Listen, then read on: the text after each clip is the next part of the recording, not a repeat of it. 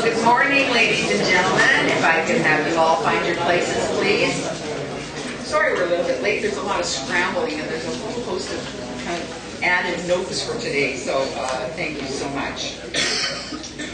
If I could have you turn to your Greater Vancouver Water District regular meeting, please.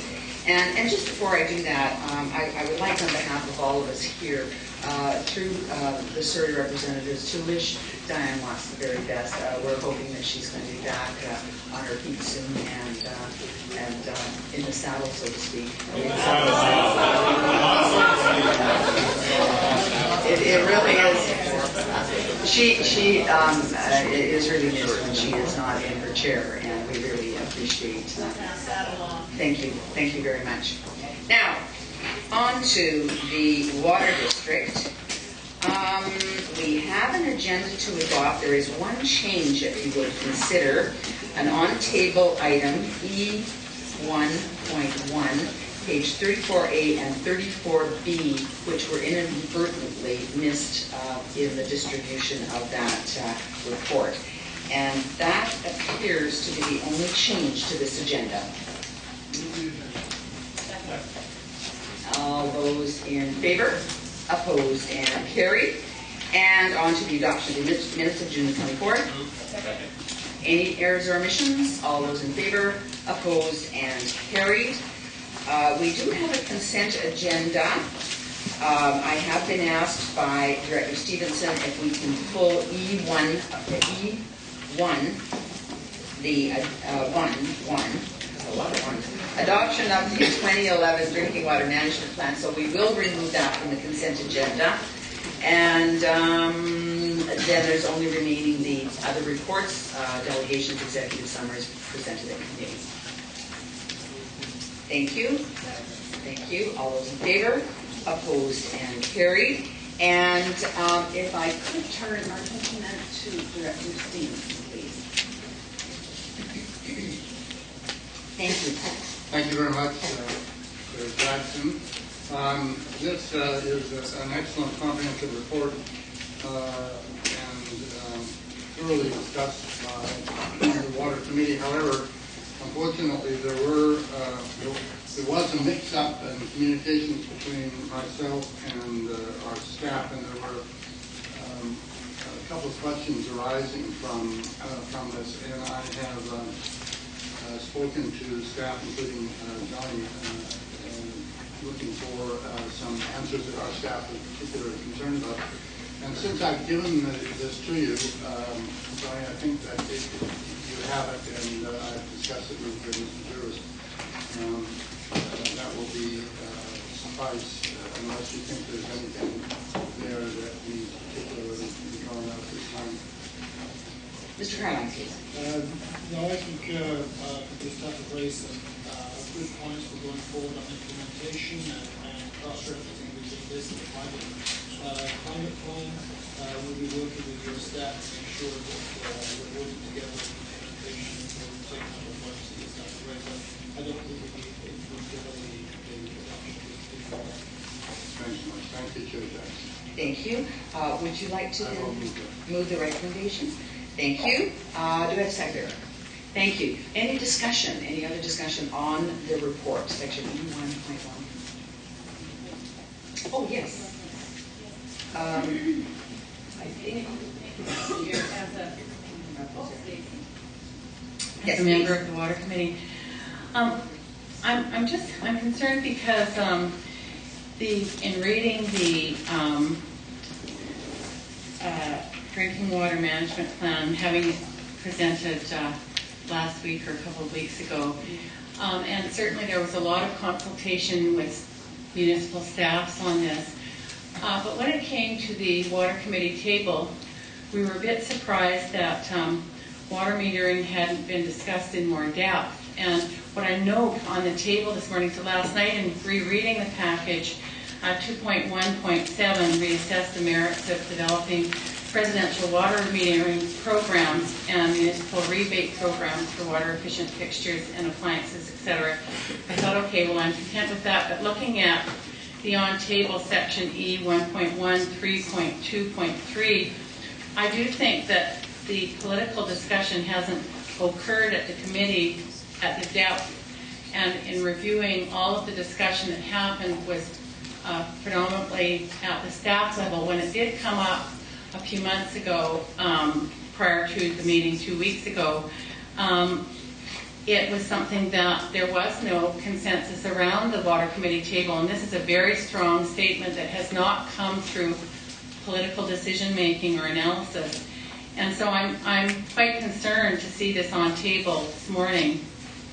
And the reason is because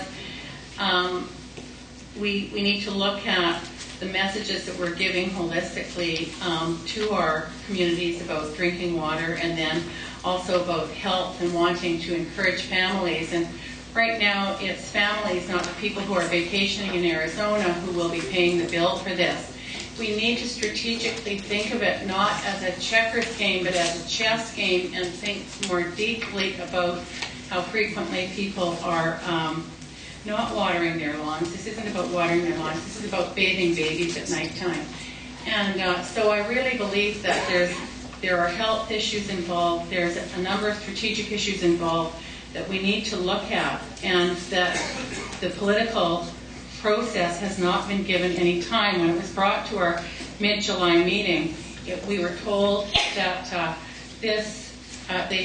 staff had a goal of having it passed this summer. This was the first time that this had come forward that we were aware of, and that was a specific goal.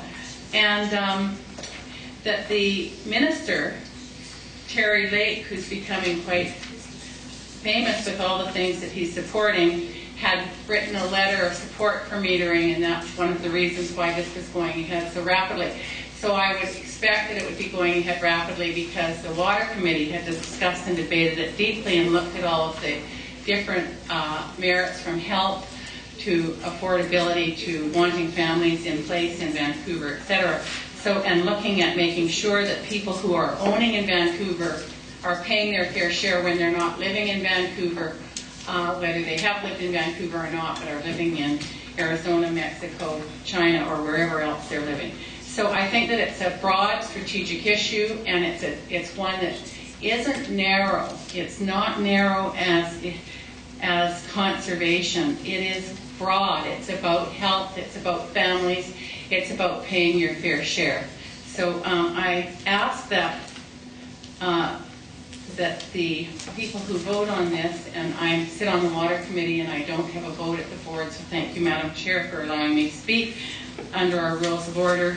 But I'm very concerned that this on-table item has come on table and there has not been the political discussion for it to have occurred, despite in our package there's a good outline of how many people have been consulted, and it's staff, and I think that the discussion needs to be broader and more in-depth. Thank you very much.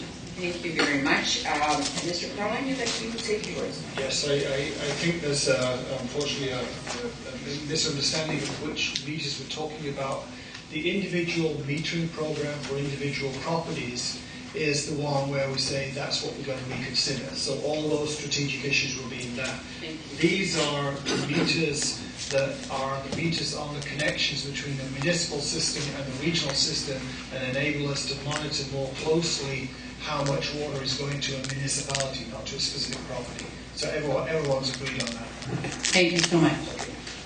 Thank you. We have a speaking order.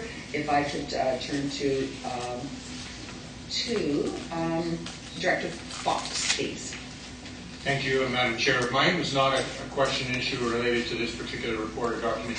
I couldn't hear the preamble, and I don't know if it seems to be corrected now, but the sound was very weak, and I couldn't back here. Couldn't hear what very low what Director Stevenson said and Mr. Carline said. So it seemed to be corrected now. Actually.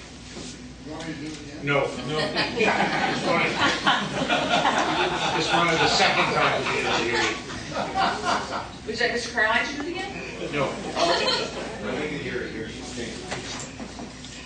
The next speaker is Director Harris, please.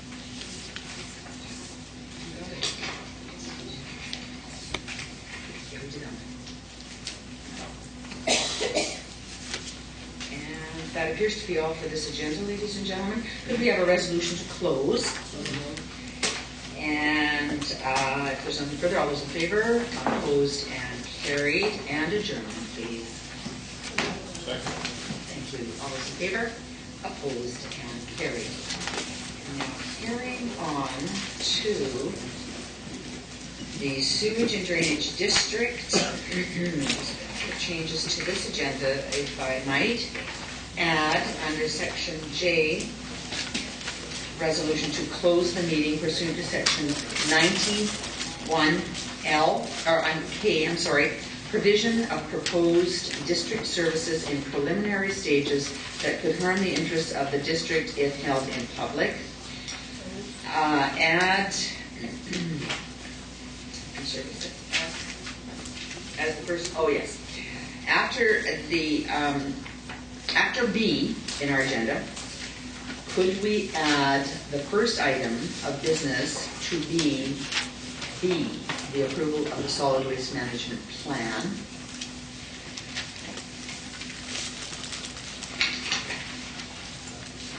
And that's it for this change, right? Thank you. So, thank you very much. Could we have a second, please? All those in favor? Opposed and carried. And if I could then go to the adoption of the minutes of June the 24th. Seconder, all those in favor? Opposed and carried. And July the 15th special meeting minutes. Thank you. All those in favor? Opposed and carried. And we will now pull the solid waste management plan. Let me find my notes on this one.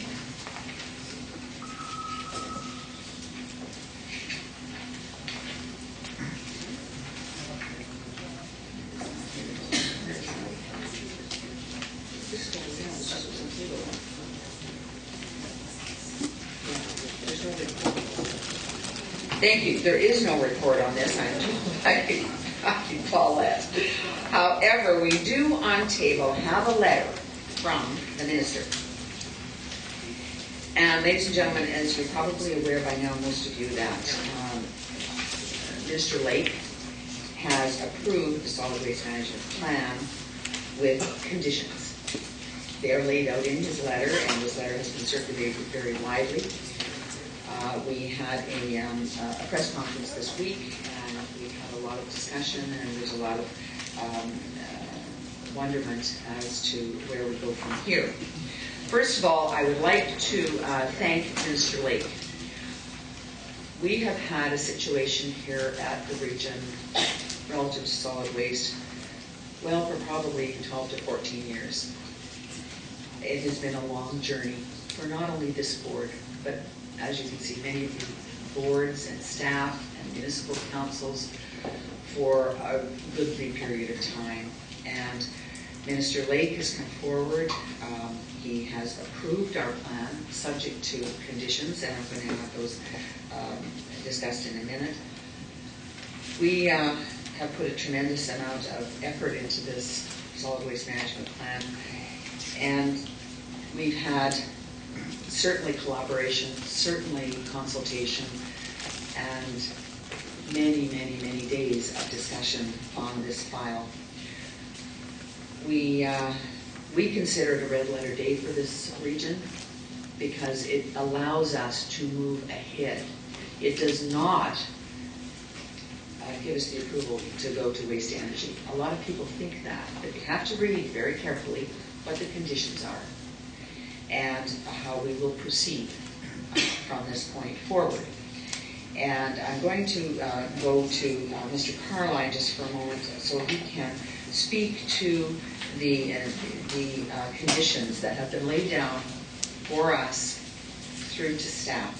Mr. Carline, would you like to make a few comments relative to the conditions that have been set forth for us? I could, Madam Chair, but I think perhaps the Chair of the Waste Management Committee, we met to discuss them this morning, and I think it might be appropriate for the Chair of the Waste Management Committee to take the board through them. Thank you. Director Moore, would you like to go over the conditions? There's several of them, as you can see, ladies and gentlemen, right through, I think there's 10. Thank you. Thank you. Yeah, and it was to get this back so that we can move forward and develop a process on how we move forward. So, as you probably all read most of them, and we'll just highlight some of them. The first one pretty much says that as if with a new facility, we have to go through a certain process, and that's pretty straightforward, which we would do regardless. The second one, that if we do, size and scope and contingency landfills, and that if we do go to a contingency landfill over time, that would be an open and fair process through an RFP, more than likely, whether that was in region, out of region, or wherever that might be. The third one, which seems to be getting the most attention, is about a process that if we decide to do a waste-to-energy facility in region, the consultation process that we need to go through with the Fraser Valley Regional District. The nice part about this that the minister laid out for us was a very prescriptive process, so that it says, basically that we have to put together a group of people to discuss it, figure out emissions, and that sort of thing. But what it does also, it somewhat anticipates that if we can't come to a collective agreement on what that must be within a one-year time frame, that it would go to an arbitrator, and then a decision would be made on how we can move forward. And again, I want to highlight that that's for an in-region facility only. If we decided to go out of region, then we wouldn't need to go through that process. Number 4 basically talks about the Burnaby facility and the operating certificate to pursue or continue with that facility. Number 5 talks about landfills and potential if there's landfill closures or existing landfills and how we need to monitor those and put in a process for the actual closures of those. Number 6 talks about methane gas capture, which was something that's excellent to put in there and is actually in provincial legislation already, that we need to capture the methane gas and use it for other resources, which is exactly what we would like to do as we move forward. Number 7 talks about working with product stewardship groups and plans, and I think this has a lot to do with how we eventually would work with or develop guidelines of what eco-centers might look like and how we would work with stewardship groups, or frankly create our own stewardship groups that might be able to help us as municipalities with some of those materials. Number 8 talks about a dispute resolution process, so that if there is a dispute with the plan, with implementation of the plan, whether it's with municipalities or with the private sector on how we're regulating whatever services are being provided, that there is a dispute mechanism or dispute process, resolution process in place. As we have with most of our plans, that there's number 9 is that we have an advisory committee on experts from the industry helping us with as we move forward. And the last couple there are about how we need to do certain things within a time frame about the processes around the plan. So all in all, the first 2 goals of the plan stayed intact, which is increase our diversion rate, reduce the amount of garbage that we created in the first place, which was goal number 1 essentially. Goal number 2, which was our 70% by 2015 and our aspirational goal by 2080. And all of the pieces to that puzzle stayed intact, and as you know, we're aggressively pursuing those. It gave goal number 3 of waste energy. It just gave some, it did say that we can continue with the plan and move forward with it, but here's some parameters around it. Here's a mechanism to consult the Fraser Valley Regional District, as we would, because we would need to get, and that's within region. If we go out of region, it's a little bit different. But as we would with getting an environmental operating certificate for any facility, it doesn't matter the type of facility, whether it was an incinerator or a conversions technology or anything in between there. So, and then goal number 4 is about how we want to reduce our need for landfills, eventually looking to have the Vancouver landfill at less than 100,000 tons a year by 2020, and having a contingency landfill in case we need to have the ability to still landfill some product that might be left at the end of the day. So all in all, it was an excellent response that we can now move forward and move on. Thank you. Thank you. Thank you very much, and certainly our thanks to yourself and previous chairs, including, of course, our member from Surrey. Thank you very much, Marvin, for your previous commitment to this file. I guess that when everything is all said and done, I truly believe that the conditions that we are being put under is going to make our plan a stronger plan. And I think we should certainly take advantage of the suggestions that have been made and carry those out. We do consultation very well in this region, and I believe we can continue on with that process as requested, along with any competitive processes that have also been suggested. So I do want to take give particular thanks also to staff, Mr. Carline, and all of the colleagues here at Metro.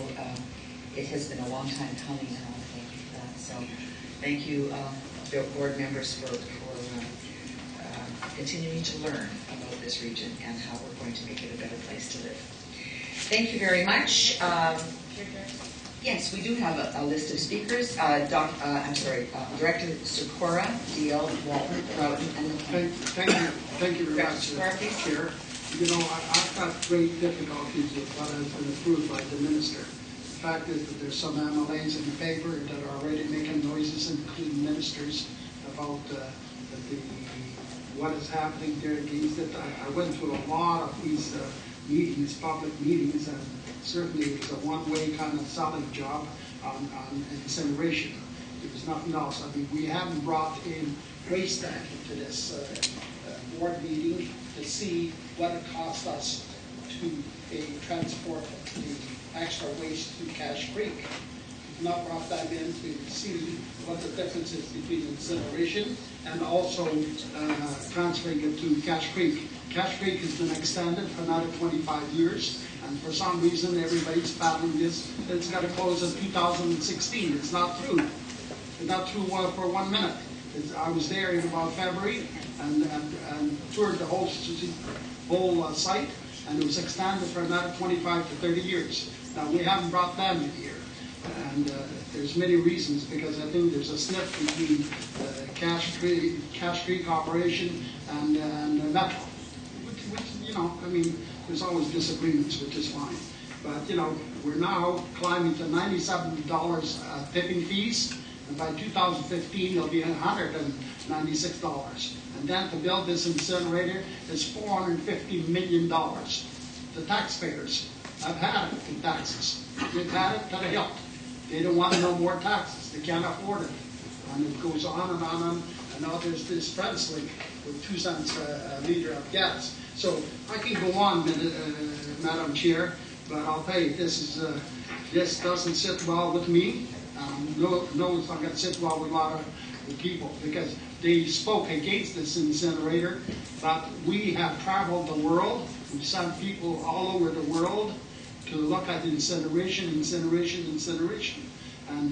some of the figures have been presented to us at Metro Vancouver.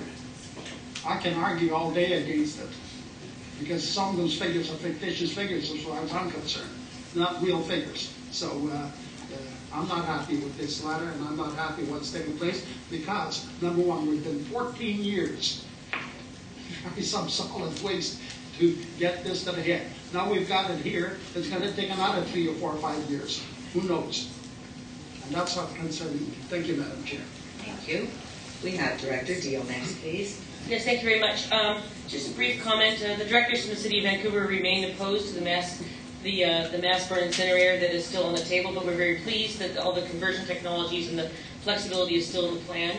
We're looking forward to a lively discussion about the contingency landfill, and I'm very pleased about the work that we'll be doing with the Fraser Valley.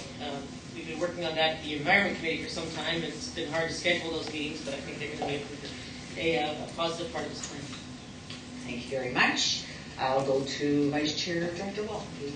Thank you, Madam Chair. Just I think one of the critical sentences in this letter, which is actually very encouraging for the most part, is 3E, which talks about the specifically in relation to any waste energy facility, the process if the parties between the Fraser Valley and Metro are unable to reach a consensus, which is a possibility. I think you'd agree, given the last year or two, that the respective positions are going to an arbitrator who will render a recommendation report to the director, which seems to me a loop going right back basically to the minister.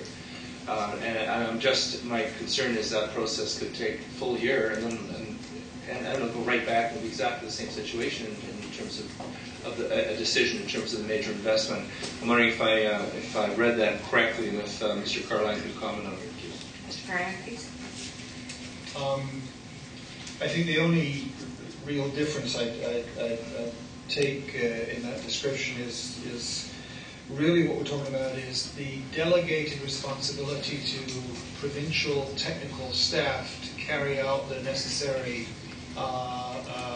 processes to establish things like environmental assessments, operating certificates and the like. And they do that on a technical basis, but they also like to have the community consulted and have the community input. So really all what 3A through G does, including E, is set out a process, and as Director Moore said, that it's nice to have the process actually prescribed so you don't have to make it up all over again. And then, quite wisely, I think, the provincial officials have said if there's disagreement between the Metro and Fraser Valley on emission standards, environmental monitoring and mitigation measures, then he wants a third party between himself and the regions to give him advice on which of the positions he should be taking. I think it will be a technical decision at that point. It won't be a political decision, but it will be a community decision going in. Well, if I could just, I'm glad to hear you say that, because that was, I wasn't quite sure, because it does say very specifically, report to the director for consideration, and the implications are that it would be likely a decision by the director based on presumably science, economics, and due process, rather than a political decision, which is the realm it's been in up to this point. So thank you for clarifying that. Thank you very much, Director Walton. Director Broughton's next, please. Thank you very much, Madam Chair. As all of you know, I stand in opposition to incineration. I just want to iterate some comments in no particular order. Howe Sound Pulp and Paper and Gold River will probably be on the map. And so all of us, I think when this was debated, in all fairness to each of you, Paris was seen as the iconic standard. And of course, I don't know how many billions of dollars that particular one cost, but it has been quoted in the paper. It is not the standard that we would have here in this region. Howe Sound Pulp and Paper is currently burning wood. That affects the following regions directly: West Vancouver, the West End, Bowen Island, the west side of Vancouver, and of course, Vancouver experiences the same concern without knowing it, that the Fraser Valley Regional District, that is, the inflow is coming across Vancouver. Many people have noted in Lions Bay that the airshed is looking different. I'm hoping that, and I'll ask staff, Johnny Carline, to comment in a moment when my remarks are over, but regarding air quality monitoring and fine particulate waste monitoring, I want to remind all of the directors and staff of the law of physics, and what we burn, we don't get rid of. It becomes just a different property through the law of physics. And also a reminder of toxic ash. I would have liked to have seen, and I will take the opportunity to review the AECOM report. All of us know that AECOM had to step aside after, I think, phase 3 of 4 as our consultants, because they were in conflict of interest position that came to us the night before a meeting in a document that was about 100 pages long. And I read the document and found in the middle of that document that they stepped aside due to a potential conflict of interest because they've been purchased by an incineration company, because this is a multi-billion-dollar business. Now, the incineration or waste to energy will not be meeting any standards outside of our jurisdiction, and we have based all of this on a belief, perhaps falsely, that we can set the standard. So maybe I can just finish with this, is that this is at the SS&WD table. It should be at the Metro table as air quality. under the Energy Committee. And I would hope that this moves to, it can be concurrent with, but that it should be, it's an air quality issue for all of this region, and particularly Lions Bay being on the other side of that mountain. It has been a watchdog previously, and while it's not highly respected in that position, it is in that position. And we have sat at the air quality table previously to the north of us, and I understand that we have a sea to sky corridor air quality, but when I sat with the SLRD throughout the 90s, they had not even heard the two words air quality. This is a serious going back to our past where we had False Creek filled with poor air quality, and it is only our lifetimes where we can be proud to be Vancouverites, we can be proud to be British Columbians, where a born and raised British Columbian I am, and I was not proud of our air quality while I grew up in Burnaby, where we had to shut down our schools because we couldn't see the hand in front of our face. And it wasn't safe for me to walk to school in the early 60s. And thank you to Doug Drummond, former mayor of Burnaby, to really take task with our air quality. I think this table, because many of you didn't sit here during the 90s when air quality was such an intense issue, do not understand the importance of air quality visually, but the fine particulate waste that goes into our lungs and is airborne. Thank you so much. And if I can just have the question answered about our regular air quality testing, I'm assuming daily, and our fine particulate waste air quality testing of the fine particulate waste. Mr. Carline. Thank you. I presume you're referring to the Burnaby Waste Energy Facility, or are you just... Both. Generally, we are regarded as having one of the most extensive air quality monitoring systems in North America. It's the envy of any other city. We produce more data than most people can analyze. I think we've got the finest record of air particulates and other air contaminants for anyone to see. We produce regular air quality monitoring reports on that for all to see. It's on the website, so we perfectly welcome. And the waste energy plant is equally monitored on an ongoing basis. We take this very seriously.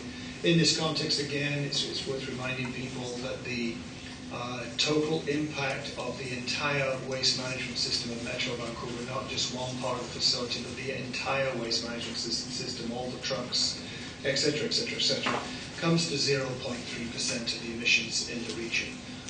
Compared with agriculture, buildings, trucks, and so on, which are 40 to 50 times greater than the entire waste management system contributes. So a lot of this is a lot of the conversation has been driven by heartfelt feelings, but the data and the science behind it are really saying this is not a concern. Thank you very much. And we will go on then to Director McLean, please. Thank you, Madam Chair. Out of curiosity, and I think that had the Minister added another 5 conditions, he might as well have written the document for us. But I'm curious, do all regional districts, are they all required to have a solid waste management plan? Mr. Carney. With waste management plans, Madam Chair, the alternative is if you don't have a waste management plan or a liquid waste management plan, then you are governed by the regulations and the standards for each particular facility. So there's a strong encouragement for regions to have waste management plans, and increasingly more of them have. And again, of these 11 items, how many are already in our plan that he is just reiterating? I think what he's done in many cases is, and particularly the one referred to by Director Moore, he's put what we would probably have done, but he has prescribed the process. And so there's one or two things that we I think there's just one thing that we missed. That was the use of the use of fuel for vehicles, methane for vehicles. That was the one thing he spotted that we kind of, wow, you didn't itemize that one. So that's new. But the rest of it is really setting out the formal process for what we should do, where we had set it out in more general terms. And Madam Chair, finally, we seem to be focusing on number 3, and I can appreciate why, although there's much more in the plan. As a minimum, Metro Vancouver must establish a working group with the FVRD. And I know that we've just received a document recently, but I would hope, Madam Chair, that we don't have a working group of politicians who are already decided exactly, what their position is. Would I assume, Johnny, that these would be scientific types and, who would actually get to the bottom of it, so we don't hear some of the things we've been hearing in the last couple of days from Mr. West and his group? I'm going over, at the end of this meeting, I'm going over to Victoria and meeting with the Assistant Deputy Minister to discuss some of these items. I think the intention will be to ensure that this working group is the most productive and constructive that it can possibly be. What that means in terms of the precise composition I'll discuss with the ADM. Good, thank you very much. Thank you. And I am hoping, and we haven't really organized how we're going to proceed with that component in the claim, but what I am hoping is that we can impose upon the minister to delegate one of his staff to sit in on these meetings. I think that could be very useful to him, and it could be useful to the rest of us. We've done that in other instances. This may take a little longer, but I think it will be very advantageous to everyone to have one of his staff sitting on the meeting. So I'll be certainly asking Mr. Braun if he can speak on that when he goes to Victoria. I see no further speakers. And once again, this will be back to our table, of course, later in the fall after our summer break. And we will look forward to a report from Mr. Carline and through the committee. Was there anything further you wanted to add, Director Moran's Chair? No, the only thing I wanted to add that you had mentioned, the only thing I wanted to add that you had already mentioned was to thank the committee and the previous chair and previous committees, because it has been a long journey to get here. And it's definitely not over, but it's like I said forward, and there was a lot of work done by staff and committee over the years to get to this point. Thank you. Thank you very much. Thank you very much. Any other discussion? Seeing none, all those in favor, opposed, and carried. And just to confirm, and I was Director Moore, we had the letter from Minister Lake relative to the liquid waste management plan. Is that come before our board? I think we had mentioned it similar to this, that we had received approval, but I don't think there's been an official report that's come through. No. So similar to this, I think it was brought forward as an information item. Thank you. But if we can bring that back when we bring our other reports back, because he has approved the plan, again with some conditions, and I'm not sure that we've actually discussed that. I think we brought it to the board because we made it clear that the Environment Minister, as Environment Minister, could not endorse the financial caveats that the board wanted to put on it. But nonetheless, his letter of approval contained statements that basically said he recognized that this was going to be a financial burden and that they would support Metro Vancouver in seeking additional funding from other sources, which was, I think, at the time the board observed that this is perhaps the most positive letter that one could anticipate coming through. So the board has done it. Thank you. Thank you very much for that update. And ladies and gentlemen, if we can carry along then with our consent agenda, which includes waste reports, future of the region sustainability dialogues and post-dialogue forum, Zero Waste Challenge, accelerating multi-family waste diversion. 1.2, future of the region sustainability dialogues and post-dialogue forum, Zero Waste Challenge, accelerating construction and demolition waste diversion. 1.3, an amendment to the Fraser sewage area boundary, 5900 block, 272 Street in the Township of Langley. 1.4, 2010 Quality Control Annual Report for the GDS and DD. And those are our consent agenda items. Are there any that you would like to pull for discussion or debate? Move to consent. Thank you. Thank you. With no discussion, all those in favor? Opposed and carried. Thank you very much. We could then entertain a resolution to close. Second. All those in favor? Opposed and carried, and adjournment, please. Thank you. All those in favor? Opposed and carried. Thank you. Ladies and gentlemen, now on to the GBRD. We do have some changes here, and I do have to confirm something. Paulette, have you been able to confirm the added item I.2 IRBC update?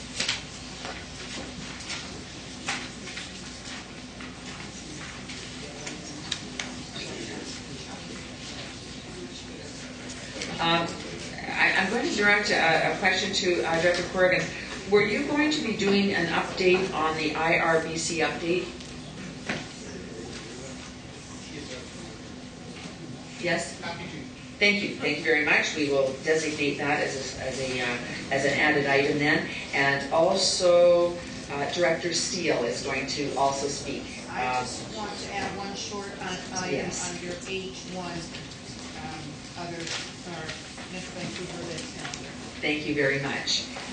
So with those two additions, ladies and gentlemen, plus the question of varying our agenda to consider G1, the regional growth strategy, after D1, and add under J, resolution to close meeting pursuant to 92B, intergovernment relations. And those are the changes to the agenda. If I could entertain that, please. Thank you. All those in favor? Opposed and carried. We will then go to the adoption of the minutes of July the 15th, please. Thank you. Any errors and omissions? Seeing none. All those in favor?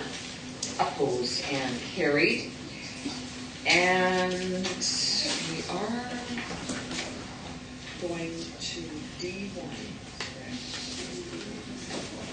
We have an invited presentation from Ian Jarvis. Thank you, Ian, once again for being here. Chief Executive Officer for TransLink. And as promised... Oh, I'm sorry. I see... yes, please. Director Steele, did you want to speak? Oh, no, I wasn't turned off. Oh, okay, thank you. And I see Director Sikora? Yes, I did want to talk to item G whenever it's available for discussion. Yes, that will be coming up, certainly. Thank you. And Director Villeneuve? I was a bit confused because I thought we were going to speak to the regional growth strategy first and then do the second. No, apparently we usually do delegations and then we go into our business. So it will be immediately following this presentation. Oh, okay. I just wondered if it would be better to have the delegation along with the discussion on the supplemental plan, but that's just a suggestion. If you'd like to change the order of the agenda, we can certainly do that. If I have a motion to discuss the regional growth strategy prior to the presentation. Also move that. Yes, we have a mover to address G1, the regional growth strategy now, as opposed to the delegation which we would hear following. And we have a seconder. Yeah, I just think that there might be a lot of questions regarding the supplemental plan, so it might be good to have the two together. So since we moved the regional growth strategy up, I'm assuming there's not going to be a long debate on that. Thank you, then. We do have a motion before us. Is everyone familiar with the request by Director Gilman? Yes. RPS before the delegation? Yes, that's what has been proposed. And that's G1 on your agenda. Any other discussion? Seeing none, all those in favor? Those opposed? And those who didn't vote. Everybody voted. Those that didn't vote are in favor. All right, thank you very much. We will then, thank you. If you could just stand down for a moment, please. We're going to do the regional growth strategy before TransLink. Thank you so much. So, ladies and gentlemen, if you could turn to G1. And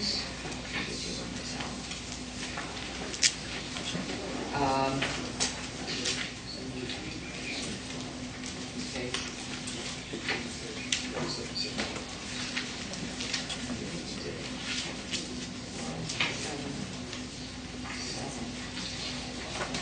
Yes. There it is. Sorry. Too much paper. Too much paper. Can't find anything out of order. Now we have an adoption of the Metro Vancouver 2040 Regional Growth Strategy before you and the recommendations. Your pleasure. Thank you. We have a mover and a seconder. And Director Sikora, please. Want to speak to item G. So I'm early. Thank you very much. Is this it? Okay. Thank you, Madam Chair. This thing's been around for quite a while, and what's bothering me is that Metro went to great expense with these hearings that Coquitlam created, and right, wrong, or indifferent,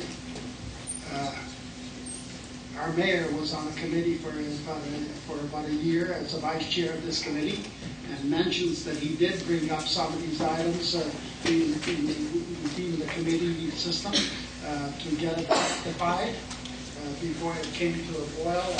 I had all these hearings between Coquitlam and Metro Vancouver. I'd like to ask the chair, why wasn't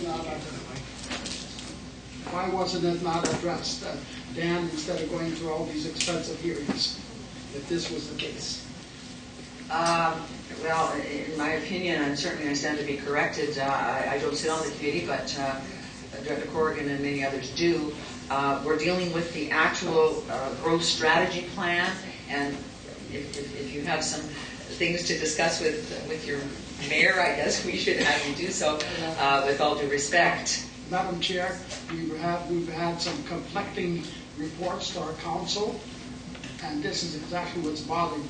We went to great expenses because, as you know, in the GVD there was at least 8 to 11 people that were at those meetings, and there was 3 from Coquitlam. There's been a lot of news spread on it, and a few other things. And I just want to know what is a real story. Because I'll tell you something, if it's a case that none of these questions have been asked by our vice chair, then we have wasted a lot of money, because that's what our council members are being told. So I need clarification on it, Madam Chair. I don't think there's anything more that we can add to this file. We have discussed I think every possible question that could have come before us.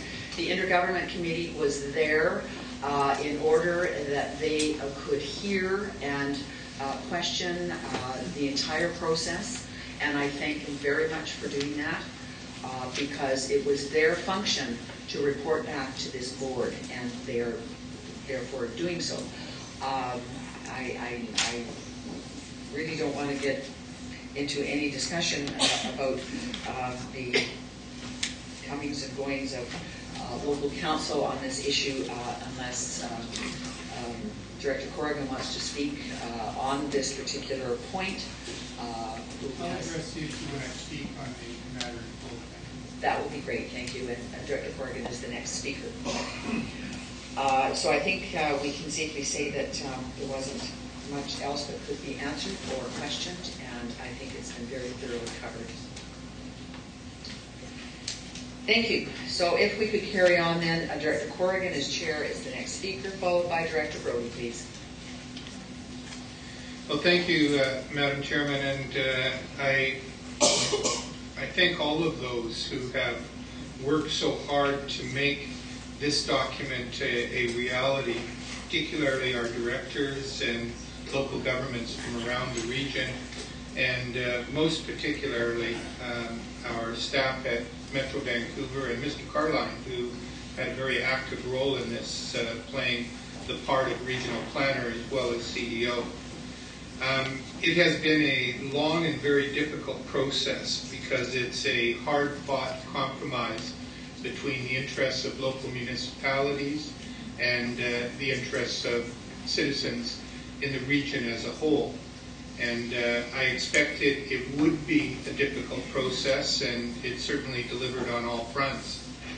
I think that that in some ways that the process didn't work as well as it could have, because there was 24 separate entities to deal with, and you didn't always get the political connection and bureaucratic connection right.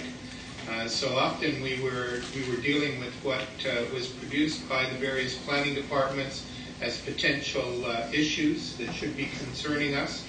And then there were other issues that were raised politically by some of the politicians around the region. And then there were general issues that were discussed on a consistent basis at the meetings we had. I think that in the case, and I want to be absolutely straight with Director Sikora in that regard, a lot of this depended on what the planners were saying to our planning staff, what was being produced in the documents to our planning staff about the positioning of councils.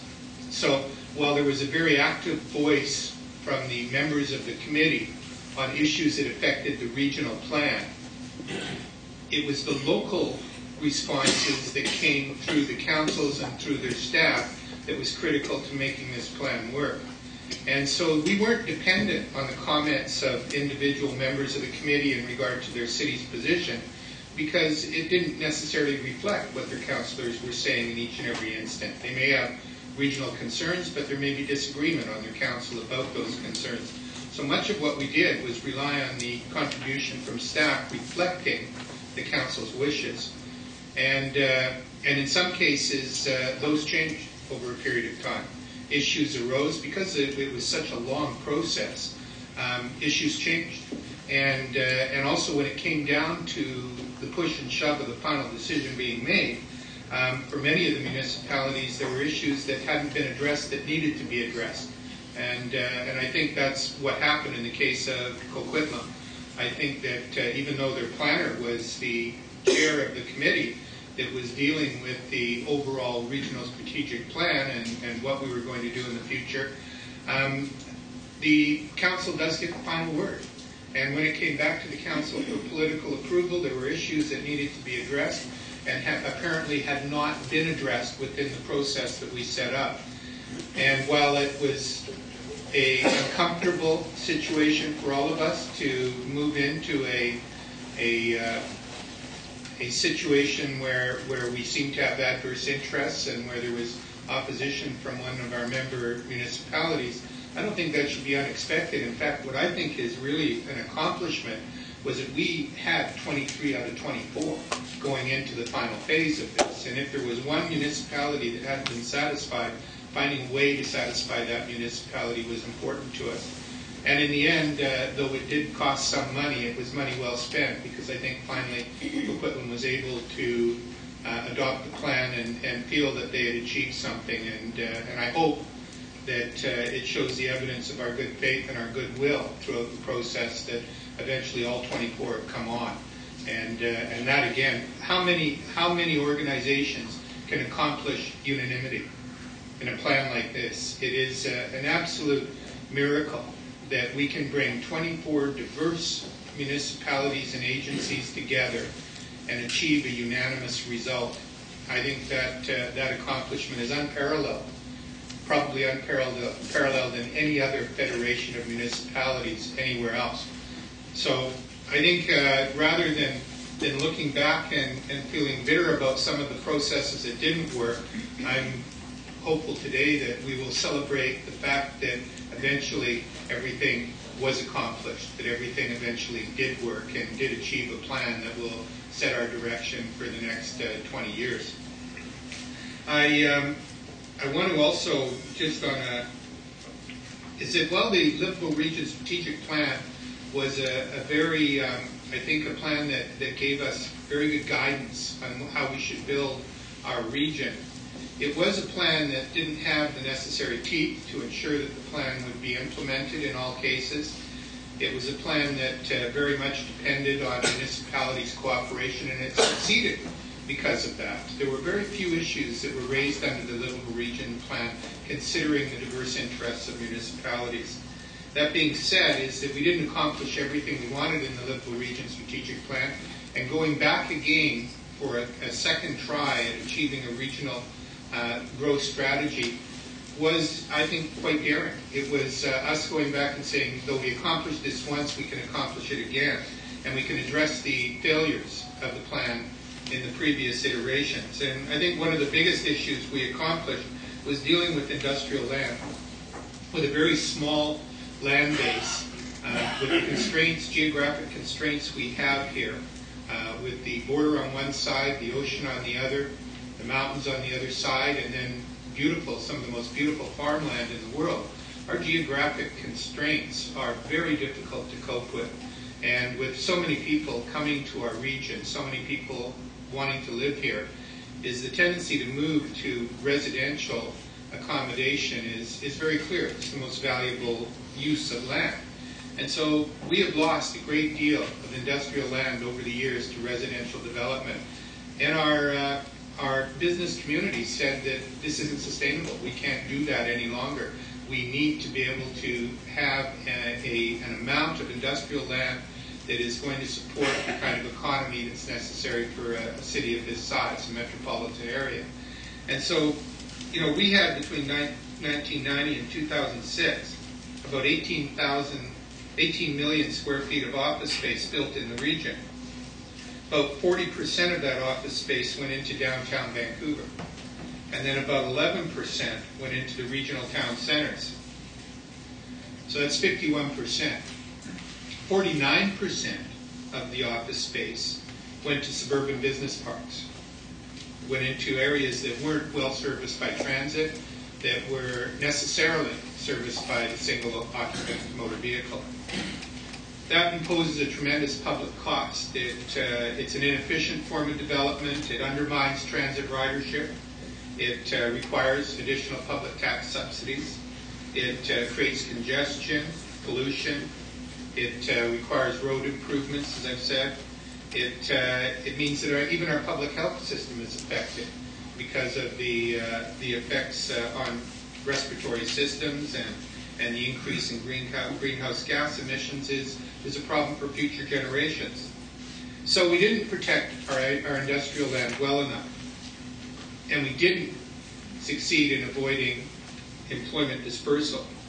So it was a very hard battle to come in and say, we're going to reverse that trend, and we're going to find ways to gain the approval of all of our municipalities in protecting industrial land and to continue to protect our economic base. We managed to do that in this plan. I think that is the centerpiece of this plan. And we again reaffirmed our belief in our protection of agricultural land and green space, and the fact that density was the only solution available to us to be able to promote livability in our region. So I want to congratulate everyone who was involved. I want to particularly thank the Intergovernment Committee and yourself and Director Brody for taking such an active part in the negotiations with Coquitlam. I stood back as the chair of the committee and didn't take as big a part, probably because I would have such a vested interest in the work that we had already accomplished, and allowing the objectivity of the chair of finance to come in and manage this difficult situation, I think allowed the process to be completed. I do appreciate their efforts, and again, I want to say that this is, every council in this region should be proud of what they've accomplished. Every planning staff should be proud of the effort that they put in to ensure their municipal interests were protected while the regional interests moved forward. So I do want to congratulate all involved, and to say that this was a job well done, and a job that hopefully we won't have to do again for at least a decade. though we did commit to a 5-year review. And likely the next plan will be done by someone other than me. Thank you, Madam Chair. Thank you very much for your words, not only as chair, but as a member that has been on this board for a considerable length of time and worked very hard on this file. I will then go to Director Brody, Director Steves, Director Stewart. Director Brody. Madam Chair, I'll keep my remarks fairly brief. I certainly agree with what Director Corrigan said. And in terms of the question that was posed, I agree with your comments. It really is time to, we can deal with a bit of the substance of the regional growth strategy, but some of the other issues are best left to the side at this point. I think that it's interesting that in the last month we've had the approval of the 2 other plans, the liquid waste and solid waste plans, and now the growth strategy, which I heard open comments over the years coming from other places about the impossibility of the tasks that we were faced. And for us to have achieved unanimity is really extraordinary. And it does bring to my mind the contributions by all the members of the Intergovernmental Committee, plus Director Dakin, who was there as an interested party, as a participating municipality, because one of the important parts of that process was for the various members to talk about it, the process from their own city's point of view and how they overcame. Everybody had certain reservations about it and how they overcame those reservations.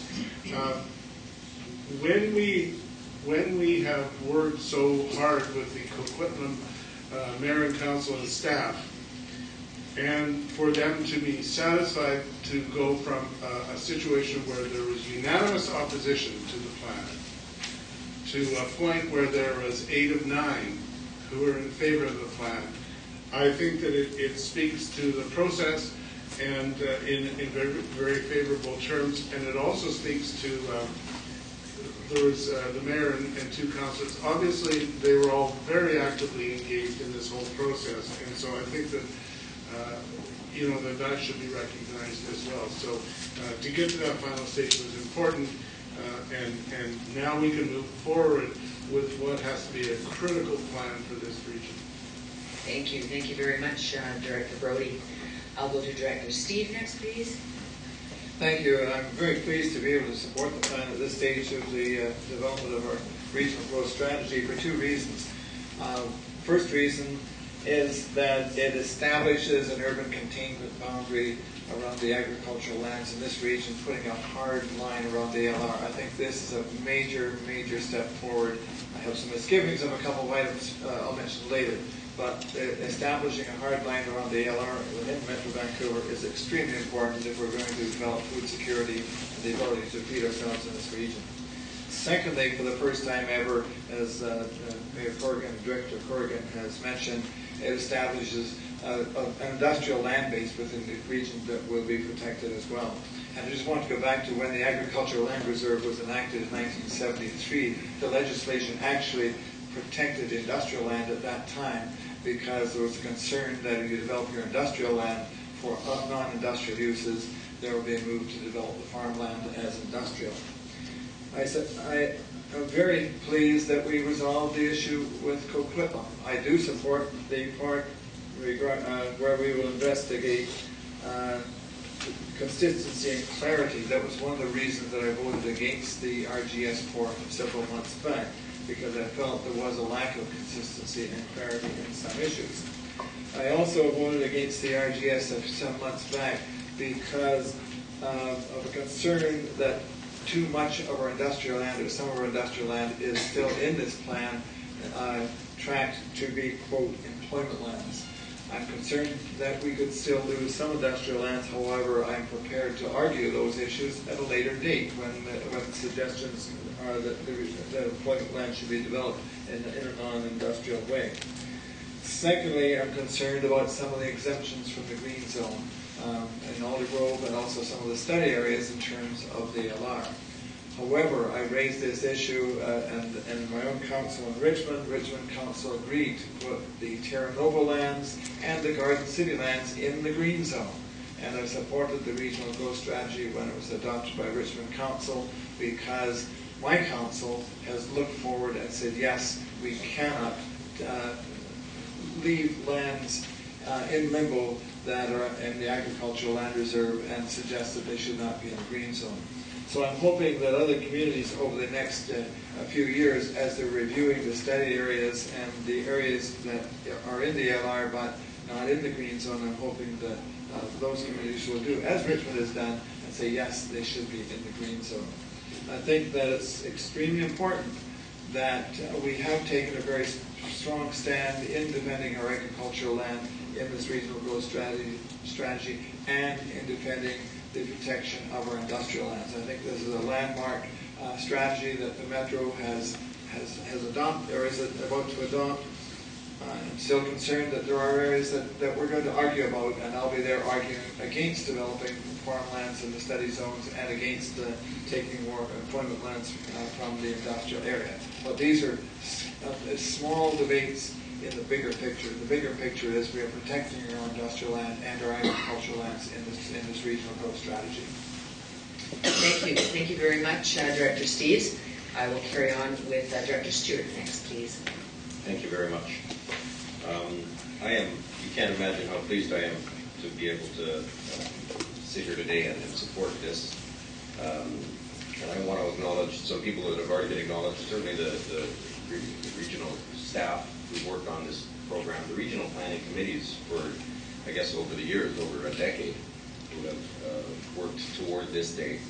The Intergovernmental Committee who was saddled with the task of working with working to resolve the dispute, to resolve the challenge that we were facing.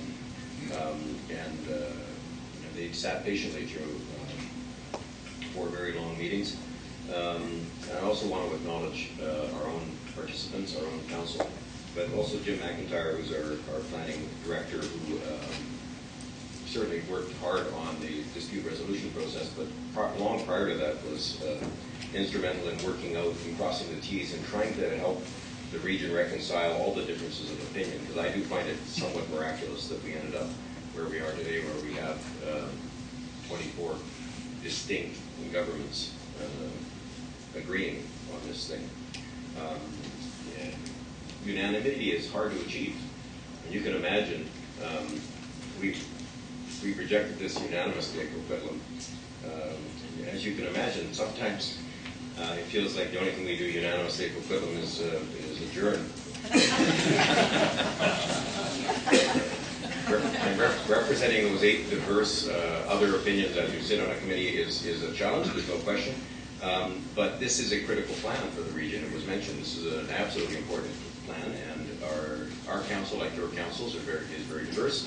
Our council ranges from those who would oppose any role in regional planning to those, in fact, I'm probably the strongest proponent for a role of regional planning, a strong role of regional planning to help do as Director Steeves described.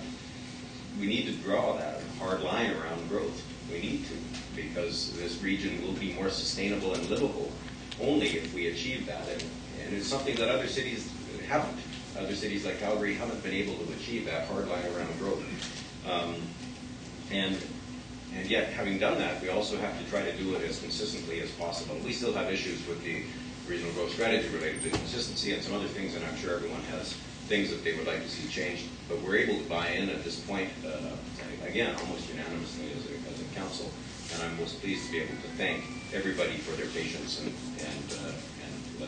look forward to moving forward in a very productive way in both passing this and several other plans. Great future ahead for this region. Thank you. Thank you very much, Director Stewart. I have no further speakers. I would just like to say it's interesting how we have spoken about diversity of this wonderful region from Lions Bay out to Langley Township, Langley City, and beyond to the mountains. But you know, it occurred to me that diversity is making us strong. Collaboration is making us strong. And compromise is making us strong. And respect, above all, is making us strong. So I will ask that we divide this motion, separating A from B, C, and D as we need the third reading under A, please. So if there's any other discussion on A, you ready for the question? All those in favor? Opposed and carried. And on B, C, or D, are there any other comments? Seeing none, all those in favor? Opposed and carried. And I guess because, once again, we have thank you. We have, is that the staff? I know that staff. But you know, this board really deserves a lot of credit.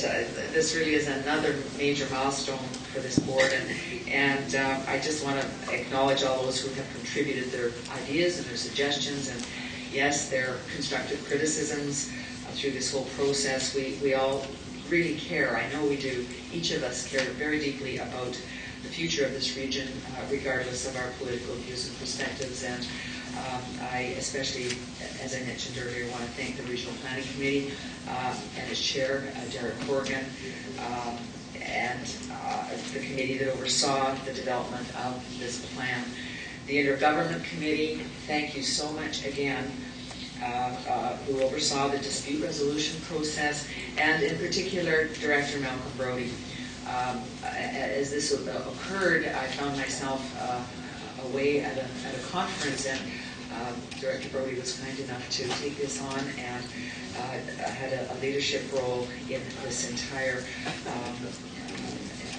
concern that we had. So I want to thank him very much for that. I also want to acknowledge the contributions of all the member municipalities. Each of your councils have done a stellar job in getting up to speed on all of the implications of the plan for not only your own councils but your peoples as well, and how it would affect people in your area. The elected officials and staff have all worked really hard, and everyone has made this regional road strategy a real regional plan. I just want to remind ourselves just what was needed to get this far, and achieving, as it has been stated already, achieving unanimous support from the 24 local governments was a very high bar. I don't recall anywhere in my time where that has been required and where it has been accomplished mostly. I don't know any other jurisdiction that would require that level of support. The fact that this plan received that support really is testimony to the quality of the plan and the efforts of the people who contributed to it. You all are a part. It is a plan that supports community building, social well-being, encouraging development of complete communities designed to support walking and cycling and public transit with healthy lifestyles, and by encouraging the supply of housing suitable for and affordable to all sectors of our populations. It's a plan that protects and nurtures our precious environment by designating conservation and recreational areas, encouraging the protection of the critical national assets and natural assets, and promoting a form of development which reduces the cumulative impact of development on the environment, particularly on air quality. And I know we're all committed to that 100%. It's a regional land use plan that we should celebrate and embrace. And I will finally then just ask if Director Corrigan or Director Brody would like to have any final comments. Thank you. Thank you very much, ladies and gentlemen. If we could then carry on to our next. Mr. Carline, did you want to have a few words? Yeah, Madam Chair, it shouldn't go amiss. I mean, they say it takes a village to raise a child. Well, it takes 24 local authorities to raise a regional growth strategy. And the key players from your municipalities, the directors of planning and members of town, many of them, probably all of them, are arranged along the back. And I want to publicly acknowledge them. I want to publicly apologize for haranguing them to do the impossible and impossible deadlines, and congratulating them for going ahead and doing it anyway. I think they deserve it.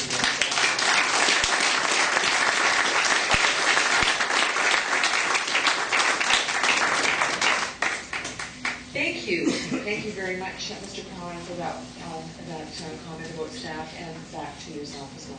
Thank you. If I could then, ladies and gentlemen, invite our delegation forward, Mr. Dean Jarvis, who is the Chief Executive Officer of TransLink, and he's going to have a PowerPoint for us today. And without further ado, thank you very much again for being here. And I'm joined by Jeff Cross, who's our Program Manager for Plan Development.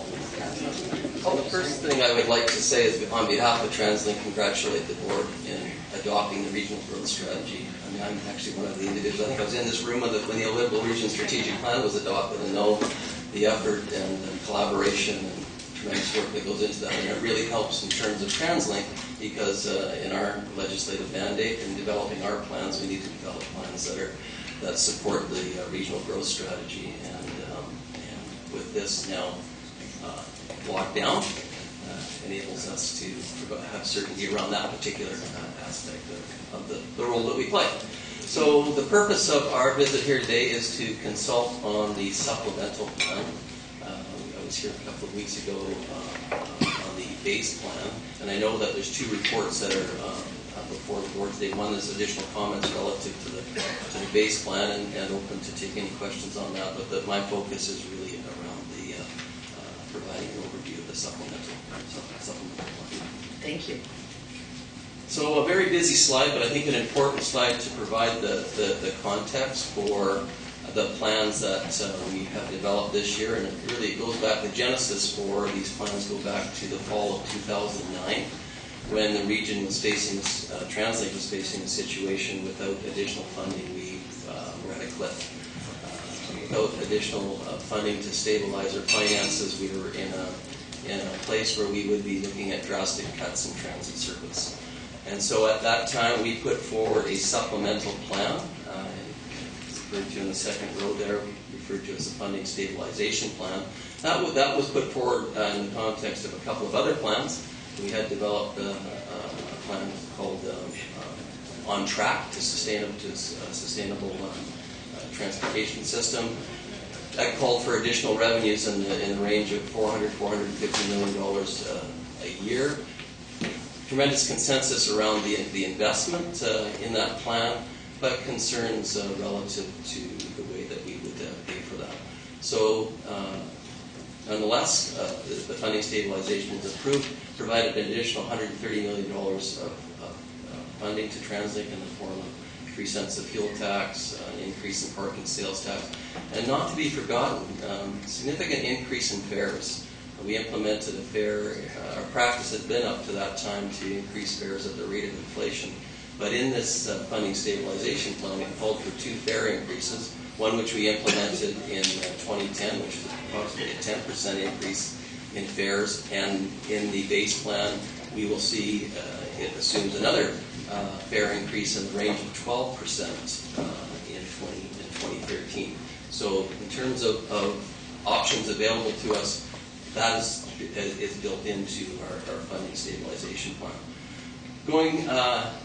That funding stabilization plan enabled us to have stable funding for the existing services that we were providing at that time. So basically, our service hours were frozen. It required us to freeze our funding on major road capital as well as cycling. And actually in 2011, those provisions were both reduced. The road funding, minor capital, reduced from $20 million a year down to $10 million. Cycling capital from $6 million down to $3 million. Come 2010, an understanding that the age-old problem, really the challenge that TransLink has, the region has, what is that framework for long-term sustainable funding that is required to make those investments that are envisioned to support the regional growth strategy. So that is the context and challenge. The Mayor's Council worked with the province last year. TransLink supported. That culminated in the signing of a memorandum of understanding where there was a commitment of the province and TransLink Mayor's Council to work on a plan to identify what is that funding framework going forward. In response to that, we put forward 2 supplements last year. One dealt with Evergreen Line and United Boulevard Extension only, and another supplement, which is the Moving Forward supplement. Surprise, surprise, that's the same name as the supplement that we're putting forward this year. That supplement is not, I would say, is not a strategic plan. It basically was, at that time, we put forward projects that were well-defined, well-scoped. We understood the project, its benefits, what its cost would be. We put together a package of projects in addition to the Evergreen Line and United Boulevard Extension. Because in our view, our service hours are frozen. The situation out on the system is we have a lot of our corridors that are heavily used. We have a lot of passengers being left, and we don't have dollars to support development in emerging areas that are growing, particularly south of Fraser, I would say. We're trying to address that through service optimization. So we're looking at, we put a lot of service out on the road, 2005 to 2009. We're evaluating those services with the objective of taking the less productive hours and focusing them on more productive hours to serve our customers better and to meet the demands of our existing customers more effectively. So we're doing everything we can relative to optimizing our services. We also needed to reduce our administrative support costs because that $130 million didn't balance the books. It relied on us to find operating savings, and I'm pleased to say, as I indicated a couple of weeks ago, we have managed that and actually doing better as a result of lower interest rates. So our financial position going forward is markedly better than we had forecasted back in 2009. Our operating reserves are close to $200 million better than we had forecast back at that time. So again, a reminder relative to the way the plans work. You develop a base. We are required to do a base plan every year that outlines the services that we can provide within our existing revenue base. We are required to consult on that. The Commissioner reviews the report each year to provide assurance to the Mayor's Council, the public, yourselves, that our plans, the parameters and assumptions are sound. That then provides the context for our annual services. And so we go out and implement the initiatives that are in our plan. Then at the end of the year, we produce a report called the Statutory Annual Report, which outlines what we accomplished that year. And then the Commissioner reviews that report, basically, again, to give assurance. TransLink said they're going to do A, B, C, and D, and E, and check, and provides a report to the public, again, giving assurance that what we've outlined in our plans, how we delivered against that plan. When a supplement is required to, again, all the consultation is the same, but the difference is that plan requires the approval of the Mayor's Council. If that plan is approved, then that joins together with our existing base plan, becomes the foundation for our base plan next year. So in terms of our priorities as an organization and a transportation agency, this is just good practice that really what we're trying to ensure is that we don't compromise maintaining our existing services, our assets in a state of good repair, upgrading our assets when they're exceeding their original design volumes. We don't want expansion to put that at risk. So this is our order of priority in terms of how we invest our dollars. The base plan, our existing base plan, enables us to cover our existing services, maintain our assets in a state of good repair, and there are some dollars for upgrades. The supplemental plan that we're putting forward enables us to achieve upgrades and some expansion as well. So in terms of, again, reiterating what I indicated before around how this plan was developed, Back in the fall of last year, we gathered up the projects and programs that were well understood, well scoped. We understood the benefits. We put them through an evaluation framework that's outlined here, which is a combination of our Transport 2040 goals and long-term goals for the transportation system, and also factors that respond to the factors at that time. But what was our level of commitment on those projects?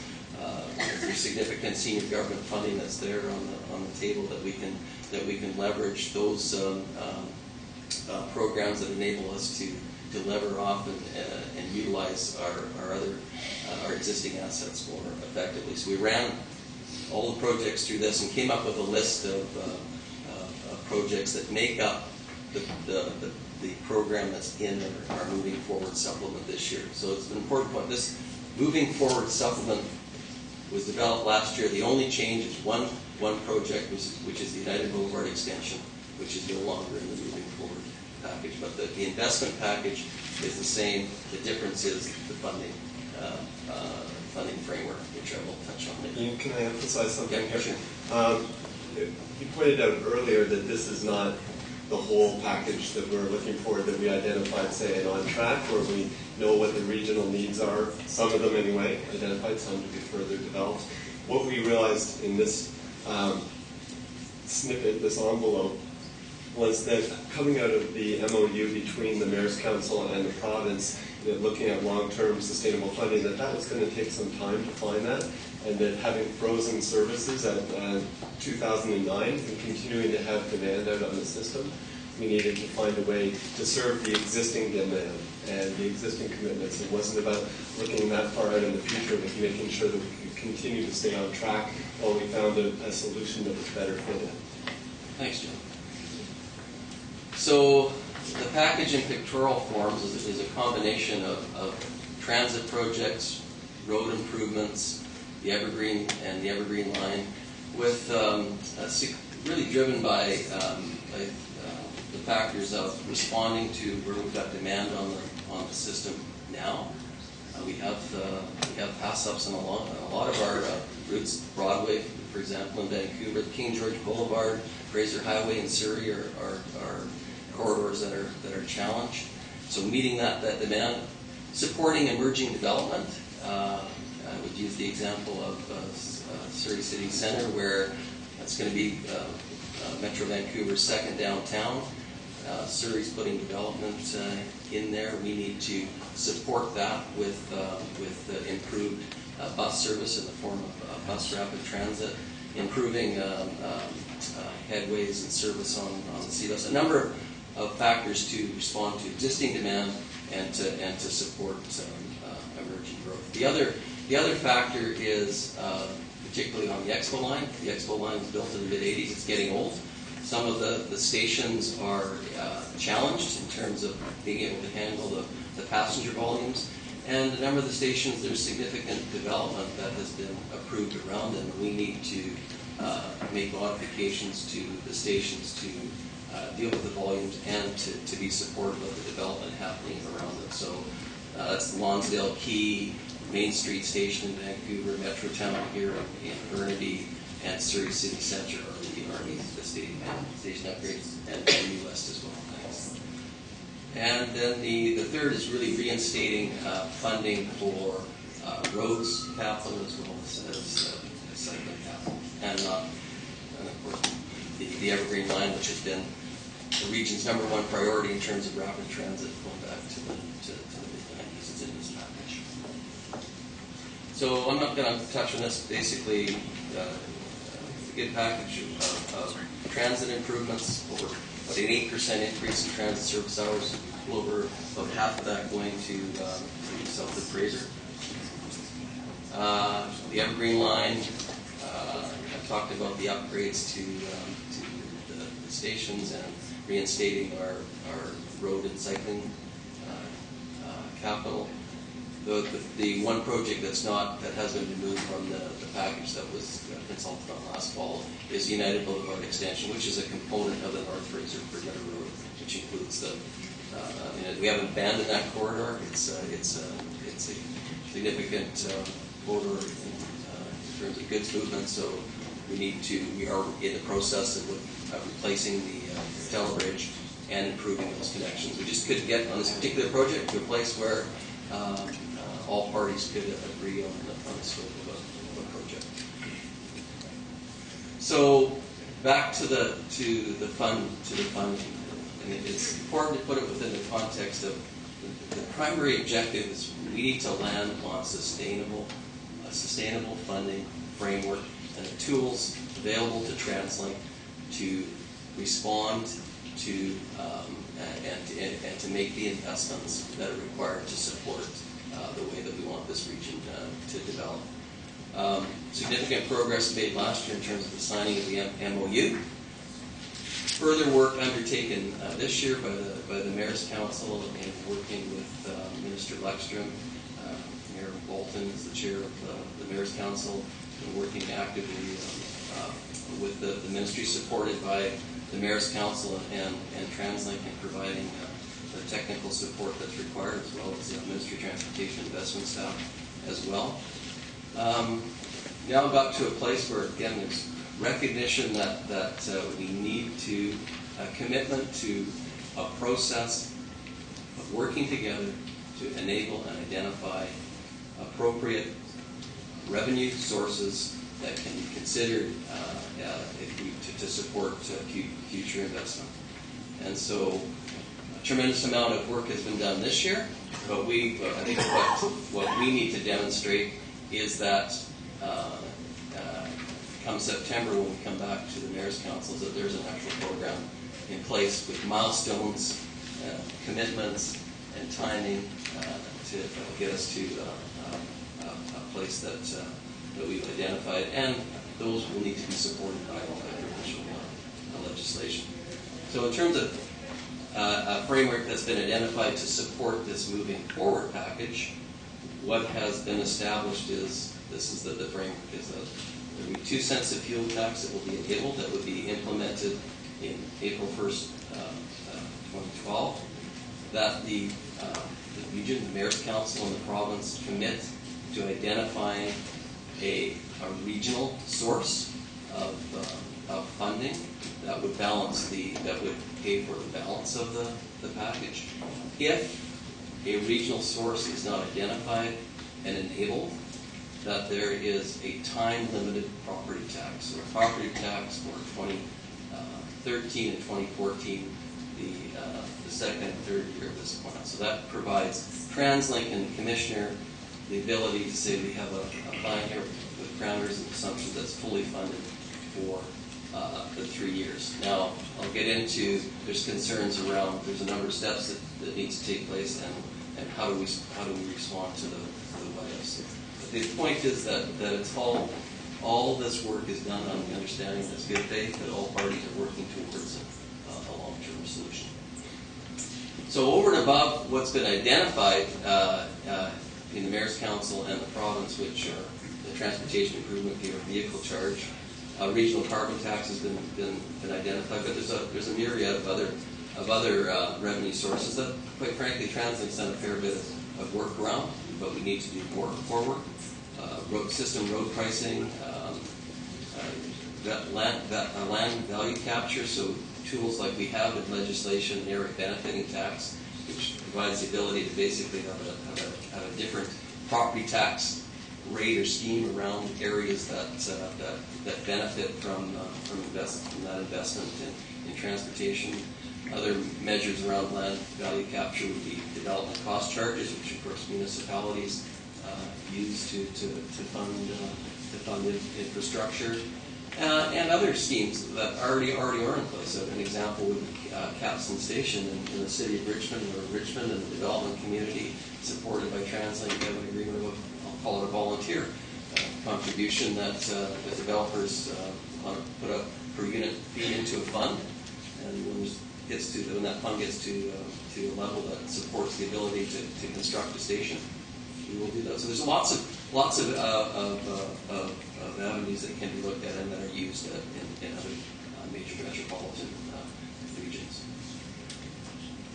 So I've touched on that one. So The next two slides deal with the what if. So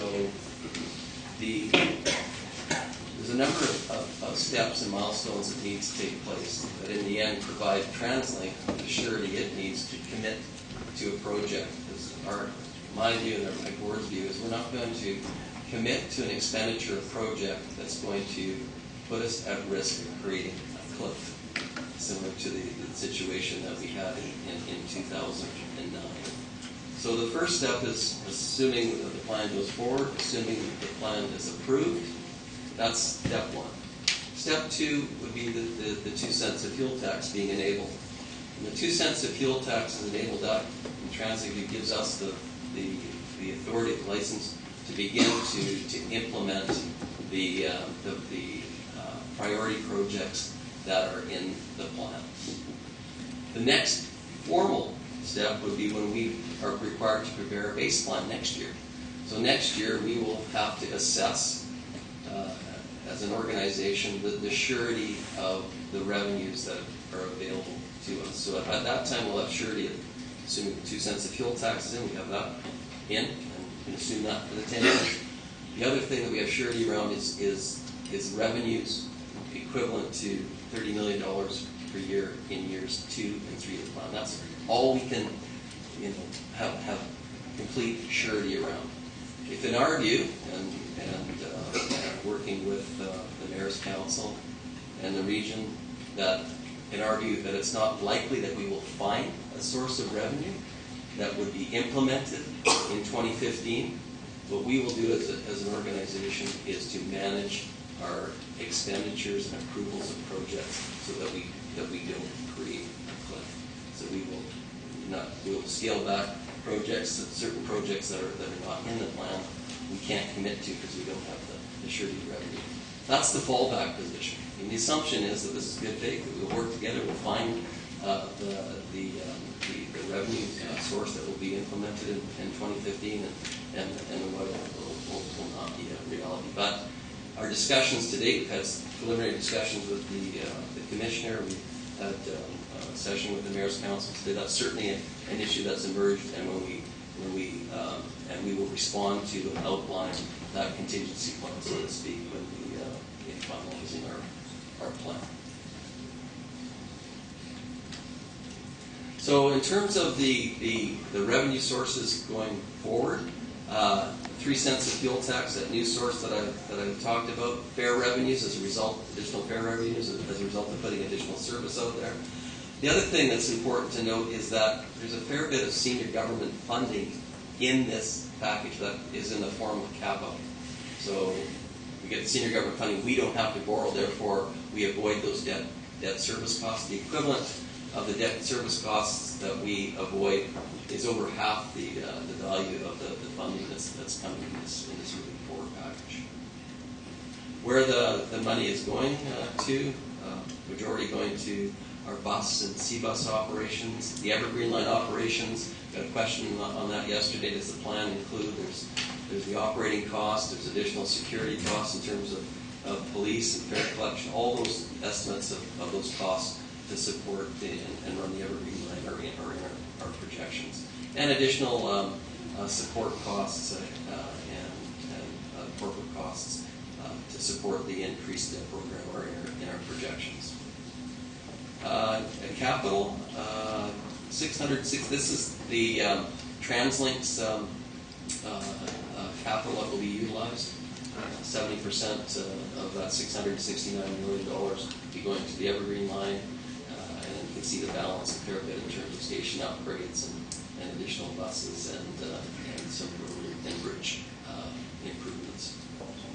So tremendous. We always focus on costs and taxation, but this is an investment. With the investment come benefits, significant benefits in terms of incremental ridership and boarding. With the additional investment in roads and cycling, see those modes share increase. The equivalent of 70,000 trips per day taken off the road and put onto transit as a result of these investments. helps us to stay on track relative to our targets around road share. We've got a very bold objective in transport 2040, targeting over half of our trips being non-single occupancy vehicle trips, either in transit, walking, or cycling. So with the investments in the supplemental plans, there's marked improvement over what we can achieve in our base plan. I'll just add Ian to that last slide that, as we were emphasizing earlier, this is to keep us on track through, say, 2014, 2015, where we believe we'd be able to hit the demand, at least through 2014, that's emerging or already exists. Beyond that, continued investment would be required in the region.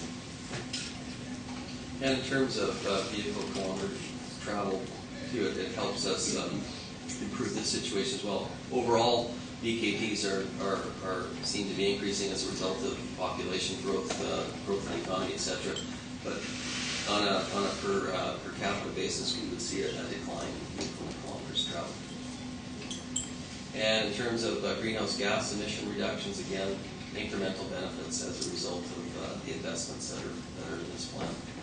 So in terms of consultation, this is we have been out. Really, the consultation on the investment package started in the fall of last year. Same investment package. We have started the consultation last about a month ago with working with our stakeholders, purely online consultation. Our original intention was to for the TransLink board to deal with an approval of the plan in early August. As a result of our discussions with the Mayor's Council, we're going to delay that to September to enable the mayors and municipal councils to have more opportunity to review the plan. The commissioner is on site, so he's going to work alongside us with the intention of being in a position to put this supplement before the Mayor's Council in September. And so that's my overview, Madam Chair, and open to any questions from the board at this time. Thank you. Thank you very much for coming forward, especially with the PowerPoint. We really appreciated that today.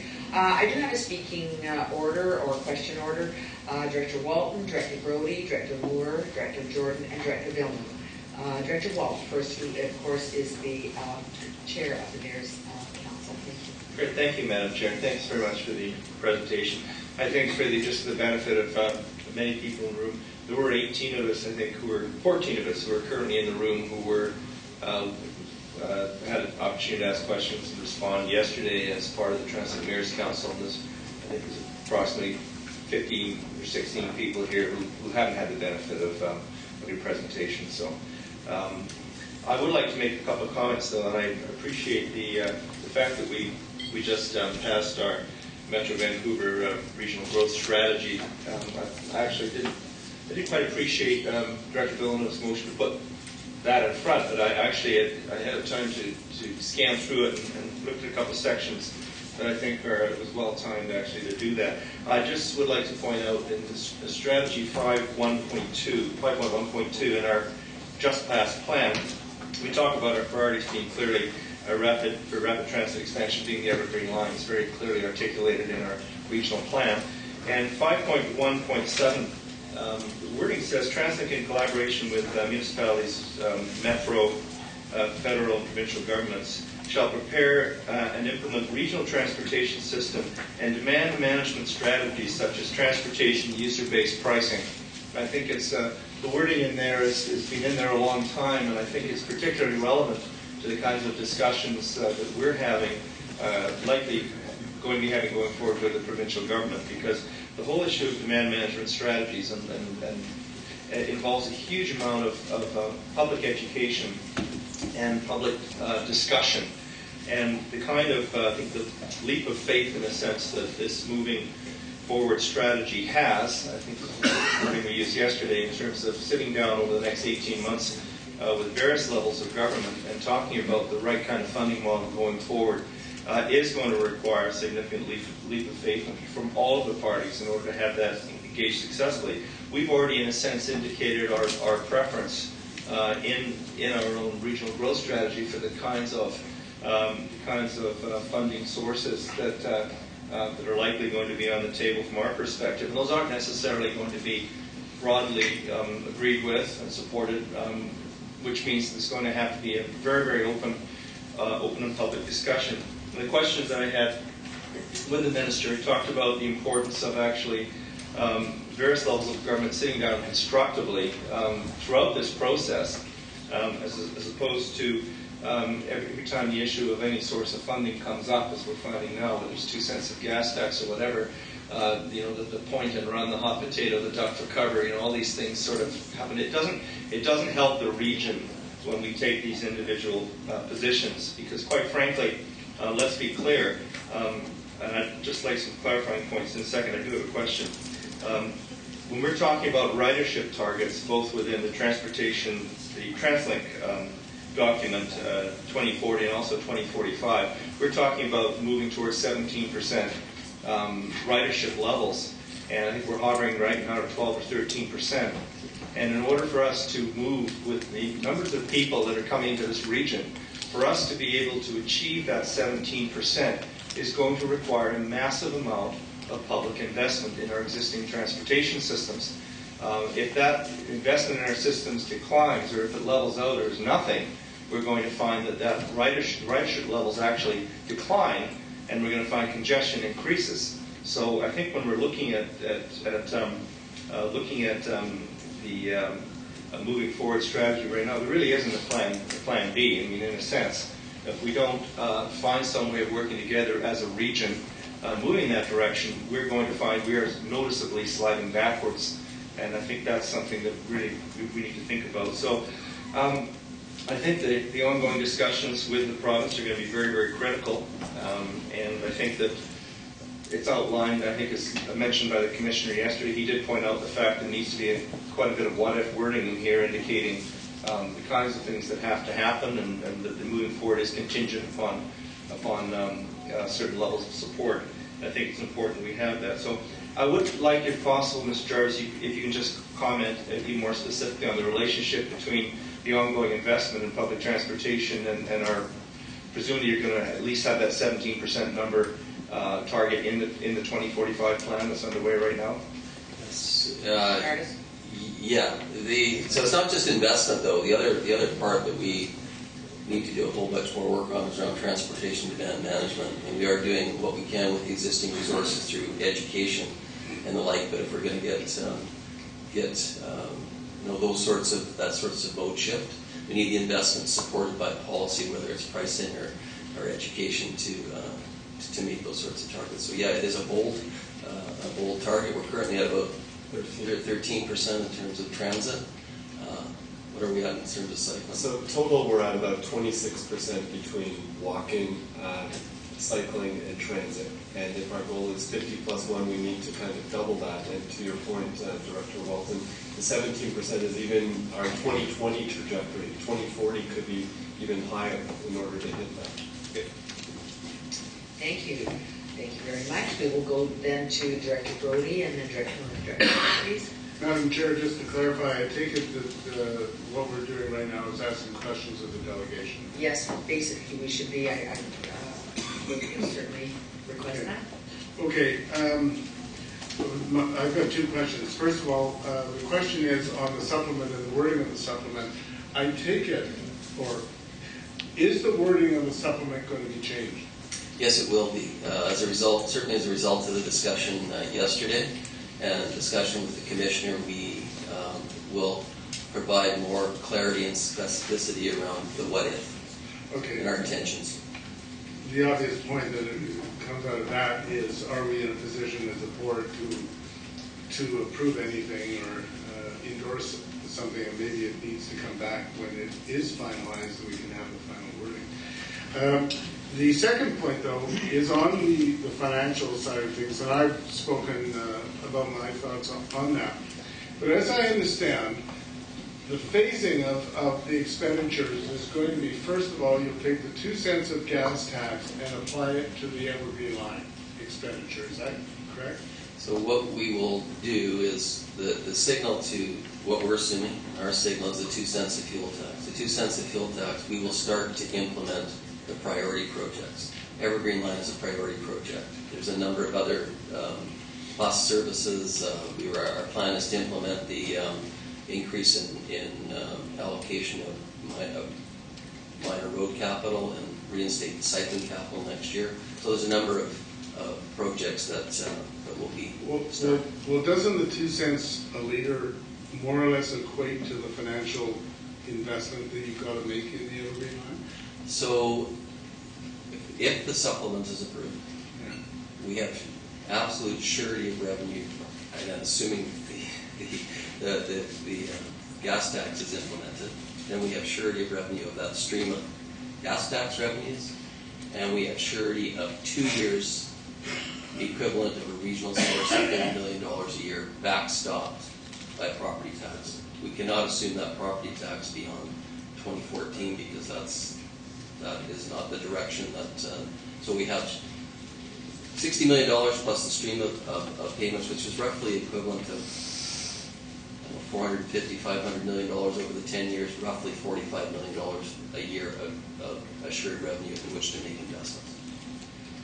Of which you need 40 for the Evergreen Line. That's right. My question is, wouldn't it make more sense rather than to have this omnibus type of supplement now based on the surety of the 2 cents a liter gas tax, but imprecision about anything more than 2 years of property tax? Wouldn't it make more sense to have one supplement which takes 2 cents a liter for gas tax and put it entirely to the Evergreen Line, and then work in good faith, which all parties have agreed they will do, for new sources of funding, and then have a further supplement for those other features of this supplement once you get that second aspect of this assured funding? So that is an option, but that's not the direction that we've been given by the Mayor's Council. No, just a minute. This is the board's supplement. The board is saying this is the way to do it. So from TransLink's perspective, that we support a moving forward package. We need to respond from what we're hearing from customers, what we're hearing from municipalities, that we need those investments over and above the Evergreen Line. So that is the package that myself and our board. Though you can't make the additional investment over and above the Evergreen Line until that next question has been answered. Where is the sustainable funding coming from? I mean, Correct. that's where you go. Correct. And I'm assuming that all parties have been acting in good faith and we're going to find a solution. Thank you. Director Moore, Director Jordan. Director Moore, please.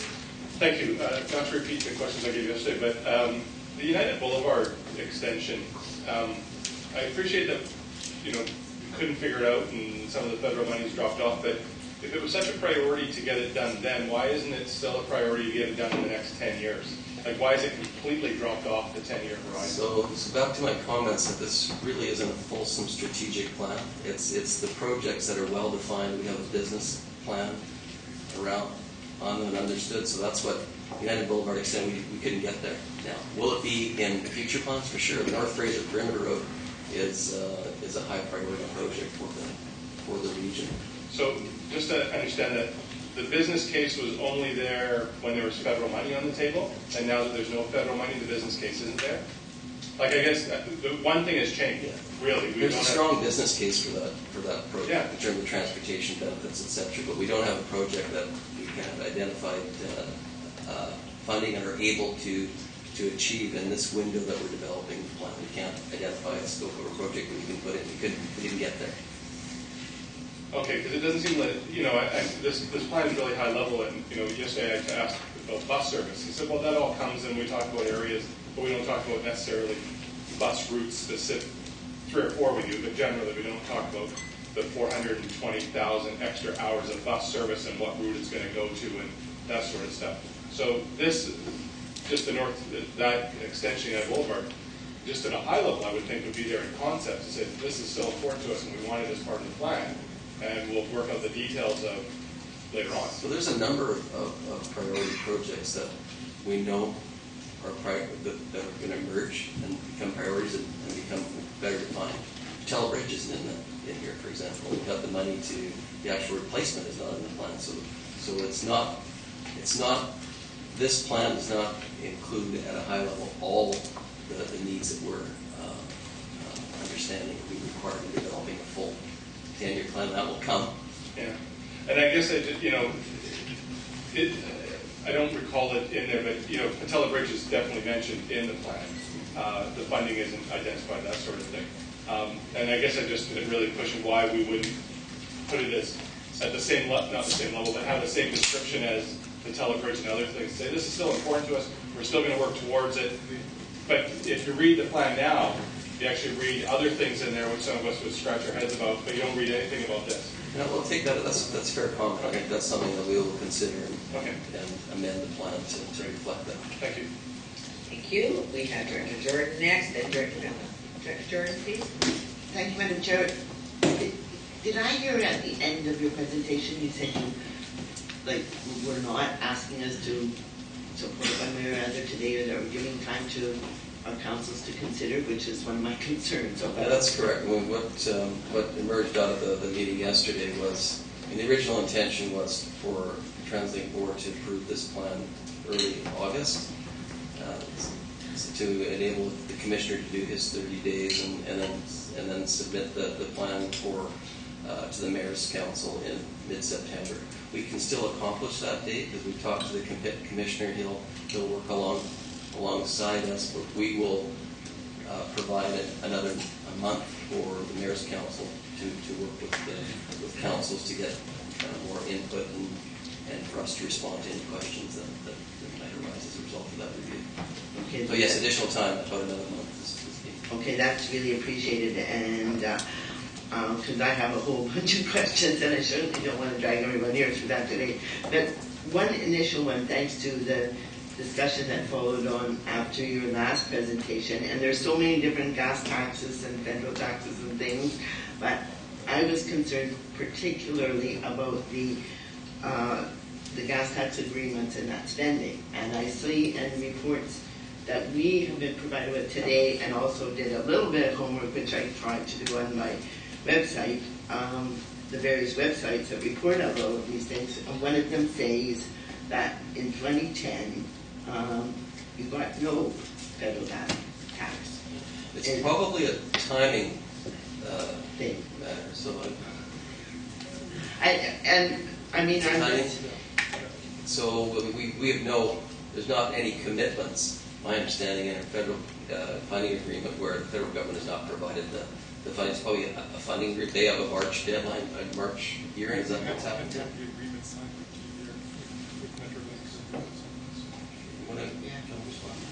This is Tim Shaver who works. Thank you. Just while Mr. Shaver's coming down, Mr. Carline, could you make a comment? Oh, yes, thank you.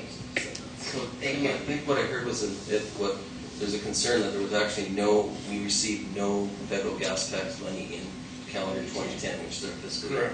Correct. And the reason why is there took some time to work out the agreement, as the board here would recall, wanting to send the message to the province that you control the funding for that, and so you wanted to make the agreement amended so that it was a one-year agreement only, and then each year we would renew the agreement.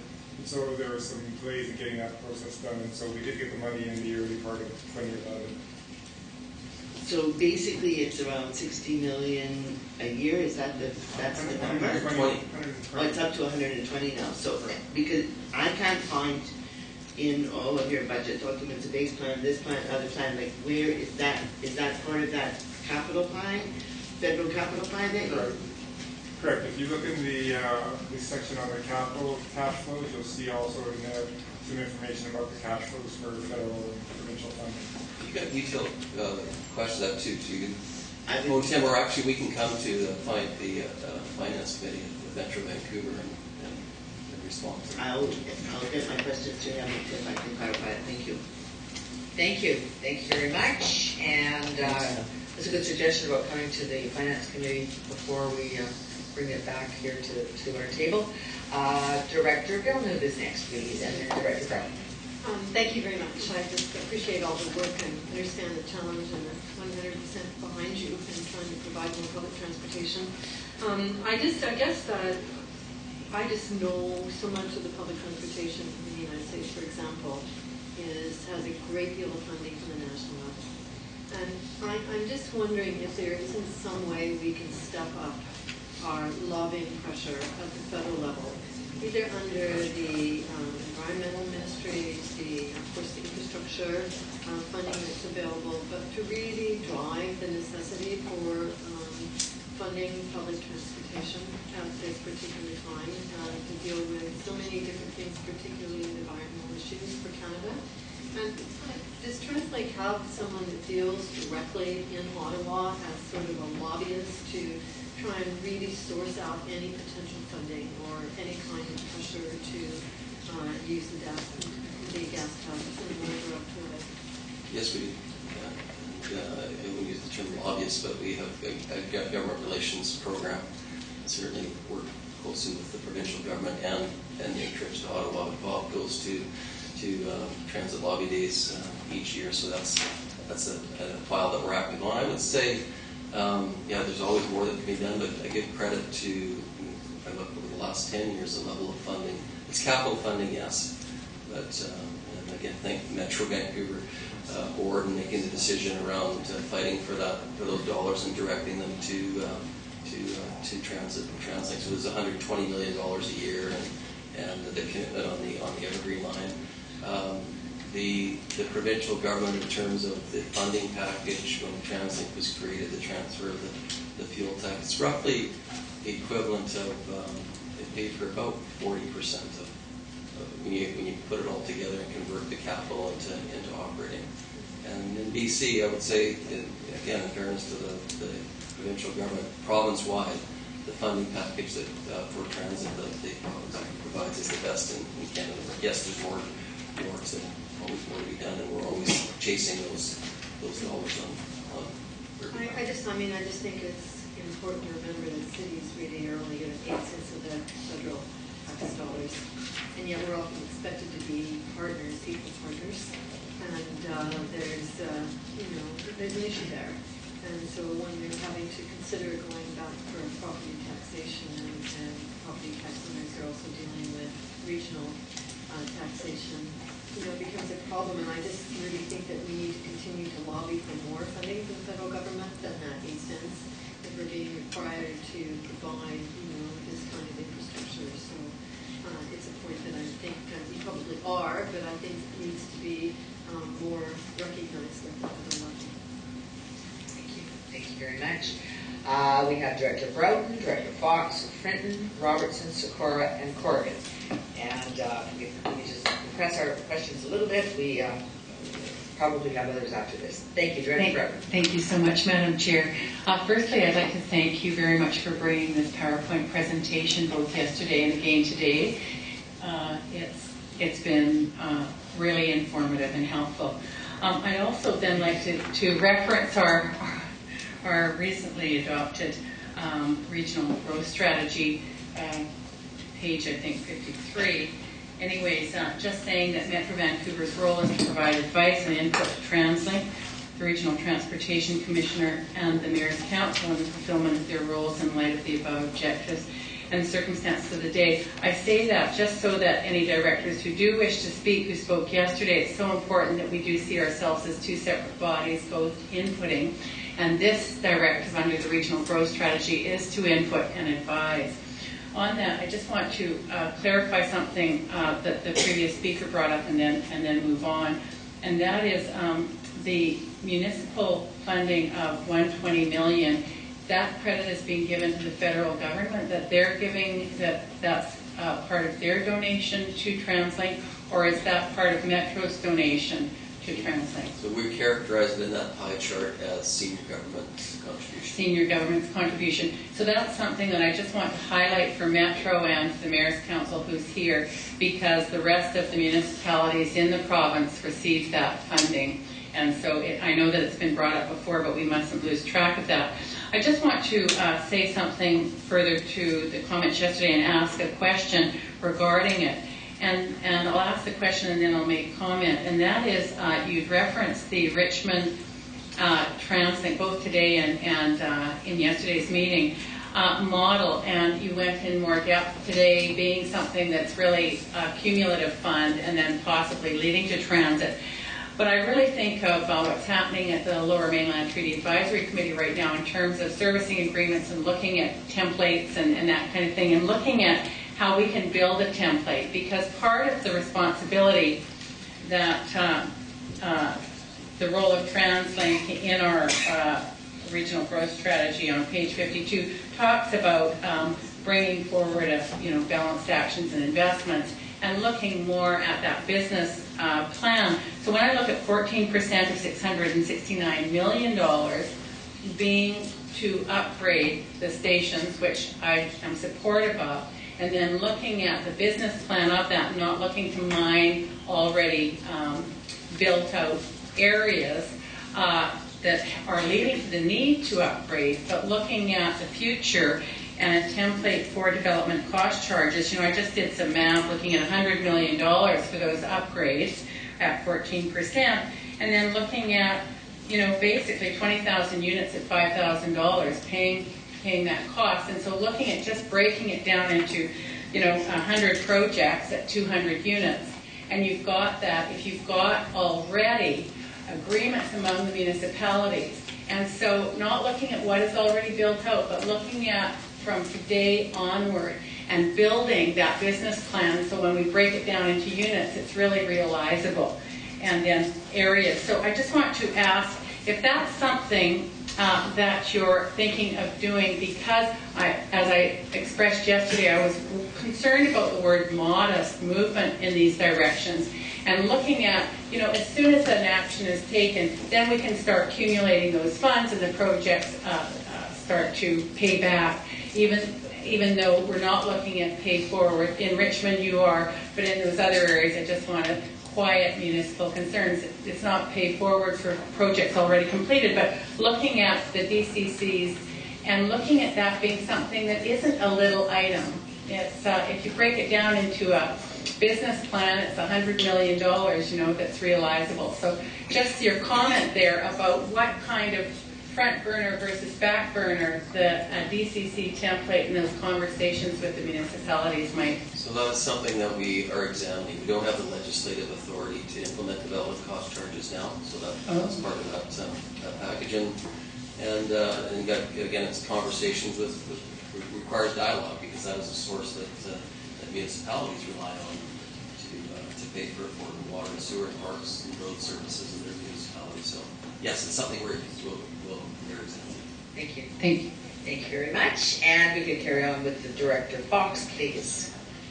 Thank you very much, Madam Chair, and thank you very much, Mr. Jarvis, for coming along. I'm sure you've been briefed about our council meeting on Monday night by one of your staff that was there, and I appreciate that, Township of Langley.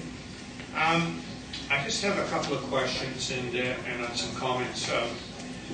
The Board of Directors, do any of them live south of the Fraser?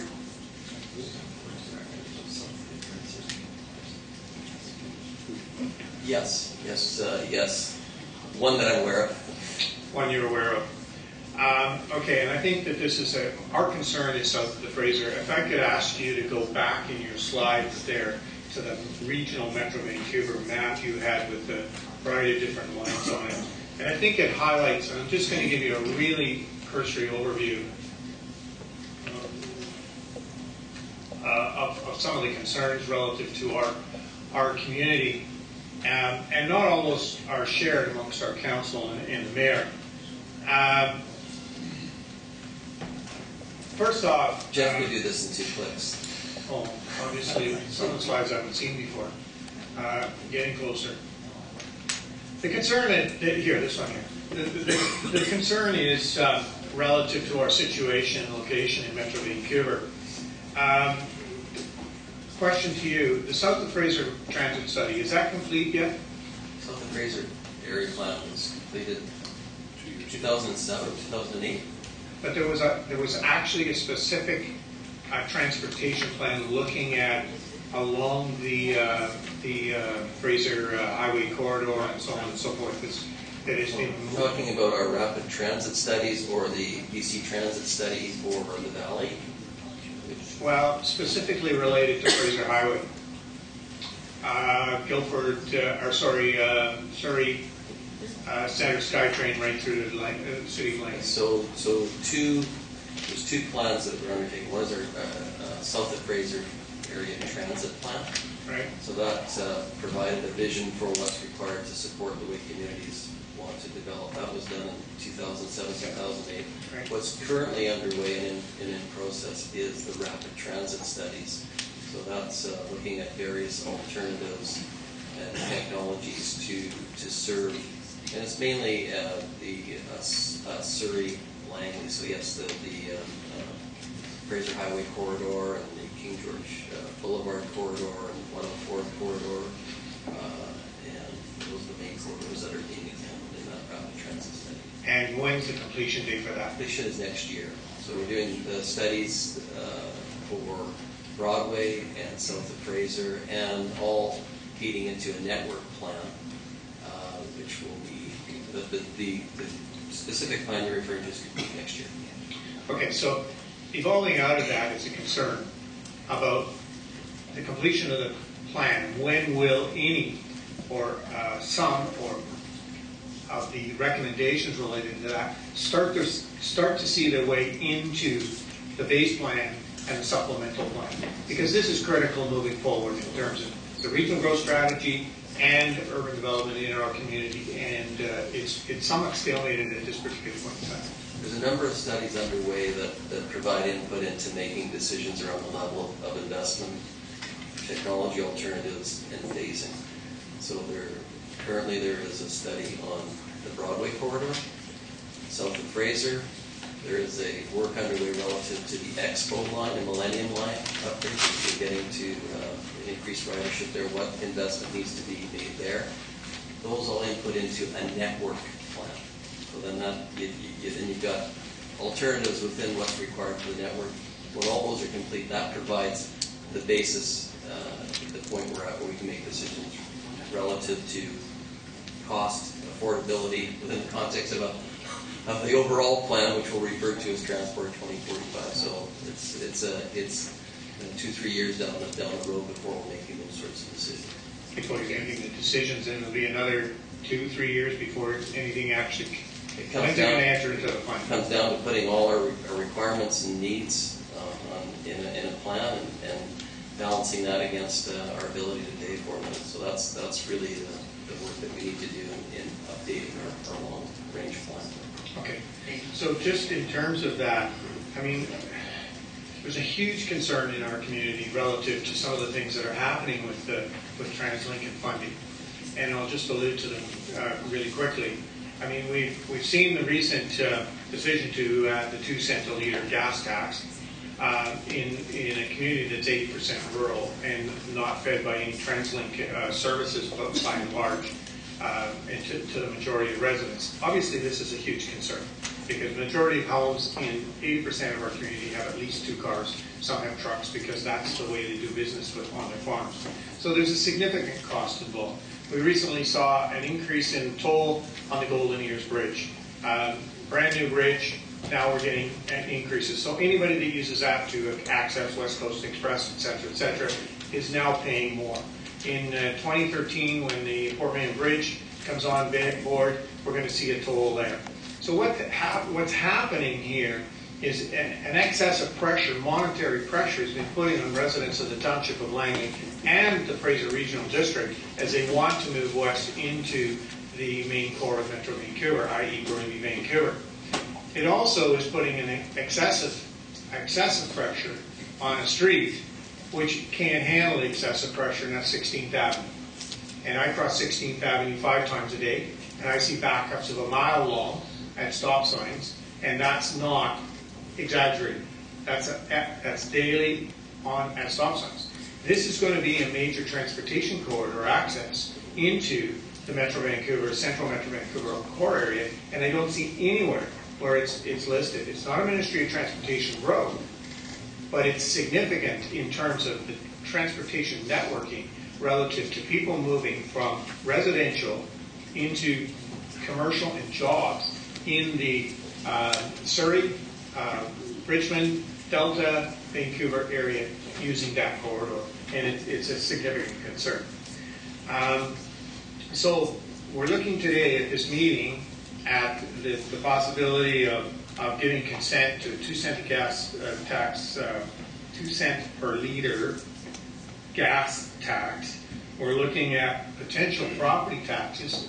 And just to let you know, we're also looking at a 33% tax increase in Metro Vancouver over the next 5 years. And the people in my community are saying, what are we getting for it? And it's really legitimate when you look at it. So that brings me to my final point. And I'll say this, and I'll say it bluntly.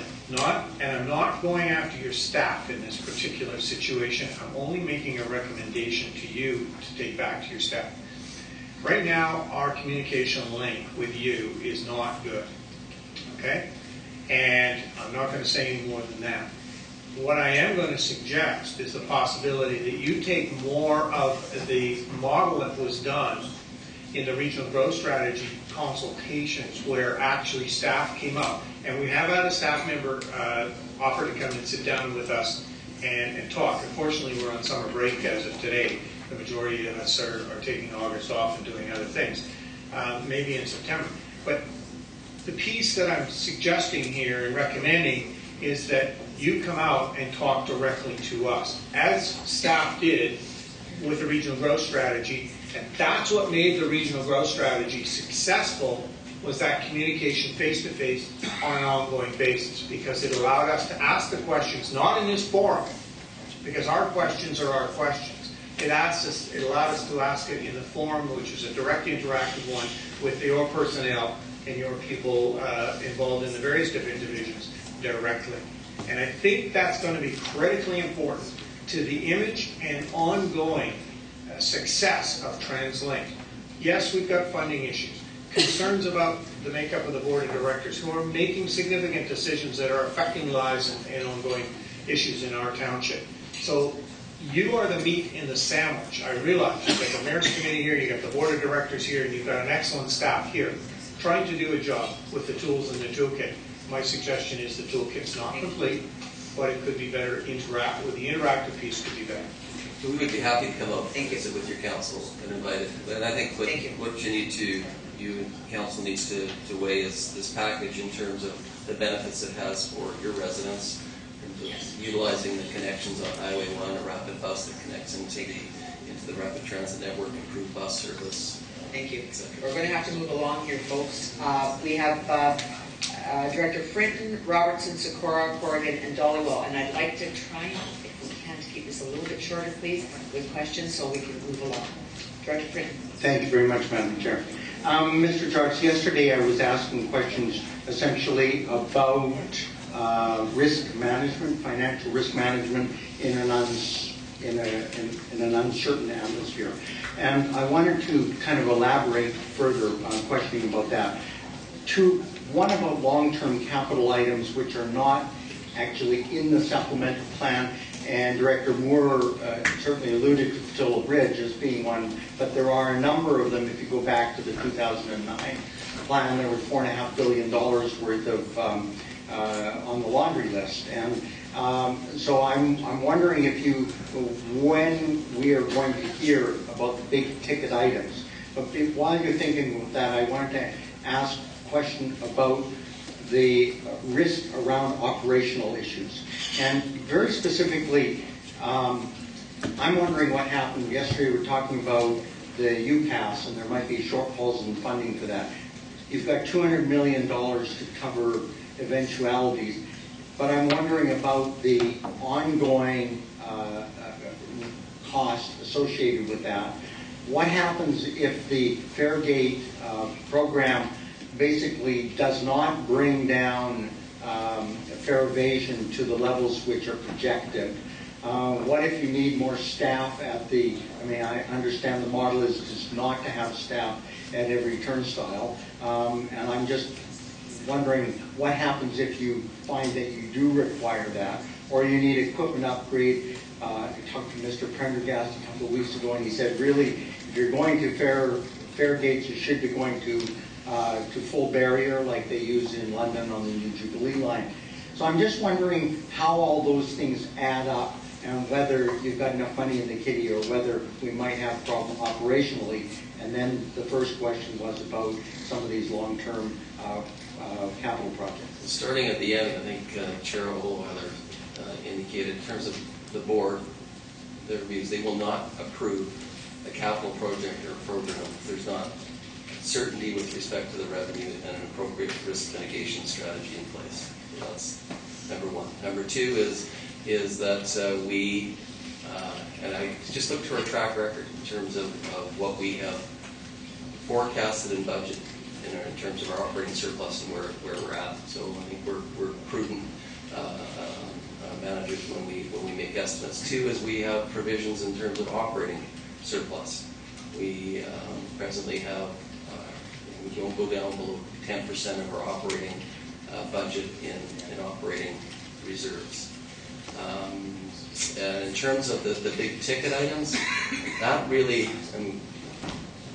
my term of office, I want to get to updating Transport 2040, and that is, Transport 2040 is a great document, but it needs some meat on the bones. It's got some high-level objectives. We need to actually lay out, what those investments are required, Patella Bridge, assumptions around rapid transit, etc.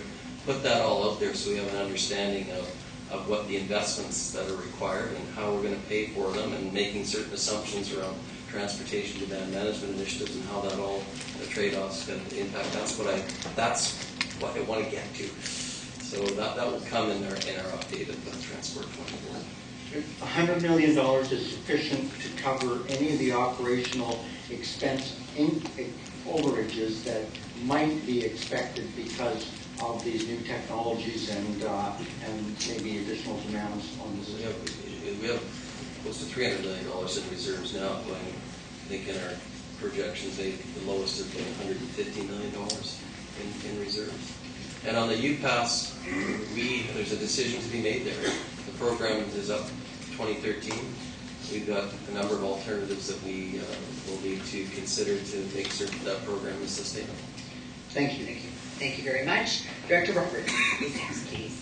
Thank you, Chair. So I first of all think it's quite striking that we're talking about transportation and transit for the region right after passing third reading of our regional growth strategy, and can only hope that we're able to collectively connect these dots. I think a lot of the challenges that we faced on the land use side historically are directly tied to the challenges in transportation and the lack of investment, commitment, and partnerships over many years between the region and provincial federal governments.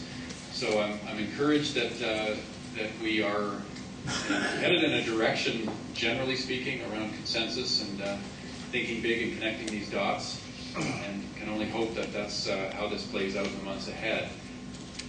That's just my preamble to a relatively simple question, which is around the opportunity for service improvements to include late night service, so the people from around the region who are stranded in downtown Vancouver have a way to get out on the trains. Is it possible, given the envelope that's earmarked moving forward, that we can see late night bus and train service improved? Yeah, there are, I can answer that. There's specific criteria that we looked at bringing forward the envelopes of hours in these for the bus services, and one of them is productivity and cost recovery, recognizing that we are in a very tight environment right now and that we're working towards a more long-term sustainable funding strategy framework that we were thinking would come in around 2013. So we were looking at what the needs are in 2012 and 2013 and how we can best meet those. We're going to be looking at corridors, times of day, if there are places where we can make strategic investments to then serve that demand that already exists or we believe is emerging, then we will do so. In terms of the cost side of that, is there any flexibility possible for people to pay a little more to get home late night on the train, and therefore TransLink recouping some of the additional cost of operating an extra train or two late at night. That's something that we haven't considered, to my knowledge. I don't think that one. Okay. Thank you. That certainly can be taken under advisement. Thank you. Anything further, Director Madison? That's good. Thank you very much. Director Sikora, then Director Corrigan, Director Dollywall. Anyone who wants to speak on this, would you please show your button and we'll see how far we have to go. Director Sikora. Thank you very much. Thank you for the presentation today, Mr. Jarvis. But really, we can go for 4 hours in here and make all kinds of comments, but we have no right to change anything. This board has got no power whatsoever to change your budget. So I mean, it's really just strict comments of that. I know Director Fox mentioned you coming to his committee to explain things, but the same thing would happen there. All it would be a show and tell. You're talking about 2 cents a liter on gas, $40 million, and then you also mentioned that it's not going to go completely to every green line. It's going to also go into something else, if I heard you correctly. So there's a hit and miss kind of deal. So and what is the green line to be built, and how much money? Because it started off at 800 million, it grew to 1.2 billion. Now I understand it's 1.4 billion, and if it's 1.4 billion, we're $600 million short, not $400 million short. Okay, so the current estimates, and it's being implemented by the province. The $1.4 billion, what's committed senior government funding is $840 million from the province and the feds. So yes, there's on that budget. $600 million that is, assuming that budget is correct.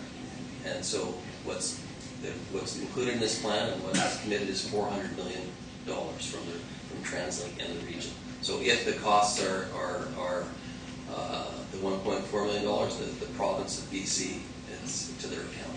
See, that's not completely building the evergreen line and all the stations, because one of the stations, it has to be built by private consortium and also the city, which is brings it up by another 24 or 27 million. Yeah, so and United Boulevard, there's discussion around here that the federal money is gone. It's not gone, it's still there if it can be built, but I understand that New Westminster is objecting to it, so it's not going to be built. But however, it's to me, it's pretty frightening of what's really taking place. I don't think you have to provide service. I know there's many things that the municipalities want, but I think it's time that we all tighten up our belts and said enough is enough as far as taxpayers are concerned. In our community, just the history, I see you probably open up the province. The gentleman was hollering about the property taxes, from 41,000 to 72,000 all in 1 year. Those are things that are happening in most of the communities, and to me, here's a budget that you're presenting to us, but it's really a show and tell. There's nothing we can say we can change or address or cut out of that budget whatsoever. And so that's the thing. We're powerless in here as far as Bradford is concerned. So the way I could respond to that, or one way I could respond is to say we're required to support when we develop plans the regional growth strategy. So our mandate is our plans need to support the regional growth strategy, economic development, provincial and local, and air quality objectives. So our plans reflect and support the plan and objectives that were approved earlier in the meeting. So yeah, it does come down to how much you can invest at any one time, how much you can bite off and afford, and what's a fair and equitable way to pay for it. And that's some of the frustrations that I'm going through is that I'm listening for an hour and a half or 2 hours, and listening to the director speaking, and there's nothing that I can do about it. Nothing can I do about it as far as the taxpayers are concerned. Thank you very much. Thank you very much. We have Director Corrigan and Director Dollywell, please. Thank you, Madam Chair. A couple of issues were raised, and I think they are interesting. Just the last speaker raised what I think is one of the quintessential issues we face is that by the governance structure, we don't have the ability to be able to make the decisions on how money is expended. We simply approve a list of additional items that are presented to us by the TransLink board. Mr. Jarvis, how long have you been with TransLink? Employed since 2001. 2001, and now, so that's 10 years.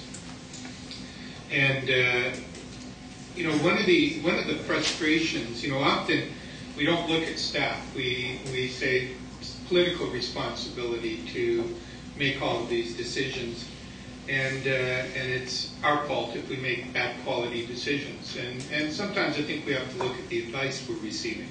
We have to consider the advice that we're receiving. It's a difficult job at TransLink to be operating with several masters. I mean, you've got the TransLink board, but you also have the provincial government acting on one side with their own transportation plan and very clearly their own agenda, who are accessing the board, accessing staff. And then you have us on the other side, the municipalities and Metro Vancouver.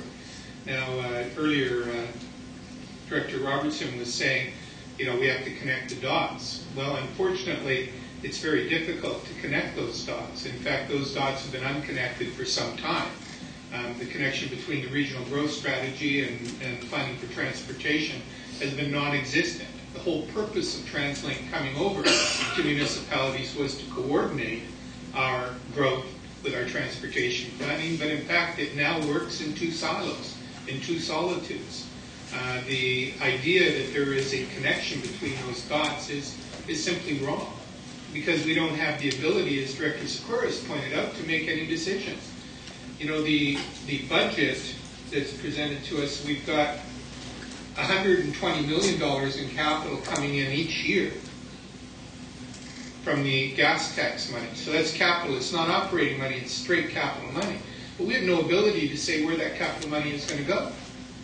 So we may have choices. Now you have to look at it and say, well, if we got $120 million in capital coming in, how come we cut $3 million off of bicycle lanes? How come they chose to cut $5 million off of the MRN, the road network? Why were those choices made on that $120 million? Would we have made those choices if we had a control? Why do we get only a portion of the capital budget to consider in prioritization of our needs in the region? What happens is TransLink considers what their board wants to fund first, using the capital funds that are available and the borrowing power available with their own operating budget and capital budget.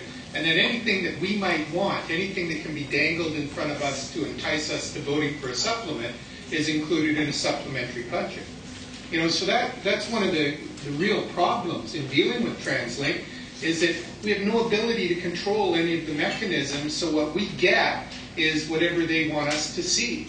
And at the end of it are what are the most controversial projects. Now, I'm quite happy to say right here that given the needs of other municipalities across the region, and despite the fact that there is significant growth in Metrotown, I'm happy to deprioritize Metrotown Station as a priority, and put it off until we have the funding formula in place for Metrotown to be done.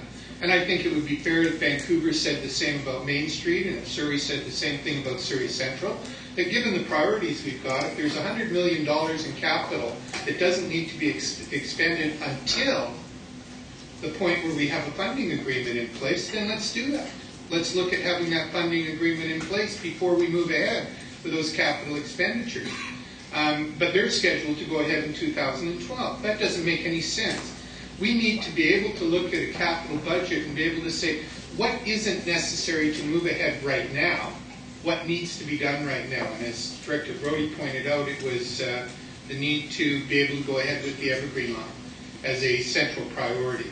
If we move ahead with that project and not moving ahead with other projects makes good sense. But we don't end up with control of that. As said by Mr. Jarvis, it's simply take it or leave it. Our position is we do all of these things. Now, my suspicion in this, and I want to be perfectly candid about this, is that in their business case for Fairgates, they didn't include $100 million to fix those three stations. And so they can't put in the fare gates unless they do $100 million in renovations to those 3 stations. So I'm saying, not important. It's not on my list of priorities to ensure that Metrotown goes before additional buses to provide late night service in Vancouver. It's not my priority that Main Street Station, despite being older, goes ahead of having additional service in Langley. And we don't get a chance to debate those issues. We don't get a chance to be part of the decision. And that's the frustration and the reason that we can't control the process that's in front of us or make it dovetail with the needs of our municipalities and the needs of our regional growth strategy. It is simply a dangle in front of the politicians the things they'll buy. More bike paths, more MRN money.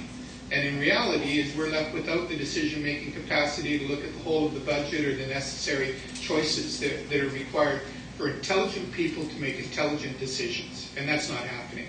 And now we're in a position, Mr. Jarvis, we're in a position where you have been part of this system for a number of years. In 2009, we came in to this system after all of the advice from you and other senior officials at TransLink. We came in with a $160 million systemic deficit. $160 million in systemic deficit. And that meant that we had to raise $130 million in order to avoid the system being bombed back into the 1970s. And that was the words of TransLink. You had to find $30 million of cuts. And the thing we said at that point in 2008, 2009, we all swore of oath and blood that we weren't going to do this again. That there had to be, over the next 2 years, a decision made as to how we were going to fund this system. And yet, here we are 2 years later, again in brinksmanship, and again working towards the next precipice, where 2015, when the Evergreen line comes on service, we don't know how much it's going to cost. We don't know what the additional costs are going to be. Some other poor group of politicians is going to have to deal with the bomb it back to the 1980s, or we end up having to get another $100 million of capital or operating expenses to make that go. We cannot operate a system in which we are in the middle of the summer consulting with the public about spending $1 billion, and raising taxes. We'll have raised it by 35% over the course of these 3 years if we do this. Is that we can't consistently do this. And then in August go out and do it because TransLink figures this is the time there'll be the least public attention paid to this. Well, that's not what I want. I want the public to be well aware of this, and all of us who are going into an election should be prepared to face the wrath of the voter if we choose to make these kind of decisions. $1 billion. This means that TransLink is going to take up 40% of all of the debt owed by all of the municipalities in British Columbia will be on TransLink. It's not sustainable. It can't be sustained. And we're in a position now where you keep talking about $23 per citizen. Is that what we're doing with $1 billion of expenditures is putting $500 of debt on every person, man, woman, and child in this region that they have to pay. And another $100 a year for every man, woman, and child that has to absorb the cost of this system. So I say that there needs to be real consideration of whether we move forward, and that we make it contingent that the provincial government doesn't get what they want until we get a governance system that will address the need for us to be able to connect the dots. Thank you. Thank you very much. And it's very hard to control the question, the dialogue, but we're trying. We have Director Dollywall. Director Dollywall, please. Thank you, Chair Jackson. I just a quick question for Mr. Jarvis. The 4 major projects or components of the supplemental, which is the rapid transit upgrades projects, the station upgrades, and then you have the service improvement and road cycling. The service improvement, what is that percentage of the overall proposed supplement? So the transit services is a component of that $70 million. Of the increased operating costs over the course of the 10 years. That's about 70%, 68% is transit services. For the service improvement? That's right. So this is for the actual operations. So going into bus, C-bus, as well as then a portion of 20% of the increase would go to the Evergreen line operations when it comes online. And the other 70 does go into service improvement. That's right. Okay. For the capital, what are we looking for the components of service improvements versus, let's say, station upgrade projects?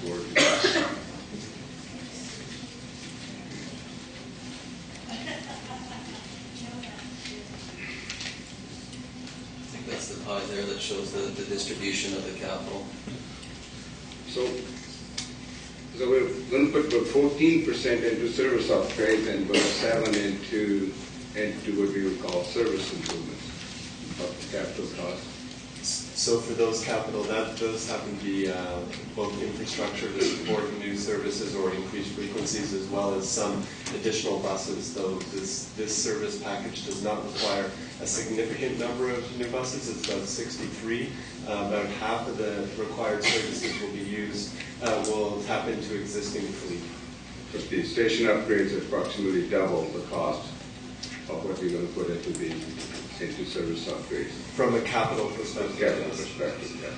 Yeah. I think this is where the problem comes in, Mr. Jarvis. I think you have something put into the supplement, such as the service improvement, while you have put such as fare gates and upgrades passed in the base plan.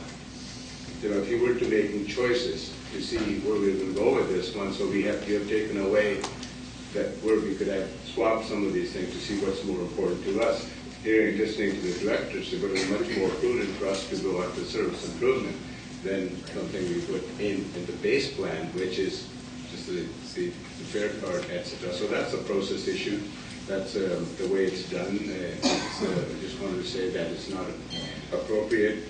And also in this one, going back to what Director Brody was saying, that and I believe the supplemental should be presented in the future, if that's possible, to say, here are the projects that are moving forward, and rather than having the whole package either taken or defeated, to say, if you wanted to go with just one of these ones, such as rapid transit, that would be based with this. If you want to add service, that's next. If you want to add upgrade, etc. So here's the total package, and you are able to, councils in there say, well, we only wanted part of it, and here it is, and we'll approve that. But I understand right now you're presenting this either goes forward, or if it doesn't, it's just like what happened in 2010, we don't get a supplementary plan. Is that correct? In the end, when the supplement is approved by our board and goes to the commissioner, that's correct. Hopefully, this is part of the consultation process, taking this as input and advice, and the things that we need to consider in finalizing the plan. Thank you. Thank you. Thank you very much. Director Jordan has spoken. Oh, thank you. And it appears our last speaker will be Director Anderson, please. Thank you. I'm looking at the package that was brought, and it's on page 44. I have a question about toll revenues. Yes. On page 44, it lists the toll revenues, and it has from 2010 out to 2014. But the numbers are the same as the toll revenues for the Golden Ear Bridge on the following page, on page 45. And I'm wondering, would you not be forecasting what the toll revenues will be for the Port Mann Bridge when it comes online? Port Mann is a provincial facility, so that's not our project. You won't get any of those funds? Okay. My other question was, have you ever done any studies or projections on if you were to toll all the bridges TransLink maintains and controls, what, minimal toll, what kind of revenue that would bring in? Yes, we have. Is that something that was in the curriculum package that went? It did. There was a road pricing study that we commissioned through Deloitte in 2010 that did some very high-level kind of estimates. But there's an infinite variety of applications that one could look at. Okay. I just want to confirm that. Is that in the package that Mayor Walton has? together and went out? It was subsequently sent out to the mayors and to the, I believe, to the councillors as part of the workshops that were held by the mayor's council. Okay. So we can make sure that that goes out. Okay. Is that on your website, that study, or would it be how I? Yes, it has been posted on our website. We'll make sure it's readily accessible. Okay, thank you. Thank you. Ladies and gentlemen, that does end the speakers list. I would ask for a motion to receive the delegation, please. Thank you. Anything arising at this point? Seeing none, ready for the question. All those in favor? Opposed and carried. Now, I do want to thank Mr. Jarvis and your staff for being here. It's never easy bringing some news as staff to another body, and there are some difficulties here, as we can see in terms of meeting at the juncture, if you would. I do, though, want to thank you for coming here to answer, especially the questions that are before us. Perhaps at some point in time we can get together with the board, our entire board, as opposed just to the mayors, and have the whole board deal with your whole board. It seems to fall perhaps that way. We will move on, however. Okay, thank you very much. We do thank you for your participation and bringing information forward, and also thank you for some extra time to have councils around the region turn to you for additional information. Thank you very much. Now, ladies and gentlemen, if we could go on to our consent agenda. We have several reports, regional planning reports, 1.1, TransLink's 2012 base plan and outlook, 1.2, TransLink supplement plan, 1.3, the UDC plan, land use plan, and regional context statement.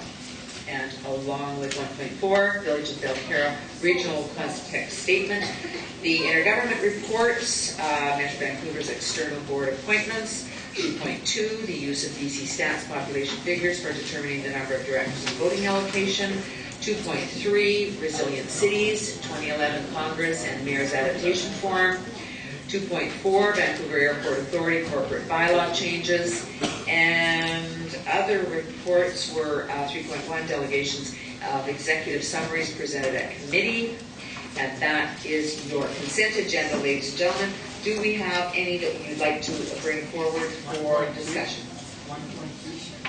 1.2, thank you very much, Director Fox. Are there any others you wish to bring forward? I'm sorry? 1.1, Director Corrigan? Thank you. Are there any others that you would like to see come forward? 2.2, thank you very much, Director Frinton. And anything further? Seeing none, if we could then have a motion to receive and adopt the rest of the consent agenda, thank you. Thank you. Do we have a seconder? Any discussion? All those in favor? Opposed and carried. Now, by numerical order, I will turn then to Director Corrigan, who has requested TransLink's 2012 base plan and outlook 1.1. Director Corrigan, please. Oh, I'm sorry. Yes. Thank you. This report has come forward now from the staff after the July the 15th referral. Yes. We have ended up with the report on table essentially. It's only been received yesterday. And this report also is accompanied by the supplemental plan and the outlook. Yes. Staff have.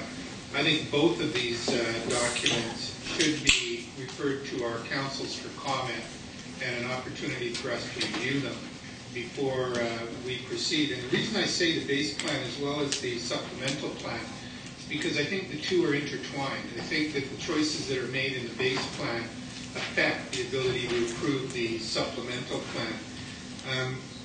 I want to reiterate that making these kind of decisions in the middle of the summer is something we would never do at my council, and I don't think most councils would do that.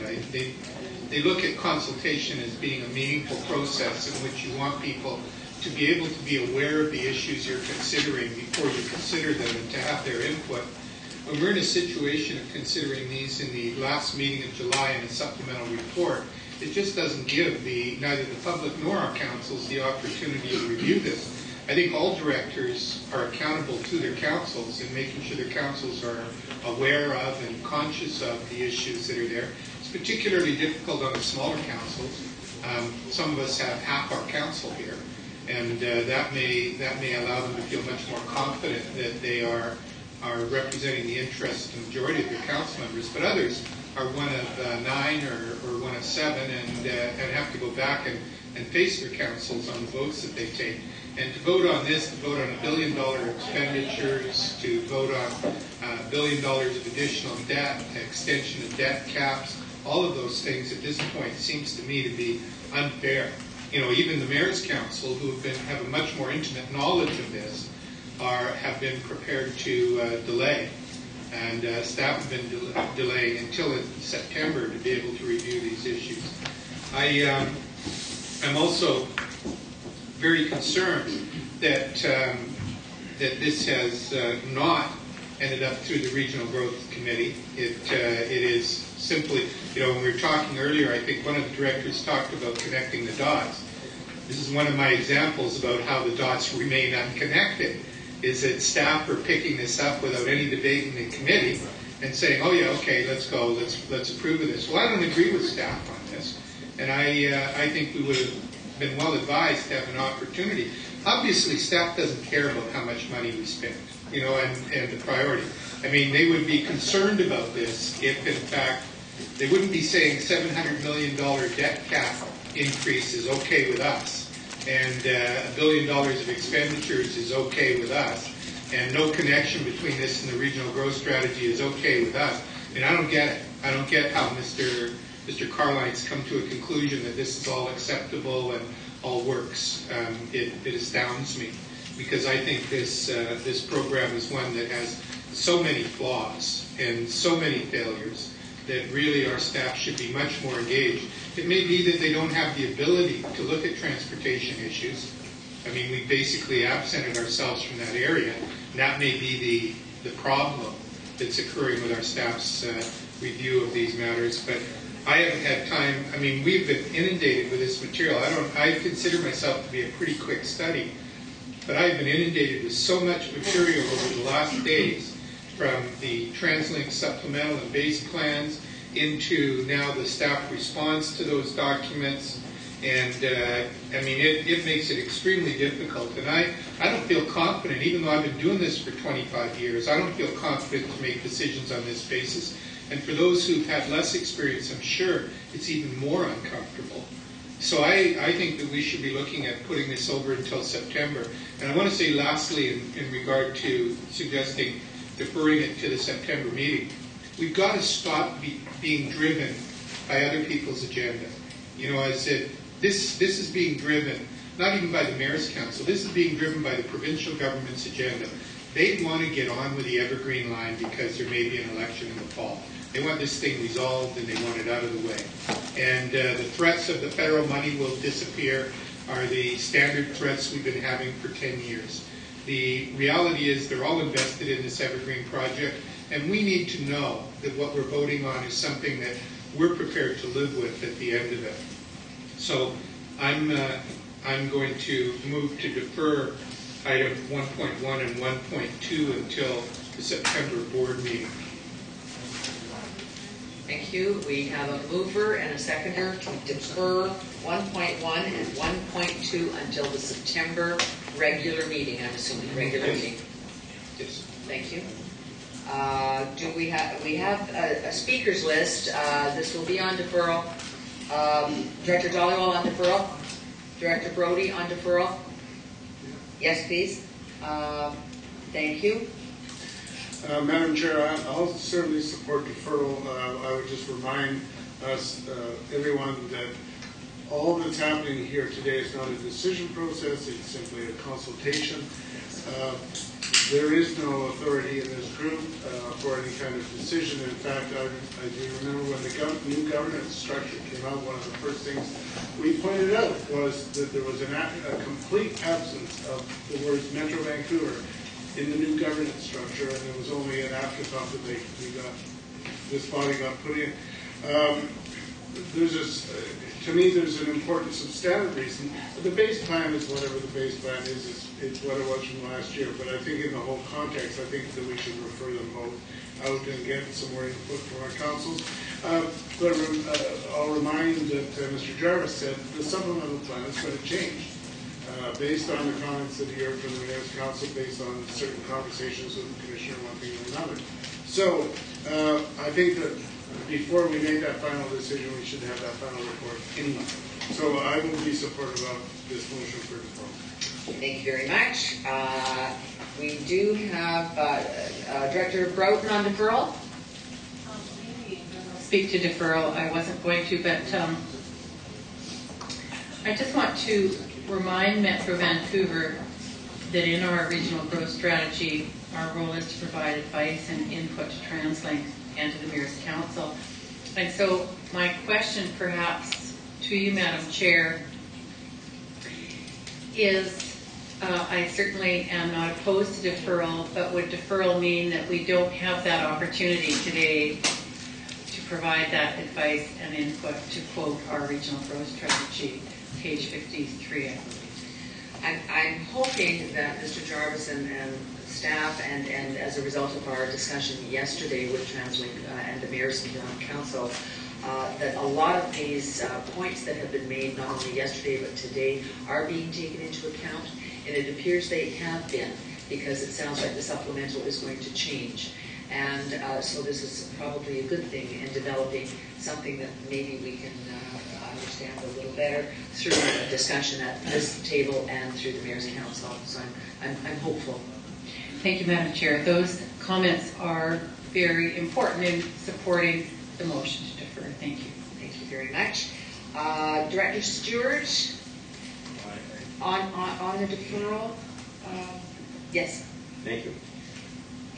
And those comments are very important in, I think, rejecting the motion to defer, because I think it's a little bit early to move to defer discussion of this item until after the supplementary plan has been finalized.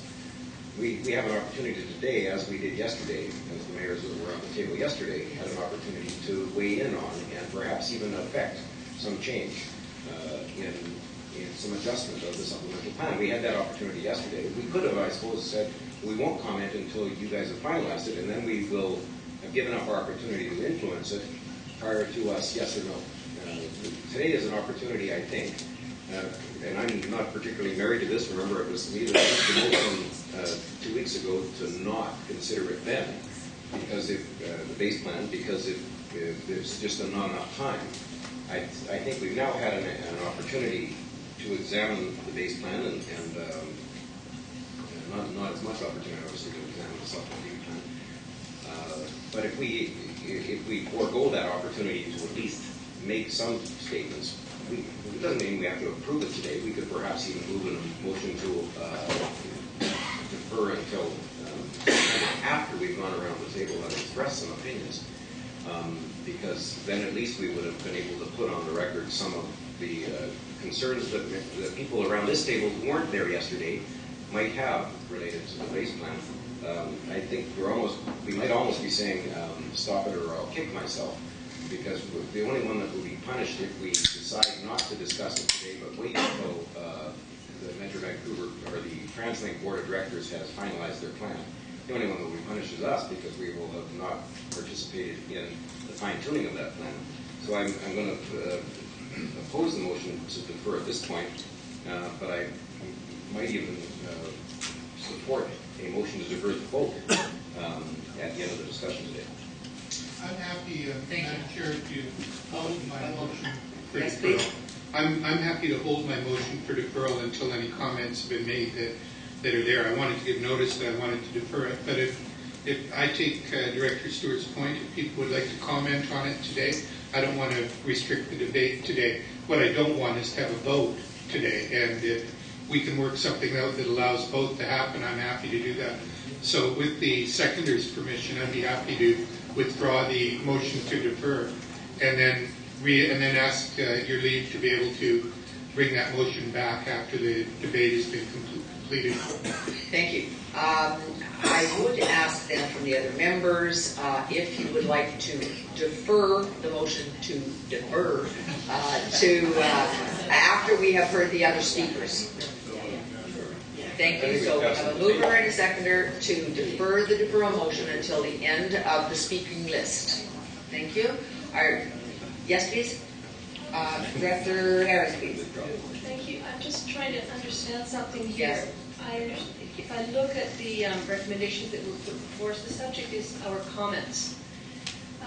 If we're deferring comments and now we're opening up to comments before we defer comments, can you please help us understand what we're doing? Yes, we're just setting aside the deferral because everything that was on the table was relative to deferring the motion until September. But it's the motion to make comments because what we have here is we have comments from the board.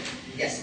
If we pass the motion, it's kind of a complicated we're making procedure comments here, without any motion related to it potentially. Yes, so we're going to be looking at hearing other comments as was suggested, and then at the end of the speaking list, we'll see where we go from there in terms of a deferral that has simply been put on the table at this time. Thank you. We didn't vote on that, did we? On the motion to defer the deferral. Are you ready for the question? All those in favor? Deferral. Yes. It either has to be withdrawn or voted on. I'm sure. Amend a potential amendment. Just to the end of the discussion. I've asked the corporate secretary, and she said this motion of deferral belongs to the board, so I can't have it withdrawn. Is what?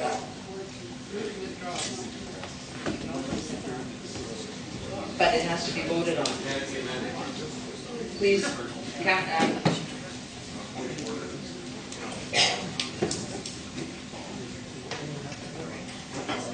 thank you. Madam Corporate Secretary, would you just like to give your ruling, please?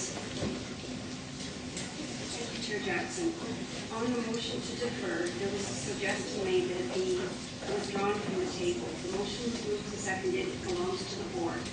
If the board wants to move from the table, all I need is a motion moved and seconded to withdraw from the table. Thank you. Thank you. Now, is that clear? Yep. Thank you. We referred, taking it off the floor. We're back to square one. All those in favor? In opposition? Thank you very much. Now, Madam Clerk, we do not have a motion on the floor at all. So we're going to have a motion on the floor in order to continue to be. Move to receive. Thank you. Thank you. And let us then go to the beginning of this list.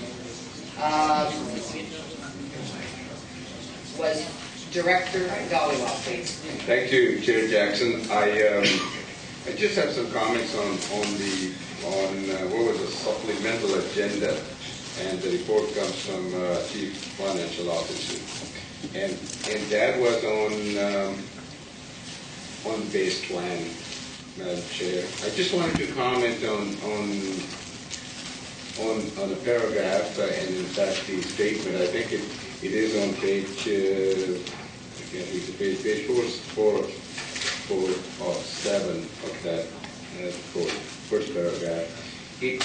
My concern is around making, I guess, observation or passing comments from the staff, which becomes part of the report, obviously, about saying, well, the plan does state that there is a strong business case for the project. I'm referring to Burlington. How does this statement comes into this report? So maybe Commissioner can comment on this. Mr. Carlin, please. I believe the statement, which is at the top of page 4 of 7, is simply telling you what the base plan states. And the base plan states there is a strong business case. It is not saying we reviewed it. It's not saying the staff endorses that. It's just saying this is what the base plan tells you, for what it's worth. Thank you. So if you take at the face value this one, someone reading like myself say, well, perhaps there is. So I'm just wondering if the staff should be commenting on this one that we haven't seen it, we don't know what it is. I imagine that's implied, but I just took this one to be say, well, gee, many people reading this one would simply think that Birdie Mountain Gondola has a business case. That seems to make sense. That's all I'm trying to say here. And I believe there should be at least a footnote or something that we haven't seen it. I think if we're on 1.1, I think when we get to 1.2, if you read that, you'll see our side comments is we think the attention to the gondola is a distraction from where the main focus of discussion should be.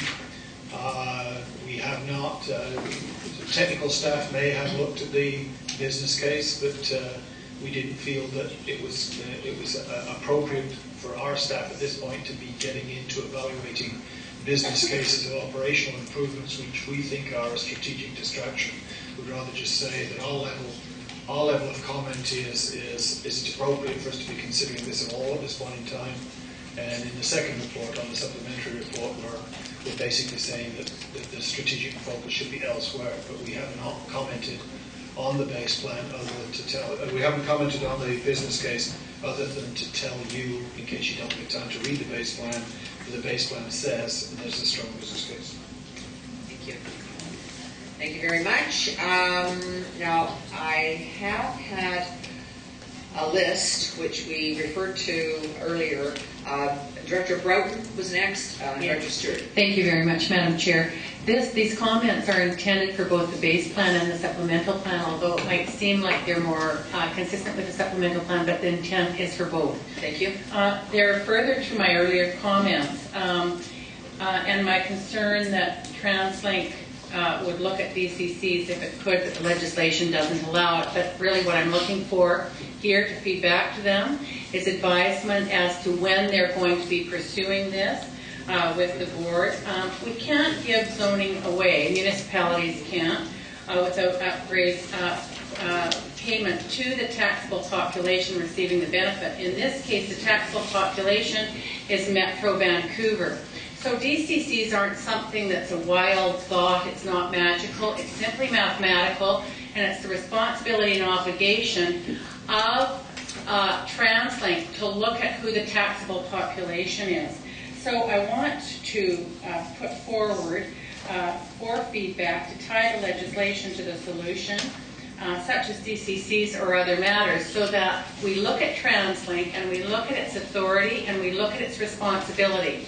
And where you start bifurcating authority and responsibility, as has been the ongoing concern of the Director Corrigan and a legitimate concern, you start getting a disconnect. And we want to start joining who is the organization that has both authority and responsibility. It is TransLink, and TransLink needs to report to all the people that report back to it of stakeholder nature, the Mayor's Council, the Regional Transportation Commissioner, and Metro Vancouver. So this is something that isn't little. As I gave you an example, dollars add up. It's just a business case thing. You take dollars and you add them up and you get 100 million, you get 200 million, you get $1 billion. And that's how a business case works.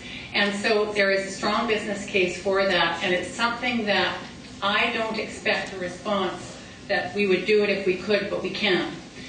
Because it's tied to legislation, it's tied to the discussions through the board, from TransLink to its boards, its board to the province to understand that there is an illegitimate event going on, and that is building in those stations without a benefit to its taxable population. And the taxable population is Metro Vancouver taxpayers. So I hope everybody understands that clearly. It's simply mathematical. And it's simply already one of the things. You can't tax without benefit. And so I just want to make sure that the DCCs are understood as something that is legitimate and something that if there is a political barrier there, then that political barrier through legislation needs to be actively removed. Thank you so much, Madam Chair. Thank you, Director Broughton. And Director Stewart doesn't require the floor. If I could go to Director Walton, Director McLean, Director Jordan, and Director Goldsmith-Jones. Director Walton, please. Great, thank you, Madam Chair. I'll be fairly brief. I guess I'm looking at the recommendation in or in 1.1 that we're looking at right now. And the recommendations actually are to advise various external organizations of the timing challenges we have in consulting properly, and requesting that Transit come and present to the regional growth strategy, or on the regional growth strategy to the regional planning committee, both of which I think are very sensible things to do. So I guess the question I have is, why would we defer, voting on a recommendation which immediately communicates likely our sense of frustration and wanting to engage further? And the second point I would make is that I think a lot of Director Corrigan's points talked about it's expressed collectively well, I think, our frustration with the window of time that's available. The Act itself, which I forwarded a copy of it to most of the Mayor's Council members, I think, last week, in the relevant section that talked about the engagement process, is a very, very, very narrow period. It talks about consulting. They need to consult in very broad terms, and it actually includes our council. Well, in reality, the wording apparently has been around for about 10 years, and the extent to which this goes right back to individual councils. They have time to digest, ask questions, come back, and it can be discussed in detail at Metro Vancouver. The resources and the time to take that will probably take 90 to 120 days, given, if you compare with most of the other things we try to come through. And the Act and the transportation planning and consultation process, it just simply doesn't envision the realistic time periods. So I'm here just expressing, perhaps having worked more closely with TransLink senior management and staff, it is really tough to fit these requirements into these narrow gaps. And I think that if we are going to defer this, I don't know if that's really relevant. I think we do need to engage further, and I think the recommendations outline our frustration and invite them to come and engage further. But I think the reality is that we have, Transit's working within an Act that defines the dates they have to hit. That's not their fault, that's the Act, and I think we need to at least acknowledge that. Thank you. Thank you very much. We will carry on with Director Jordan and Director Goldsmith-Jones. Please, Director Jordan. Thank you, Madam Chair. I hear what Director Walton is saying, because I liked all the motions that were recommended coming forward as well, but I think in line of what we've been speaking about earlier, about what are our priorities as a region, not TransLink's priorities, but as this board and also as our council board, we need time to look at those things, because maybe our council would like to vote on and say, don't fix the Metro Town Station, do something else with that money, and make that specific recommendation to them. And TransLink talks to us in big blue sky numbers, but then when you actually look at the dollars and the budgets and the reports, that's the question I was asking this morning, was they're getting an additional $60 million a year federal gas tax. It's going into the base plan. We have no say over where that money goes. And yet they're telling us, on the other hand, we need to come up with another less than $60 million a year to do the projects that we want done. So it reminds me of those Allied Bank commercials, here's the pony. Oh, if you could have a real pony. I didn't know we could have a real pony. And that's the position that we're in. The real pony you have to pay more for, right?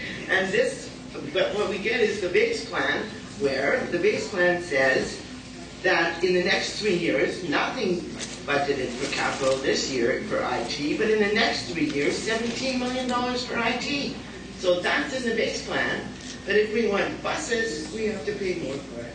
So I would sure like some time to go over this with my staff and look at all of these details and provide some real comments and significant, comment about what we think is reasonable to be done with that money. And if we're going to have to come up with tax dollars and gas tax dollars and property tax dollars to fund it, then I would want to fully understand how that's supposed to be spent and whether or not I agree with those spending priorities. I know at the end of the day we don't have a say, but I want to be able to put that down and say, no, the City of Burnaby thinks you shouldn't be spending $17 million on IT and asking us to pay additional property tax in order to cover it. Because it's all one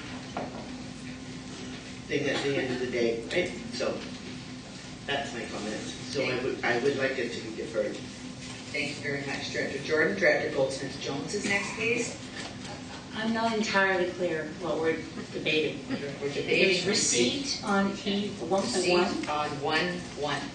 That's what's on the table. So maybe I should be stating my comments for 1.2 because they're broader, and I've got something that I would add to that. And I don't think we're debating deferral yet.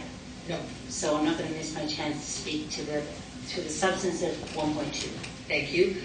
We are, just as a reminder, on 1.1, receipt. Thank you. Director Meigs is next, please. Thank you, Madam Chair. I agree with much of what Director Corrigan said about the flaws in governance, but I don't think we would fix them by deferring this item.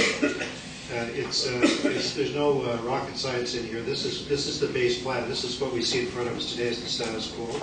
And I don't think that we should be proposing or suggesting to the wider public that we're in the mood to cut any of these services or to trigger a crisis in the base plan. There may be others who feel differently in terms of the supplement, and we should get on to that debate, but I don't think deferral of the base plan makes any sense. Thank you. That is the end of the speakers list, unless there are other speakers that would wish to speak on receipt. Chair, just to clarify things. Yes. There's been talk about deferral so that individual councillors can take it to their council. Is there anything that I'm missing that says they can't do that? Am I just being a little dense here, or? No, I think, well, I should have the suggester of the motion speak to that. What I heard was he wanted us to have. Well, no, I just wanted to make sure that deferral isn't on the floor anymore. It is not on the floor. Okay. No, your motion to receive is on the floor. Receipt of 1.1. Receipt, question is called. Are you ready with it? Oh. Director Reimer was first, please. Well, I appreciate that we're going to, I mean, obviously I'm not going to argue with receiving the report. We've substantively done that already. But there is a motion in 1.1 regarding advising the the staff recommendations around the process and our displeasure with the process. We've canvassed that thoroughly. I don't know that my council that isn't here would have anything further to add on that front, and I think it probably is the most relevant point of all the points we've made on this item is how insufficient the process is, and Transit themselves has echoed those comments. So I would hope at the very least we'd be able to get 1A, and frankly, B would assist in this referral process that Director Corrigan is seeking. So I would seek to amend the receipt information with the staff recommendations in 1.1A and B. Thank you. I will just, Director Corrigan is the next speaker. And just before I do that, Director Reimer, if we could hear from Director Corrigan, if you don't mind, and then I'll come right back to you, please. Director Corrigan, please. My purpose in including 1.1 in the deferral was simply to give the option of saying some other things should be included in the base plan. You know, one of the difficulties I have is that the base plan is a decision that's made by Transit. We have no part in the base plan whatsoever. The only part we're given a choice on is the supplementary plan. Now, I don't know how we can get to the bottom of this issue, which is really about input into the total planning structure from Metro Vancouver. We don't have that power as Mayor's Council. Legislatively, our role is clear. We get to select from a pool of directors, and we get to approve a supplemental plan. That's it, or not approve a supplemental plan. But Metro, as a consultative body, has the ability to step up and to be able to say, we think these things should be in the base plan, or we think this shouldn't be in the base plan, and then something else should replace that in the base plan. I think that's the opportunity I want. It's apparent from other speakers is that they're just prepared to accept that TransLink tells us what the base plan is, and we just accept that and move on. And I don't accept that. And that's why I'm saying we should be able to look at the comprehensive two plans together, the base and the supplemental, and say what can be accomplished within the base numbers and what do we really need to have a supplemental plan to do. And that's the problem. If others disagree with that, if they say, no, I don't want to look at the base plan, I'm not interested in that, I don't want any input onto the base plan, fine. I said, I imagine they'll vote against deferring it and accept what TransLink's told them to do. And I just think that as politicians who are responsible for the public purse and the contribution to this, that we should have a little more input, not only into the supplemental, but into the base plan. And that's why I'm moving to defer both together to a meeting in September. Thank you. I'm going to go back to Director Reimer then, please, as I promised. Well, I don't think we're suggesting contradictory actions here, Director Bergen. I don't know if you had a chance to read the two motions. I'm sure you have. Neither of them makes comment on the base plan. They make comment on the process and ask for more information in order that we can better consider the base plan and its impacts in 1B. So I really can't see the issue with putting 1.1A and 1.1B on the floor and then still referring, should you desire, of deferring, whatever word it is that we use here, to municipal councils. I mean, I'm inclined to agree with Director Meigs on that issue, but I think you could still pass these process-oriented recommendations and then refer for comment on the substance, and in fact have more information available and a more hasty response to this inadequate process that we've been dealing with now for the second year. Madam Chair, I think Director Reimer is right, so I'm not going to move the deferral motion. I stand corrected. I think she's right. Thank you. We have... Wait a minute, you thought Thank I was you. right too. Did she persuade you? It's been a long morning. It'll be a long afternoon too, I'm not sure. Okay, we have Racine on the floor. Director Reimer still has the floor. So may I amend the motion to include the recommendations E.1.1A and E.1.1B? Second, yes. Thank you. We have a mover and a seconder. I still have one. Director Corrigan, did you want to speak on that? I'm sorry, I saw your button on. Thank you. Then I have Director Drew next, please. Thank you, Madam Chair. I just want to speak in support of the comments of both Director Reimer and Director McLean. I mean, Director McLean makes the point that we all, within our purview, can take the information back to our councils and engage in discussion. And I think that, in fact, is a responsibility of the directors sitting around this table. They don't need to be invited to, or even instructed to take it back to discuss with their councils.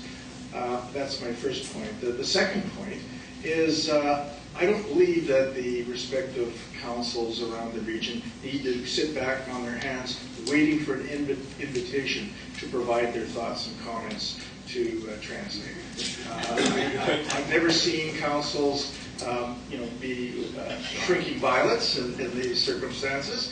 And certainly the directors around this table are not shrinking violets. So again, the desire to get comments and consult with councils and all, etc.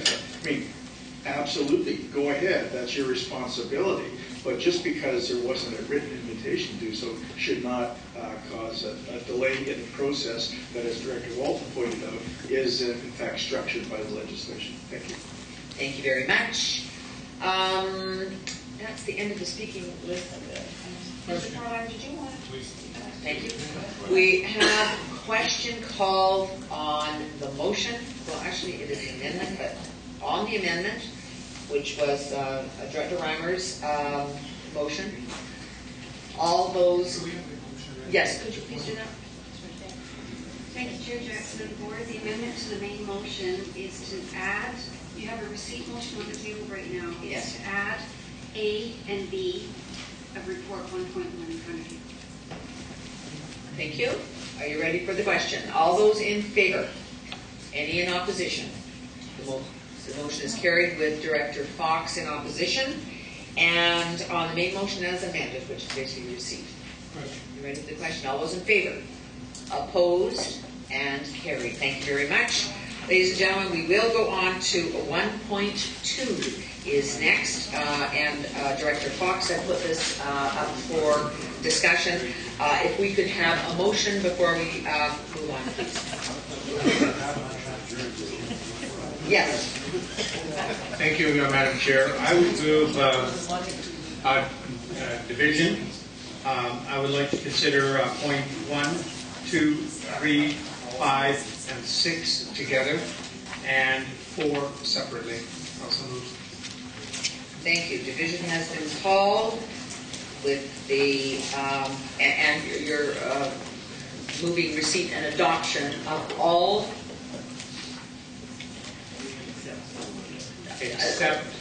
except 4. That's But right. I'd like to Have division, yes.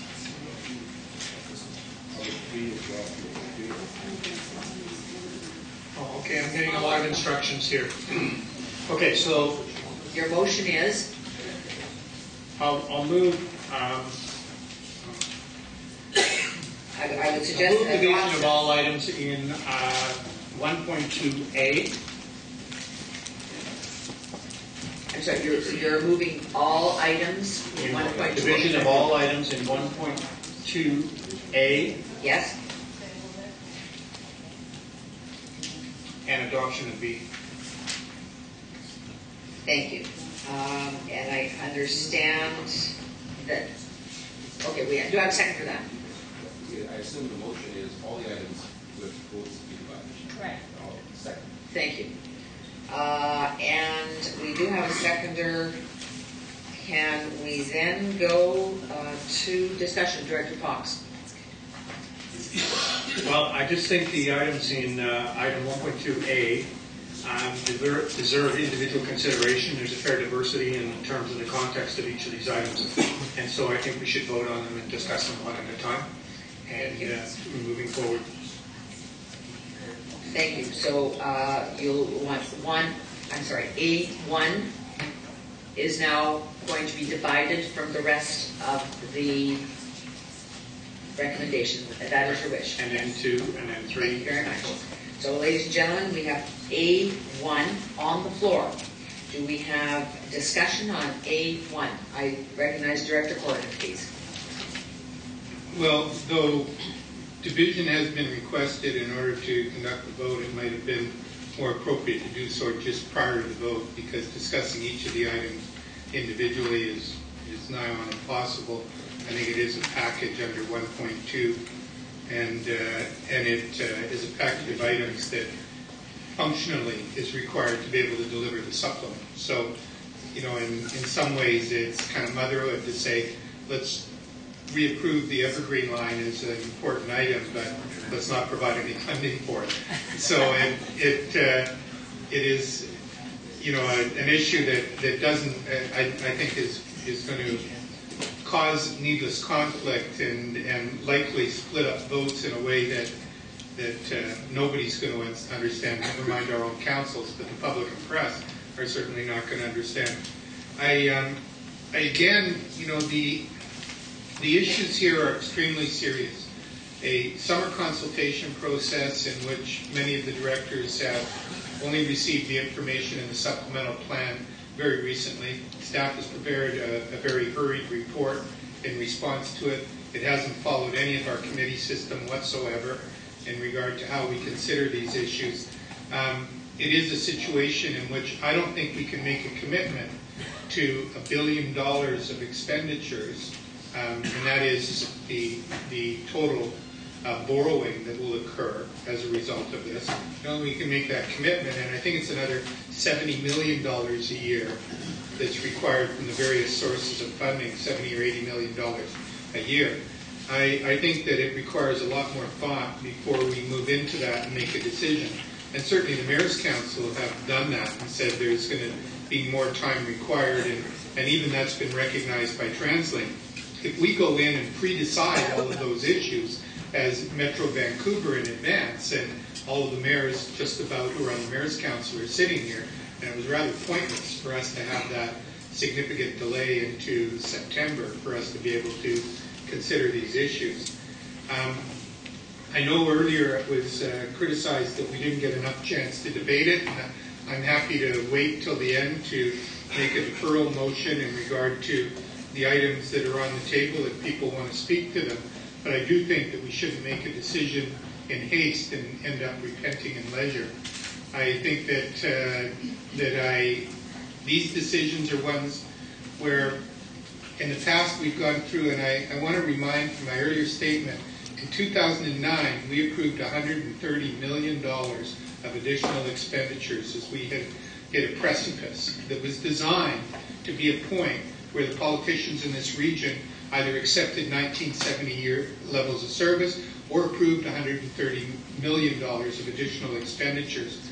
We swore an oath in blood that never again would this happen, that never again would we have the property taxes on the line in order to make these kind of increases. And here we are again at that precipice with the property taxes on the table, and apparently people who swore that oath in blood prepared to break that oath and decide that property taxes are okay. We're going to create a situation in which TransLink will take up, as I suggested, 40% of all of the debt of all municipalities in the province. I don't know what the impact will be on bond rating agencies. I don't know how it will affect our ratings in the future, but I can tell you it can't be comfortable when the funding has a time-limited property tax attached to it and uncertainty in where that future funding is going to come from. That can't be attractive to the bond rating agencies. And so I think they're going to have to be convinced this funding is in place forever, and that really the question is, do we get a agreement with the province? I want to also say, as far as the good faith is concerned, there's many people around this table who continue to have good faith in the provincial government, depending on which minister is in place. We've dealt with Falcon, Bond, and now everybody seems to have fallen in love with Lexstrom. And the truth is, none of these negotiations have gone on. We haven't gone one step towards being able to get an agreement on an alternative source of funding, even though in 2008 and even before that we requested that kind of agreement. Nothing's happened. Why would it happen when we take the pressure off? Why would it happen over the next couple of years? All this does is potentially get the government through an election, claim the Evergreen Line is in place with no motivation whatsoever to come to the agreement that others seem to believe is going to happen now when it didn't happen before. The only thing we've got is saying we won't proceed with these until an agreement comes into place. I don't know why there is such a lack of commitment on the part of the mayors around the region to doing what they said they would do, which is we will not put our property taxes on the table. We want a different form of funding. And the province keeps saying, can't do it. Can't get the legislature in session. Well, they're choosing not to sit, for God's sake. They've sat less than any other provincial government in the history of Canada. They're choosing not to be there in order to legislate, and we can't get a decision made as to what the alternatives are. So we put ourselves on the hook again. I can't do that, and I think there is a right for our councils and for our communities to be able to reflect on that before we make the final decision. And I think also receiving it on table a couple of days' notice really isn't fair on such a complex and important issue. And I'm surprised that staff was prepared to form an opinion on that basis. I think staff should have been saying on this one as well, this isn't time to be able to form an opinion or to give adequate advice to Metro Vancouver, and we think that this shouldn't be considered until we've had an ample opportunity to be able to consider all of the ramifications. I want to particularly say this is especially true with potentially billions of dollars of required borrowing to be done by Metro Vancouver itself in the future.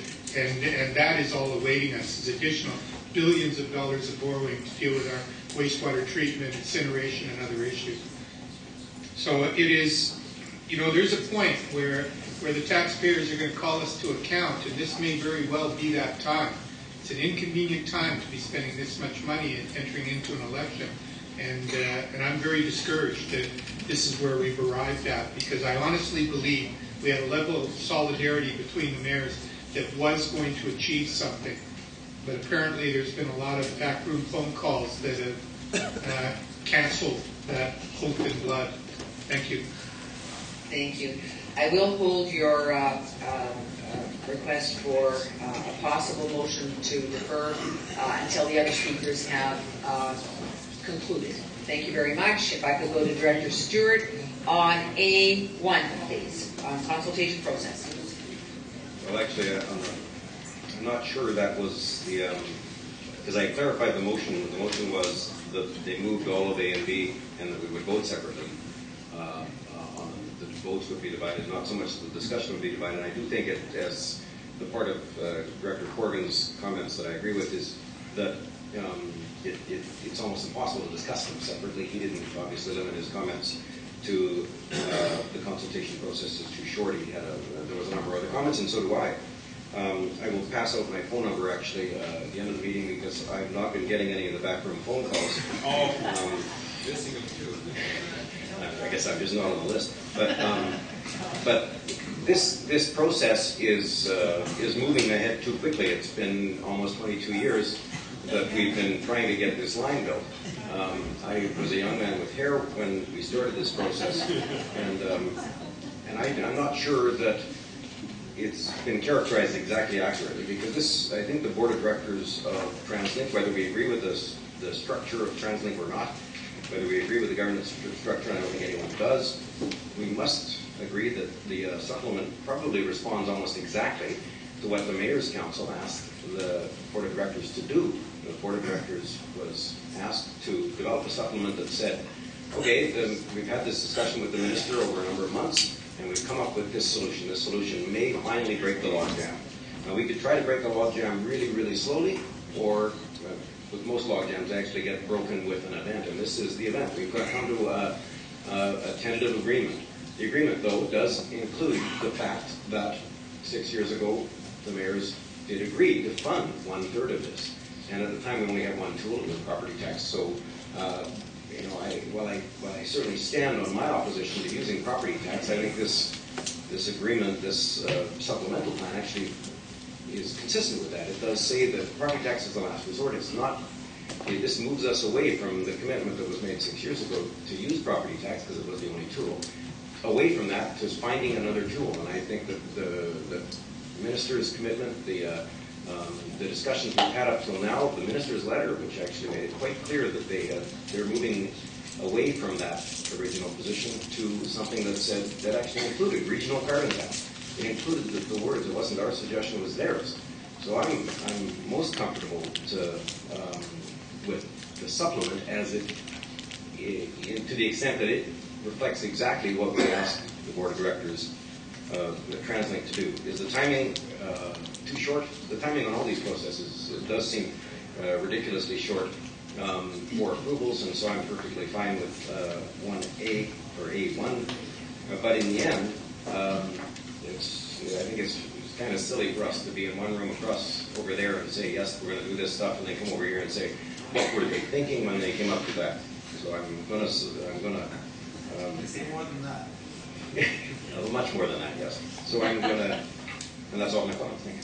Thank you very much. Our next speaker is Director Moore, then Director Dollywall, Broughton, Harris, Brody, Goldsmith-Jones, on A1, please. Thank you. Thank you. I will speak just to A1. On the consultation part of it, there has been quite a bit of consultation that's occurred on the 10-year plan, and it's outlined by TransLink on their website and that sort of stuff for the last maybe year and a bit on the actual item. Where there hasn't been much consultation, in fact, just from July 12th to July 26th, is the funding mechanism to get there. And I think that's the challenge. I know we all want to get on with it, and I'm, as much as anyone wants to build the Evergreen line last week. However, to be fair to the taxpayers, I think they need a longer opportunity to participate in a meaningful dialogue about funding. And I'm not talking about years. I'm not talking about lines and routes and all this sort of stuff, and I'm okay with what's in the 10-year plan from a delivery of service. But the actual consultation, we're very critical of other levels of government that brought in a tax last year that was real quick and real fast, and there's a lot of pain that they're feeling because of it. 2 weeks consultation with the public on the funding source to pay for all of these is very, very short, and in my opinion, inadequate. I think we need to have a longer one. And again, I'm not arguing that it needs to go on for years, but at least a couple months where there's an effort to get out to the communities, whether it's through municipalities, with municipalities, in concert with municipalities, but get out to our taxpayers so that they can participate in this conversation, and not just us at this board, that board, or whatever other official tables that need to be consulted according to legislation. Thank you. Thank you very much. We have Director Dollywall next, please. Chair Jackson, thank you very much. It's unfortunate that we're discussing just A1. I believe all of us will agree with that, but I think the bigger issue has been pointed out earlier a few times, that is the problem we have is with the package. I think discussing each one of them, I'm not sure if Director Fox is in a position to take that back. What I would rather see at this meeting today discussing the whole package, of supplemental package, and then the deferral as was suggested earlier. And so this process is going to throw the whole thing into in some kind of confusion. That's all I want to say this time. Maybe back to Director Fox to see if he would consider that currently just take it back and discuss this as a package, and then vote on the deferral. It would serve us right. I like the whole package to go to my council. As much I trust my mayor when he goes to these council, my mayor's council. I still wanted to make sure that I had something to say about this. He can go make all kind of promises there, but we want to hold them to our meetings, and I'd like to see this package referred to the council. So I just was hoping that maybe Director Park would reconsider, and let's discuss package and defer it. Thank you. Thank you. We're still on A1. However, procedurally, we will go to Director Brody, Goldsmith-Jones, and Socorro. Thank you. Okay, thank you very much, Madam Chair. Just briefly, what I support the further consultation process and want to iterate a point made by Director Corrigan earlier, talking about the combining of the base plan and the supplemental plan. And I'm not meaning to throw everything into disarray at all, but certainly for the future, I think of myself as a householder. My last year's budget isn't forever. My decisions of last year aren't forever. And when we see the gondola and IT and all sorts of different things in the base plan, they're embedded there. And I think that it would be more responsible because we're the stewards of the tax dollar at this table. And it's an odd situation where, let's say, Johnny is the CAO, but TransLink has a CEO, and a CEO needs to be a finder, right? Now, that makes us an investor.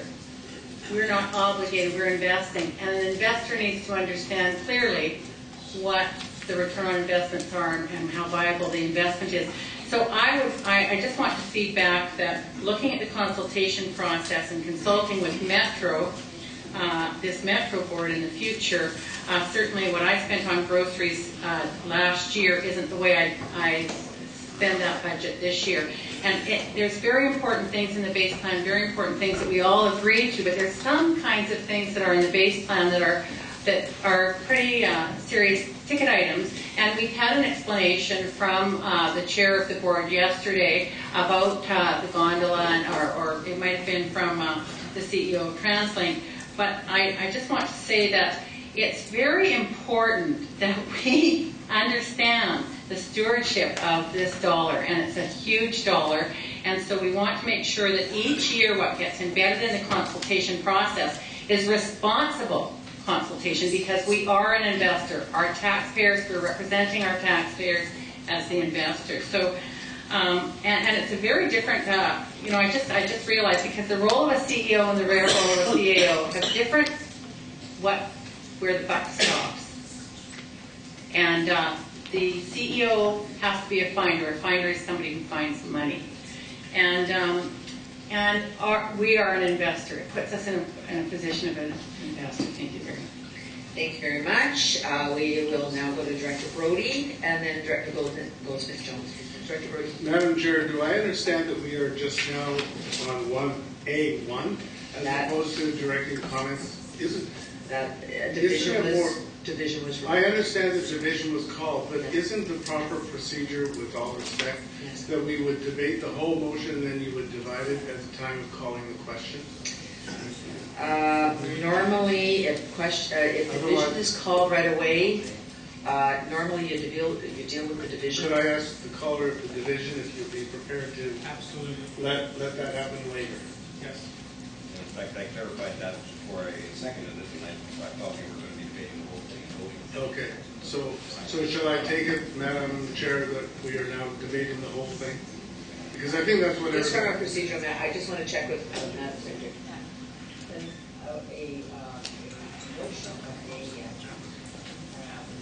Demand for severance of the motion of the withdrawn.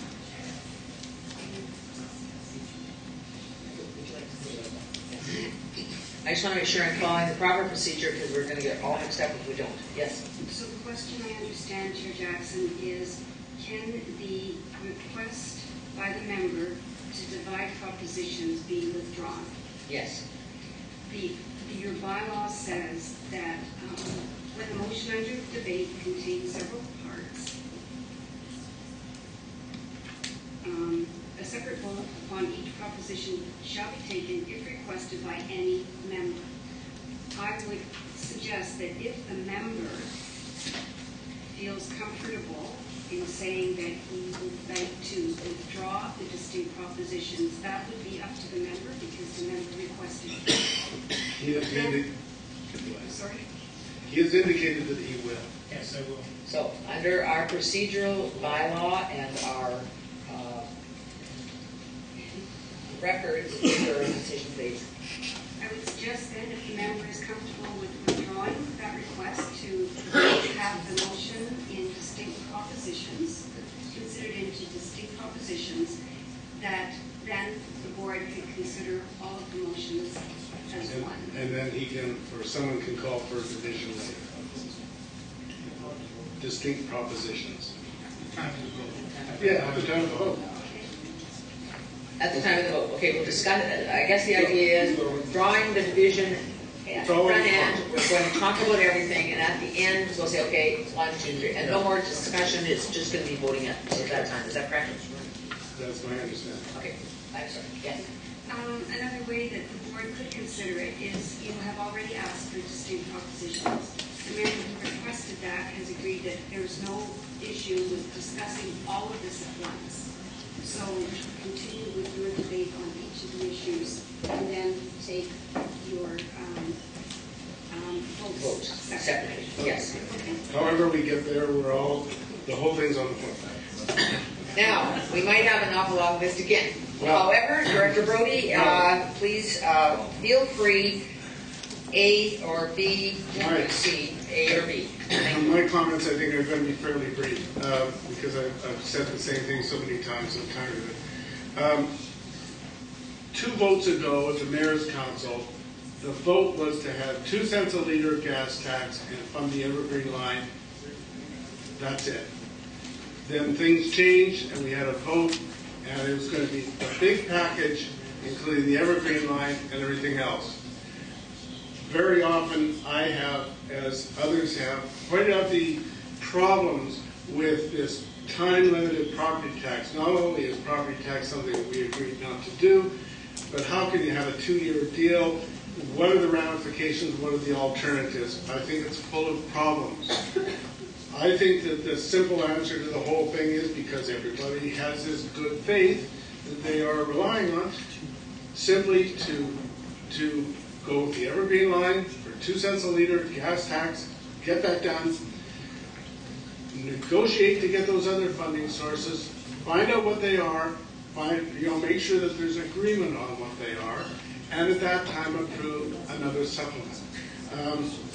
I think that there's way too much up in the air, and so while I can agree with most of what is on the floor, the acceptability of the increase in the debt cap, which is a very, very significant thing to talk about, $700 million increase in the debt cap, and also the funding strategy is not acceptable, and that is the part particularly that I won't support.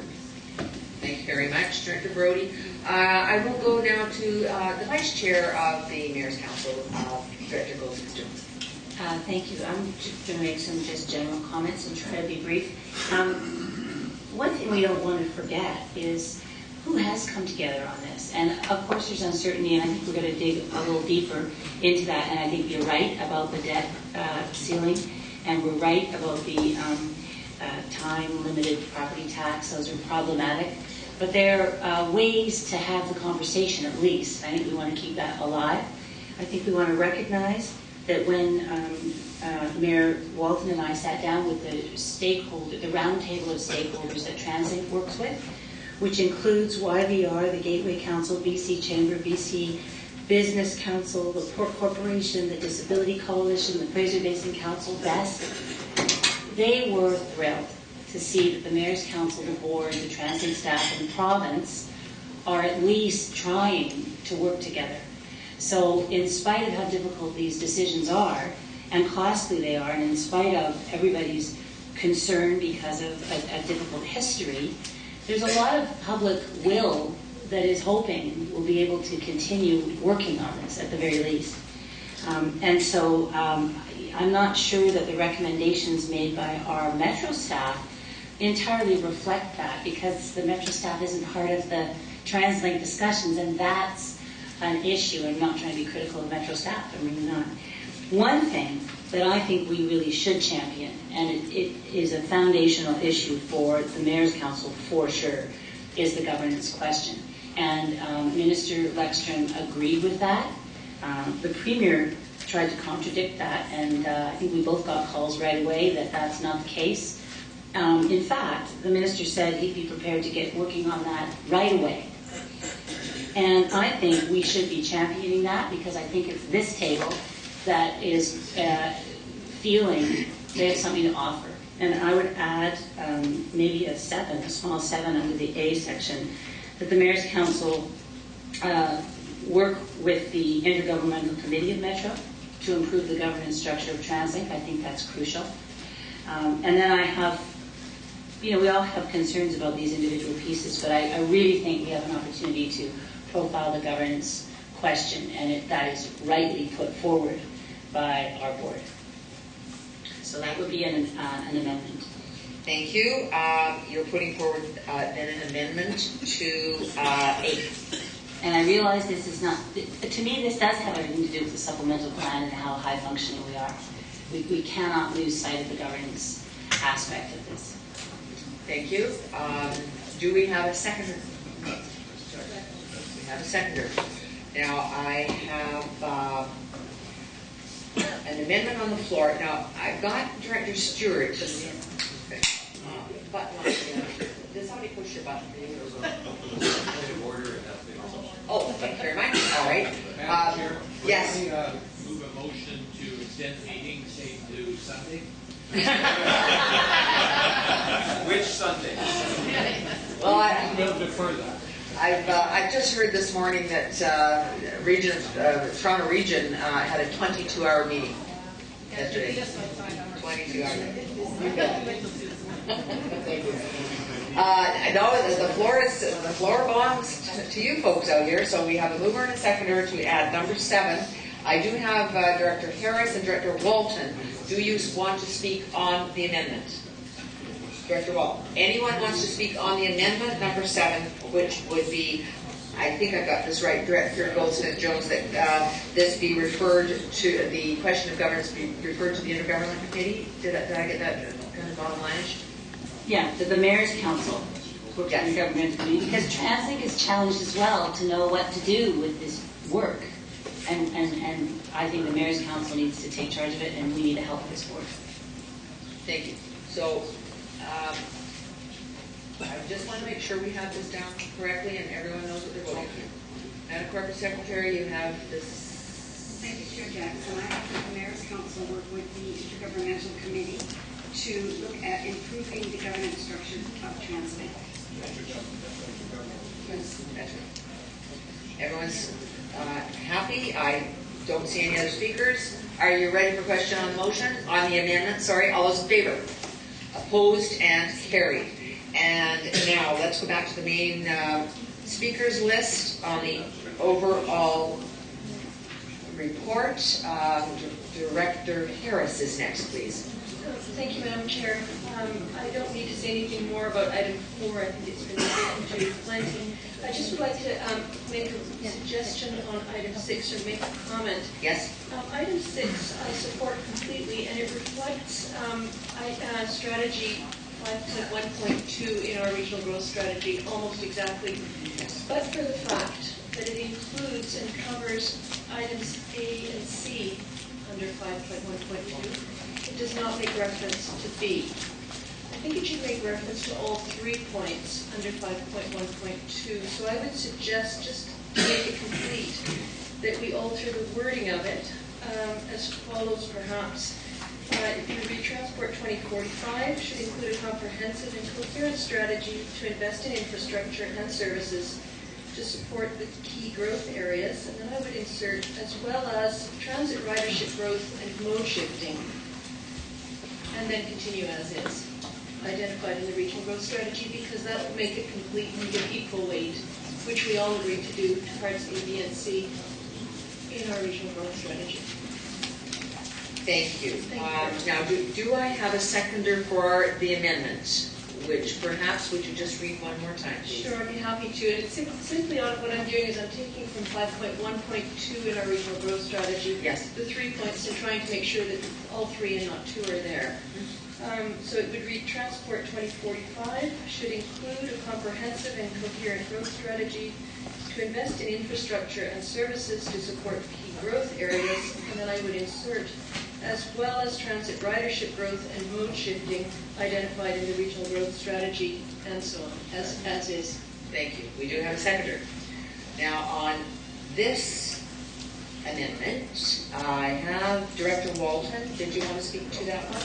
Does anyone want to speak to the suggested amendment, moved and seconded, regarding the insertion of the wording? Are you then ready for the question? All those in favor? Opposed and carried.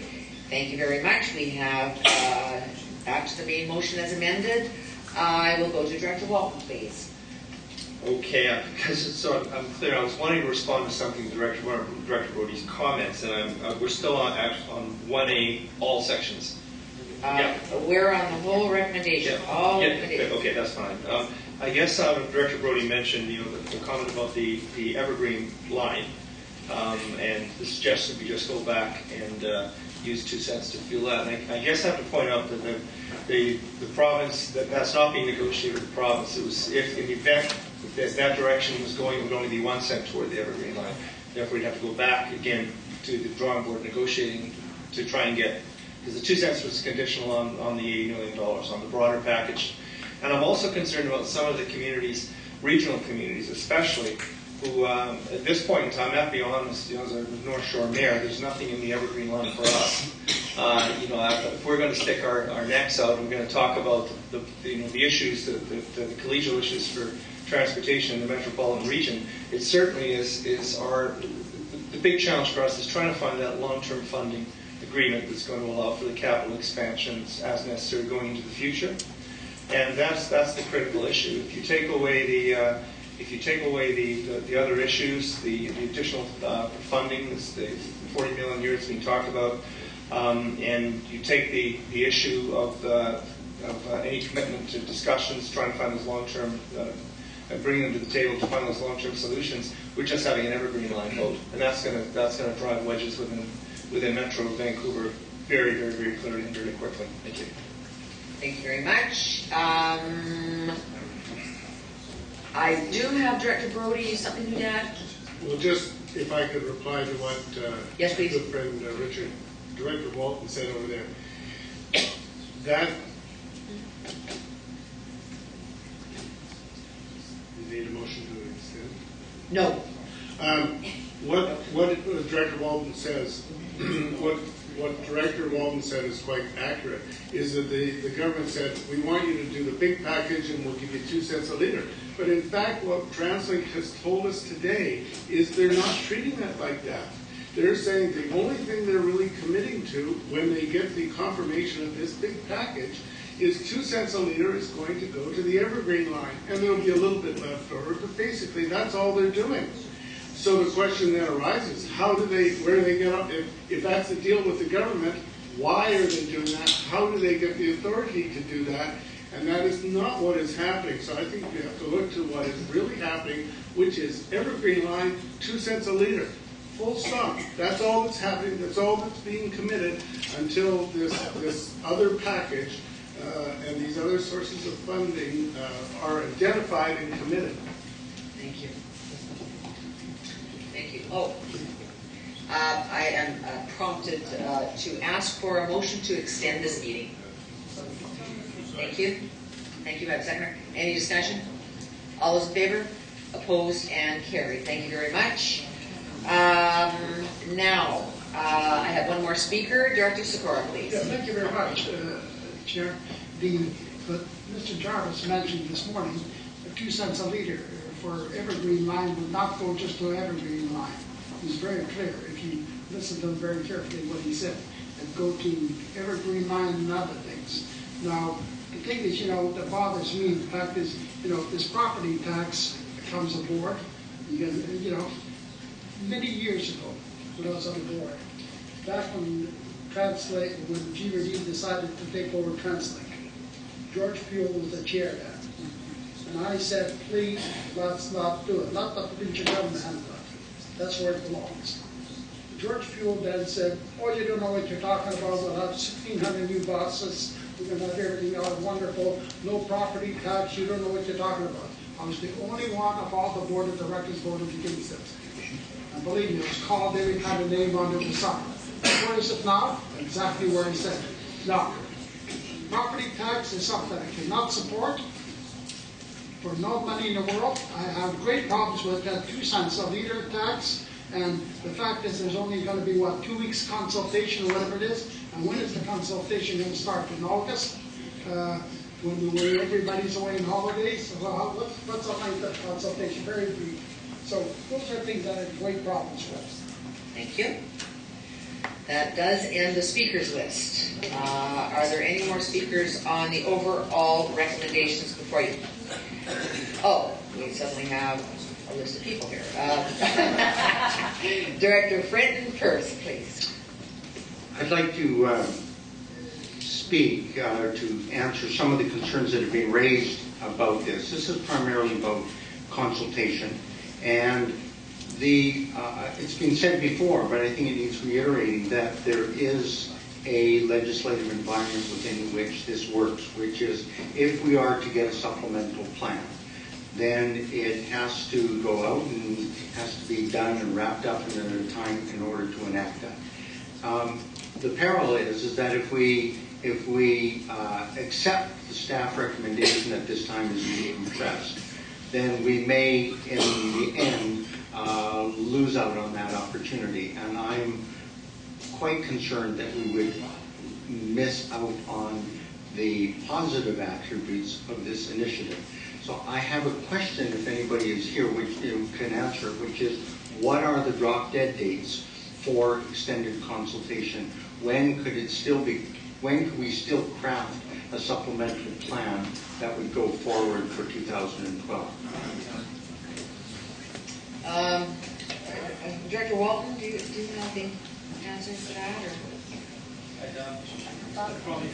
Oh, I'm sorry. Yes, Director Walton. Sorry, I probably looked to Mr. Fenn for some guidance on the timing, actually, if I might, Madam Chair. It seemed to me that the board hasn't kicked in the date yet because they haven't approved it. Is that correct? I believe that's correct. Mr. Fenn is the master of dates and sequences, so thank you. Again, through the chair, to the question, the supplement can be put forward at any time by TransLink. So that we're not locked in as we are in the base, requires it to be done by the 31st.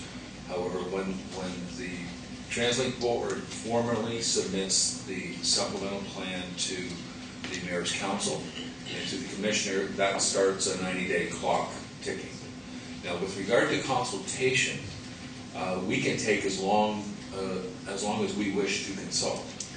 However, we had, and maybe we misinterpreted this, we had been hearing from many of the local government elected officials that they had an interest to attend to the supplemental plan shortly after Labor Day.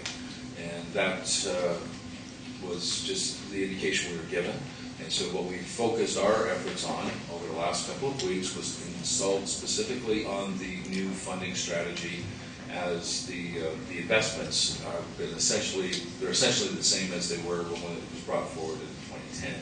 So what Mr. Jarvis has indicated is that with the indulgence of the Commissioner, who had the opportunity to review much of the investment package last fall, the Commissioner has agreed that he could continue to do some of the work he needs to do on the funding, and in anticipation that wouldn't change dramatically, but to do the analysis to provide us more time to look at, more time to consult. We can extend this consultation for a while, so there's no, long and short of it, there's no specific timeline. It's just trying to work within some of the parameters that we understood were of interest to local government officials. You said 90 days, though. You did say 90 days. Well, otherwise, if the consultation has to start place within 90 days, otherwise the supplemental plan falls off the table. Is that correct? What happened, the consultation happens prior to the 90 days. Okay. So once we formally submit the plan, there is the opportunity, you do have the 90 days if you wish to take that much time. The other thing is the commissioner does have the opportunity to take 30 days to review, but what the commissioner has said is, given his familiarity with much of the content and working with us, he may be able to condense that review time of his quite significantly. So it will be at some point at some point in early September that the TransLink board will close its consultation and submit. It may or may not, but it will anticipate it would submit a plan to you. Right. And then you can go from there. And then it can take from the middle of September then, when the TransLink board approves the supplement. There is then 90 days following that for consultation. Have I got that right? The 90 days is for your deliberation. Yes. If you want us to come in and talk more about the plan, but the plan is fixed. It is locked down at that point. We cannot change what is in the plan once it's submitted to you. Oh, okay. So what we're doing now is what we're saying, we had anticipated that our board would review the plan on next Friday and submit that to you to start the 90-day clock. What we've said is, what we've heard in the last couple of weeks is that you would like more time. So what Mr. Jarvis indicated today, we'll keep the consultation open for another month. At this point, we haven't heard anything otherwise. Then our board will look at rendering its decision on the plan in early September and then hand that off to you, which then commences 90 days. Now, within that 90 days, we can also provide a lot of information as to what is in the plan. But in terms of the consultation, that one has to be complete before we submit it to you. So, just backing up then, we have 1 month to consult. We've added another month yes. to do some more consultation. As we understood, people want to have councils and they want to have some more discussions, so we're just not going to close the consultation for about another month or so. Thank you. Does that answer the question? It answers the question, so then my comment is that I think we should work within the 1 month stricture. I know it's difficult, and I realize that many councils are not meeting this month, but I truly believe that this is an opportunity to be seized. The alignment that brought us here is something which is being trying to achieve, and I think Director Goldsmith-Jones outlined that quite well. That it is not an easy thing to get to this point. And while there are a lot of uncertainties around it, I think that we should be seizing this opportunity, and I think that we should work within the timelines which are currently available, or I think we risk this not happening in 2012, that it would get deferred, and there's a good possibility that it would get lost. Thank you very much. I have 3 more speakers, Director Corrigan, Meggs, and Walton. Thank you. Director Corrigan, maybe I could have you as the last speaker because I did offer you an opportunity at the end of all debate to reconsider or whatever the case may be. So I'll go to then Director Meggs, please. Well, thank you, Madam Chair. I listened very carefully to everything that's been said. I think that notwithstanding the concerns of some directors that they would like to probe deeper into the spending priorities and decide whether this station is needed or that, from our standpoint, we've seen these plans, the base plan and the supplement, pretty much in this fashion for some time now. And it's our view that these expenditures are broadly supported by the transit riding public. So we don't need referral for that purpose to analyze them, and I think that the Metro staff are correct in saying that the Evergreen line is consistent with the regional growth strategy, and they go a bit further and say that the supplement is actually necessary to achieve the regional growth strategy objectives. Not the base plan won't make it. So the question then becomes, I think, a different sort of calculation, and I'm not overly concerned about a referral or a deferral if it helps municipalities review it. I don't know that our municipality, Vancouver, could have a council discussion on it in the timeframes that are being discussed by Mr. Padden, but I think we could certainly take it back and ask staff to analyze it more, and the mayor could be advised of that, those findings before it comes back to the mayor's council, which is meeting anyway. I think the other factor, which is, again, entirely a subjective assessment, but is whether or not there is the same urgency that we perceived a month or so ago, or the provincial government did when it was widely believed there would certainly be a fall election. And what Director Corrigan is saying is that question is not as important as making sure that councils are comfortable, or at least clear where they want to stand before councils go to election in November. So I don't believe that a deferral would be that damaging, but I think that it's pretty clear that the clock will start to run and the TransLink board may have to make decisions, and that the mayor's council certainly will be driven to a decision at some point in the fall. So, you know, I'm not sure that we need to detain ourselves much more on this. I can't tell you what Director Corrigan is going to say. He may have a different approach than what he signaled earlier, but I feel that the point of this discussion really should be focusing on getting clarity, if more is possible, around what other funding mechanisms are available, and raising the comfort of the people around this table that they will not be forced to resort to property tax. And if 3 or 4 more weeks would assist in that regard, certainly I don't see a problem with that. I think that's probably a good idea. Thank you very much. Director Moore has pressed his button. Yeah, listen to all you. Thank you, Director Moore, please. Well, on this whole 30 days or whatever it is, I don't think a deferral of our decision here. I think, if anything, we should be making a recommendation back to TransLink to give them a clear direction to say, you know, whether it's 30 days, frankly, I think it should be 60 days, that TransLink goes out to public consultation on the funding for this plan. I agree with Director Meggs that the 10-year plan, the items in it, have been well discussed and well communicated with the public. And I think people are fairly comfortable with what they are. But the funding, the 2 cents, the property tax, what we're all talking about, that has 2 weeks of public consultation. Came and went. One webinar where 51 people attended. I presume there's probably a handful of people in here that attended. Isn't, in my opinion, public consultation on the funding source. Let's take that back for 60 days. I think we need, instead of deferring our decision here, send a clear motion back to TransLink on what we think the public consultation, and therefore we would get more time to go back to our council, discuss with our council, but also more time to go back and talk to our public, or the public, about that decision. So I'll make that motion, but I know you want to go to Director Corrigan because he was first on the list, so I'll respect that. Thank you. Thank you very much. And Director Reimer is on the floor. I just briefly would say, I know Director Meggs, he's our alternate at the Mayor's Council from Vancouver, and I've tried to listen very carefully to the difference between sort of mayor perspectives on this and those of us that are not mayors but sit here as directors.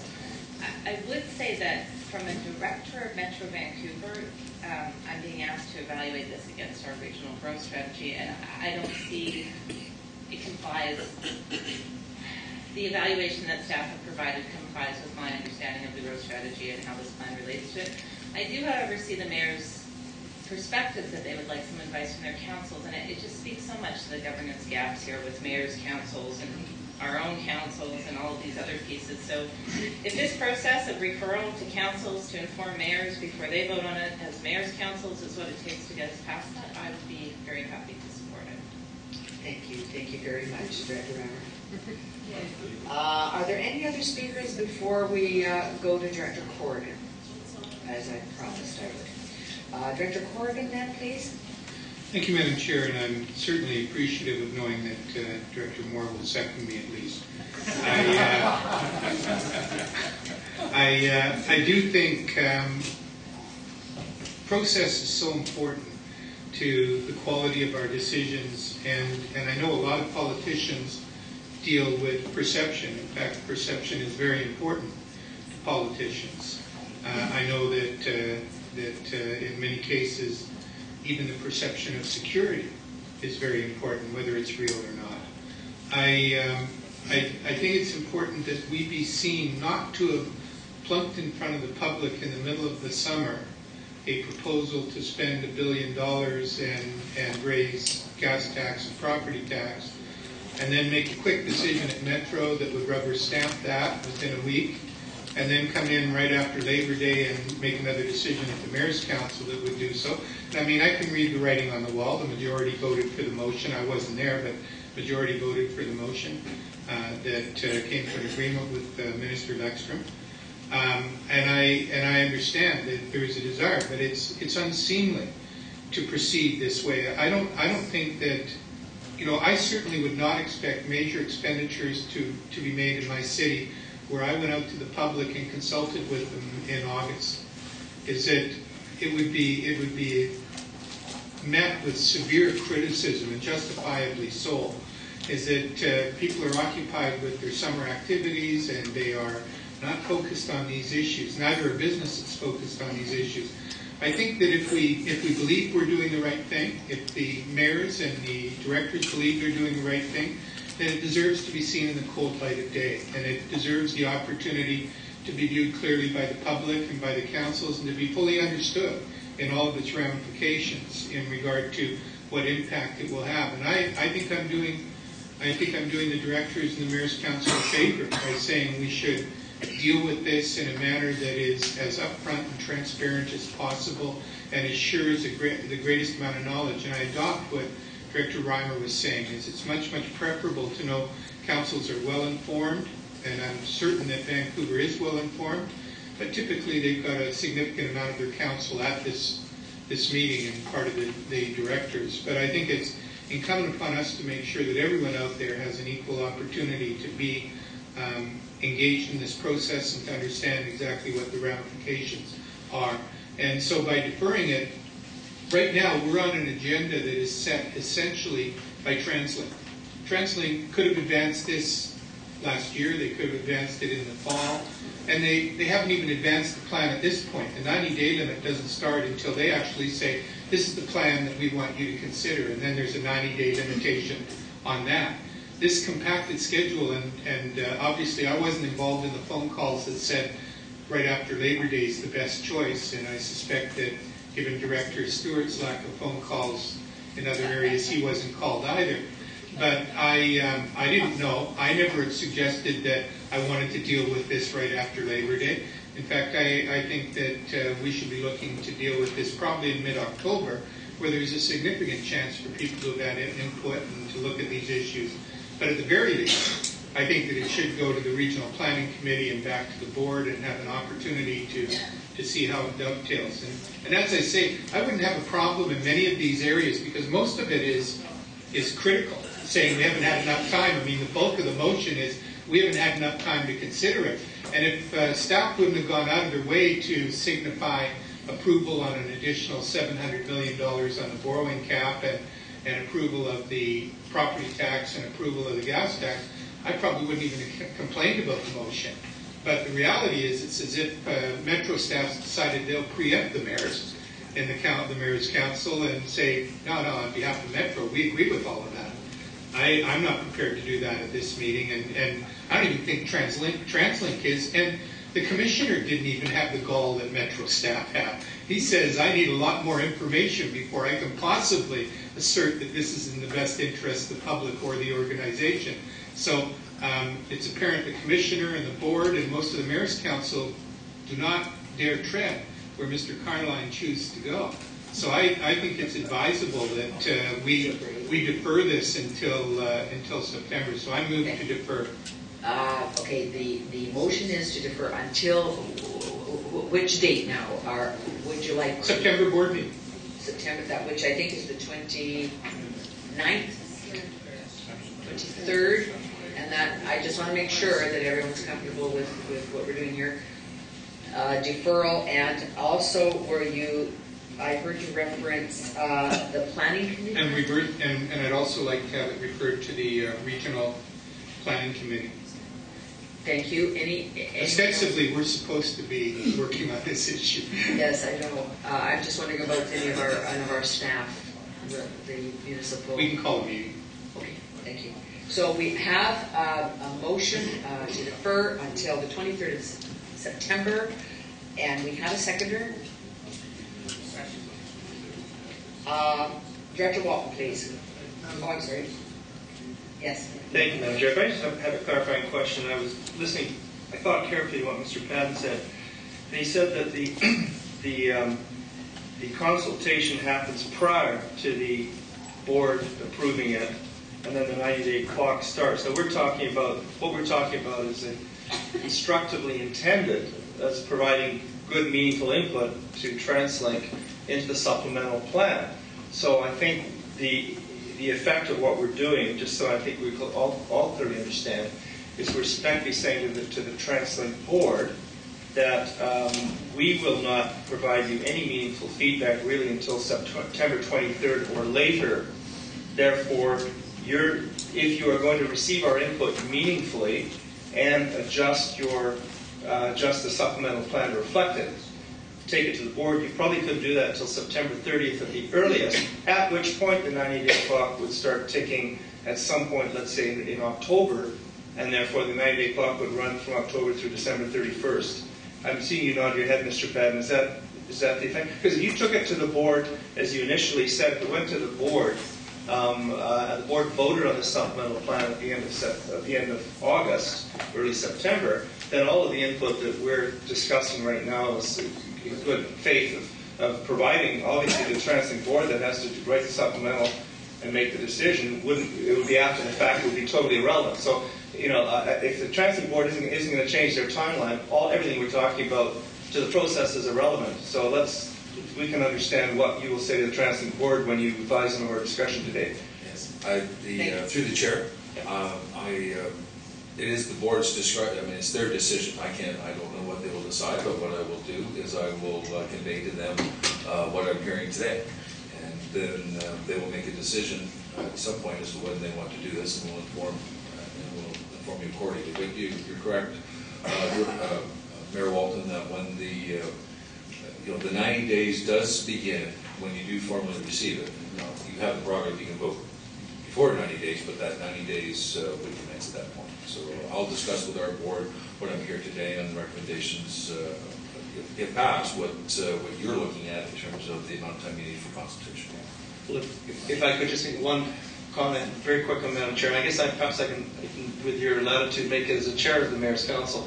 And that is to say, I think the Mayor's Council, which is 16 of us here, among others, I think 15 or 16, have always had concern, as has the TransLink Commissioner and everybody, with the governance structure that lays out that short consultation process. So this is not a hostile act. Perhaps you can assure the board it's an act, it's a discussion that's saying we take our responsibilities to the public, I think as Director Corrigan put forward, quite seriously.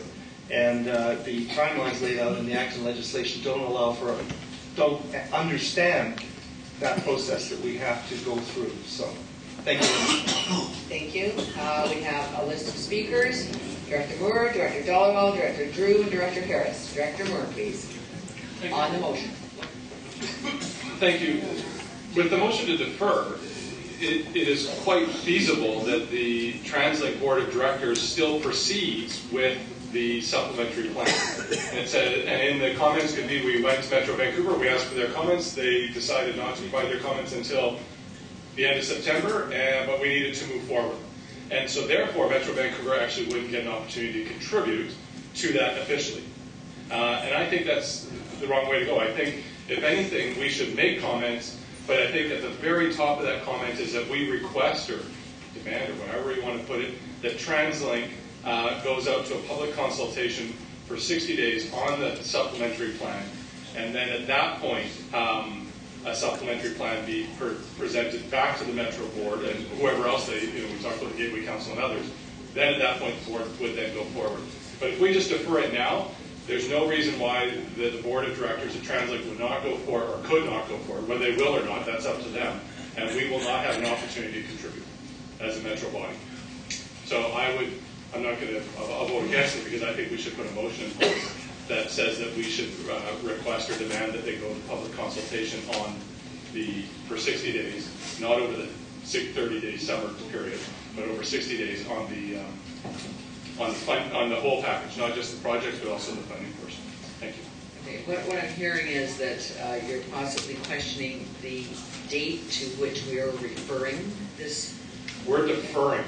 Yes. So that means we're deferring comment to end of December, or end of September, sorry. And I hear that you are possibly thinking that you would like to extend that date? No. What I'm saying is, if we defer our comment, yes, there is still nothing stopping the TransLink Board of Directors with moving forward with a supplementary plan, which triggers a 90 days for us as the Mayor's Committee at TransLink to vote on it. What I'm saying is, I think we should make the recommendation to TransLink that they need to go to a public consultation for 60 days on the moving forward plan, or on the supplementary plan, which includes the projects, but also the funding that goes with it. That would still give Metro Vancouver the opportunity to contribute within the end of September, or whenever we wanted within that time frame, but it also give an opportunity for the public to have meaningful consultation on it. Because right now, a deferral doesn't. Thank you. So it's kind of saying the same thing, it's just a different mechanism to get there. That's all. Thank you. However, we do have the motion on the floor. Thank you very much. We'll go to Director Dollywell quickly, and Director Drew, and Director Harris, please. Thank you, Chair Jackson. I will support the deferral, but I'd like to address the concern that Director Morris raised. I think after we pass this deferral, there's nothing stopping us to making the motion that Director Moore has thought of. I think that's probably better to do it.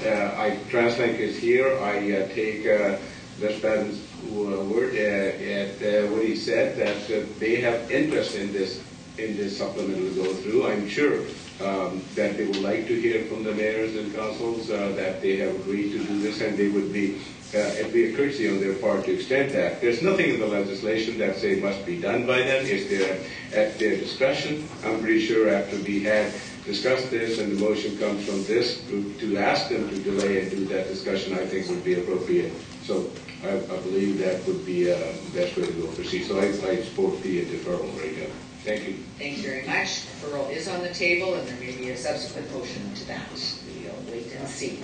Director Drew is next, and Director Harris. Thank you, Madam Chair. I'm voting against deferral for the reasons outlined by Director Moore. I think it would be a mistake for the board to deny itself an opportunity to comment on the plan as proposed in the resolution. And I agree with Director Moore's suggestion that we can communicate additional public consultation on funding mechanisms that can be conducted by TransLink. Thank you. Thank you. Would you like me to speak some more? I can carry. I'm sorry. Just give me 1 second. Well, I seem to have the mic. Say it again. He's got the floor still. Well, one comment I did want to make. I'm sorry. I'm sorry. Please proceed. I'm sorry to interrupt you. I don't remember. Earlier in this meeting, I was very concerned that Belcara's contact statement would be the last under the Liberal Region Growth Strategy. And then the agenda got changed around and the things got passed. Lo and behold, it's the first under the new Regional Growth Strategy. That's my comment. Thank you, Director Drew. Sorry for the interruption. We do have Director Harris, Director Steves, Director McLean, and Director Corrigan on deferral. Please. Madam Chair, before I make my comments on deferral, can I ask a question, please? Yes. And that is, I understand that the wording of the supplement is going to be changed subject to everything that was said yesterday, much of which was also said today. How does that come into play in our making our comments? And then I'd like to make comments on deferral, but I'm just wondering where that comes in timing and content. I'm not sure. We have heard that today from TransLink, and how do we handle that? Because that's Mr. Carline, in terms of moving forward with the process, as we understand, that supplement may change. Can I compare it with the regional growth strategy? What we're doing here, or what TransLink is doing here, is inviting comment before they finalise the plan. And so naturally, they will expect that consultation is the opportunity to influence, and therefore our consultation process may lead to a change in the plan. Once the supplement is finalised by the TransLink board and submitted, then you've lost the time to influence the change is gone. All you can do after that is accept or not accept. So it's unlike anything else. This is the opportunity. If you want to offer comments that says, please change the supplement in this way, this is your opportunity. Once the supplement is changed and the 90-day clock begins, that 90 days is not for you to offer suggestions to change the supplement. That opportunity is gone. Thank you. In that case, Thank now you. for my comments. Yes, Vicky? I think that we've got a number of, we should not forgo the opportunity to provide some commentary. Therefore, I would not support a proposal to defer. However, there would be nothing wrong, and I would fully support some comments that state it is premature, without seeing the changes that are going to be made, to comment on the following aspects. So I think, for instance, I would fully support the comments that Director Goldsmith-Jones brought up. I think I would fully support comment 6, there's validity.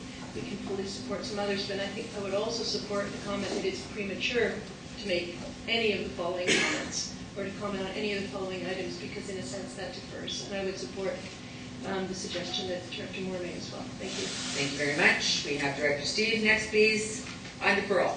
Yeah, thank you. I think in terms of deferral, I support the deferral. But I think in terms of the deferral, Translate wants to know what we think. I think they're hearing a lot of fear right now. There's many of us do not want to see an increase in the property tax.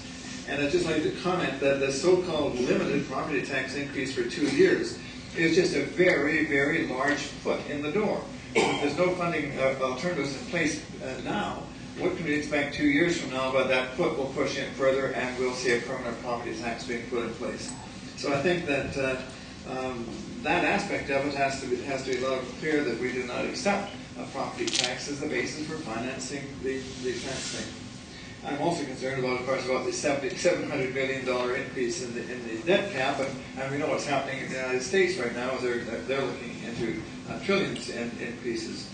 Well, what I'd like to suggest is that the Translate Board be asked to delay finalization of the supplemental plan until meaningful consultation of the plan and the funding strategy is completed with the public. And I don't know if that would be a motion put forward, but at least that's certainly what we should be doing. I'm sorry, was there a point of order called? Yes. No, I'm not accepting a motion. Yeah. Deferrals on the floor. It's a suggestion. Yes, thank you. Thank you. Deferral is still on the floor. I'll go to Director McLean, please. Thank you, Madam Chair. Methinks there may be some politics afoot around the table. I don't know why I think that, but we have an opportunity. I've been around 4 or 5 years on the Translink Board. I've seen minister after minister after minister come and go, never really give us anything concrete. And this is the first time we've had something concrete. So if we want to play delay and kick the can, and you know, if any member of this body has not been able to see what's in the supplement or the base plan, then they haven't been doing their job. It's out there, it's on their website. We've talked about the Evergreen line for most of Mayor Trasolini's career, and possibly beyond that.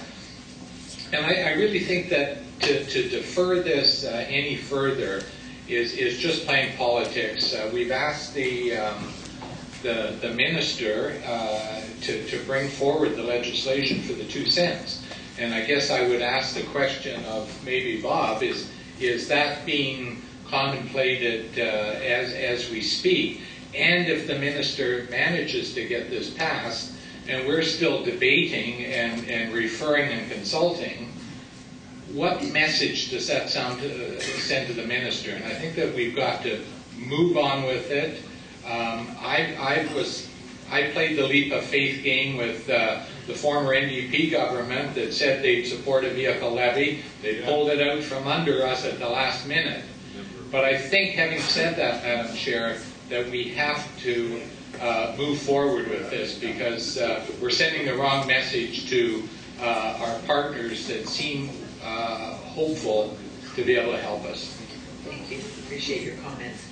I'm going to go to Director Corrigan, and I am ceasing debate on the deferral. We could be here till 5 o'clock on deferral, so let's get that out of the way, shall we? And if we want to move on from there, I would suggest we try something else other than that. If it's defeated, we'll have something, or if not, we could still have another motion. So I'm going to go to Director Corrigan as the final speaker, please. Just in regard to the deferral, what we're deferring is the staff report.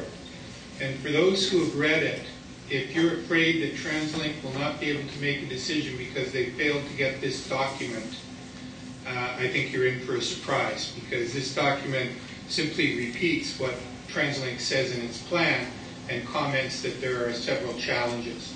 I mean, not very meaningful. Ultimately, the only meaning is in the recommendation where they give approvals to the taxation structure. So, I mean, aside from that, it does virtually nothing to contribute to the discussion whatsoever. That being said, the one thing staff does say at the beginning of it all, there hasn't been enough time for consultation. So we just ignore their recommendation completely and say, yeah, in the future, next one, you should do better. But, I mean, if we're going to pay attention to what staff said, this was too compressed.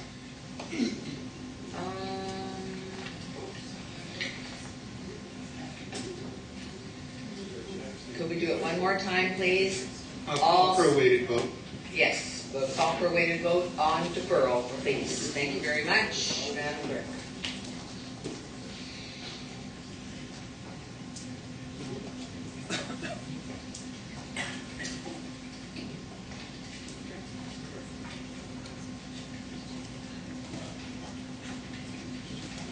Thank you, Chair Jackson. I'll do the weighted vote in alphabetical order, please. Beginning with Director Anderson. 4. Director Baer. 4. Director Brody. 4. Director Brody. 4. Director Corrigan. 4. Director Dakin. 4. Director Deal. 4. Director Dollywall. 4. Director Drew. Director Mary Wade Anderson. Director Fox. 4. Director Bridgen. Yes. Director Pamela Smith-Jones. Yes. Long day, sorry. Director Harris. Yes. Director Usotti. Yes. Director Hunt. Opposed. Director Jackson. In favor. Director Jordan. In favor. Director Louie. 4. Director McLean. Director Martin. Director Meigs. 4. Director Moore. Director Musaba. 4. Director Reimer. 4. Director Robertson is absent. Director Sikora. Director Stevenson. 4. Director Steves. 4. Director Stewart. Against. Trustee is absent. Director Milligan. Pardon, I'm sorry, I missed that. Thank you. Director Walton. Director Steele. Yes. And Director Wright. 4. Thank you. The motion carries. The number of votes against was 41, and the number of votes for was, excuse me. The number of votes for the vote was 70, and the number of votes against was 41. Thank you. Thank you. The deferral motion is carried, and I will now go. If we chose to take it to our councils, our community, or how TransLink would structure that, would be partially up to them working with us. Thank you. We have a mover and a seconder. We have Director McLean, Director Brody. A quick question on process. If this were to pass, what say we didn't put this forward, what would TransLink do as far as public consultation? I guess I'd ask Mr. Padden. Yes, please. Would there be additional consultation? What would happen? Thank you. At this point, Madam Chair, what Mr. Jarvis was speaking to was to provide more time for councils to review what is there, provide some feedback. We had not planned nor have we discussed doing more public consultation as has been put forward in the motion in front of you. Okay. And I guess the reason for asking that, I don't know if and Mr. Patton probably can't speak for the board or Mr. Jarvis, but I would suggest that the TransLink board is not required under legislation to hold a 60-day consultation period or any type of consultation period. So. Okay. Thank you. Director Brody, please. Point of clarification, Madam Chair, to the mover. I think you said presentation to the Board of Directors. Did you mean to the Mayor's Council? Director Moore? No, I meant to the Board of Directors. TransLink staff presents a supplementary plan to, and they have a process that they need to go through. Part of that process before they can take it to the Board of Directors is automatic to come to the Mayor's Council.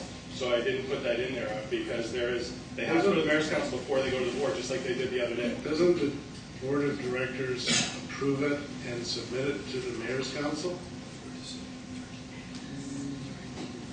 Isn't that how it maybe Bob could. Good, Walton?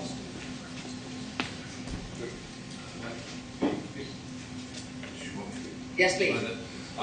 We consult, we're required to consult with the Mayor's Council, with Metro Vancouver Board, before we finalize a plan. Once we finalize a plan, we then submit that to the Mayor's Council for a decision. You have 90 days within which to make a decision. So it's the Mayor's Council.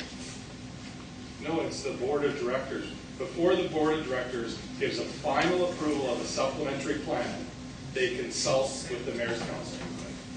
Once they give final approval, they don't consult with the Mayor's Council anymore. The Mayor's Council has 90 days to vote on it, not consult on it. Once it's presented to the Mayor's Council. No. Bob just said it. So we just, they have to go to the Mayor's Council before the board. Consultation. Yes, before the board gives it final. So what I'm saying is before it goes to the Board of Directors of TransLink, this public consultation should occur. Before, that automatically means that it has to go to the Mayor's Council. Before. We could spell it clear. unbelievable. Unbelievable. I'm getting very unbelievably impatient. Director Walton, please. Well, this clarifies things, does not obfuscate things, but the consult is very subjective. Like if the changes that are made are minimal, they can say they've already consulted with us and give us a five-page or two-page summary of the changes they made as a result of the consultation made yesterday. Okay, so that I just wanted to make sure it is subjective. Thank you. On the motion. Question has been called. I have no further speakers. Are you ready for the question? All those in favor? In opposition? The motion is carried. And I just have to say one little thing before we hopefully finish this agenda. You know, we're right back to where we were before. The problem is governance. What comes first, the chicken, the egg, the consultant, this board, that board, whatever. It's very frustrating. So, let us move on. If we could, we have an in-camera session we have to deal with, and yes, we have 2.2, but we have an in-camera, we have a budget, and I'm not sure if we're going to get through this day. Thank you. 2.2 is on the floor. Director Frinton, please. I need a motion. Second. We have a mover and a seconder.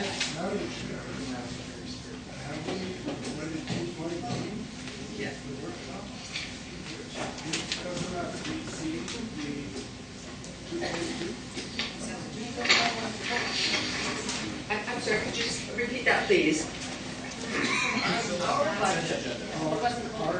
Are you on G2.2 or some other? No, I'm sorry. It is under intergovernmental reports. Director Frank Master. That's right. I'm sorry about that. We have a mover and a seconder of the recommendations on the floor under 2.2. Director Frank, please. Yes, I support this. I had a question whether the number of directors is tied to the voting unit change.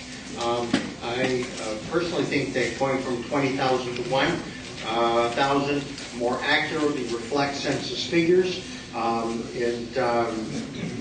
is a proper thing to do. I have concerns about growing the size of the board. I'm wondering whether these are married or not. Thank you. Mr. Carmine, please. Yes, under this proposal, it follows essentially the same structure as the current one.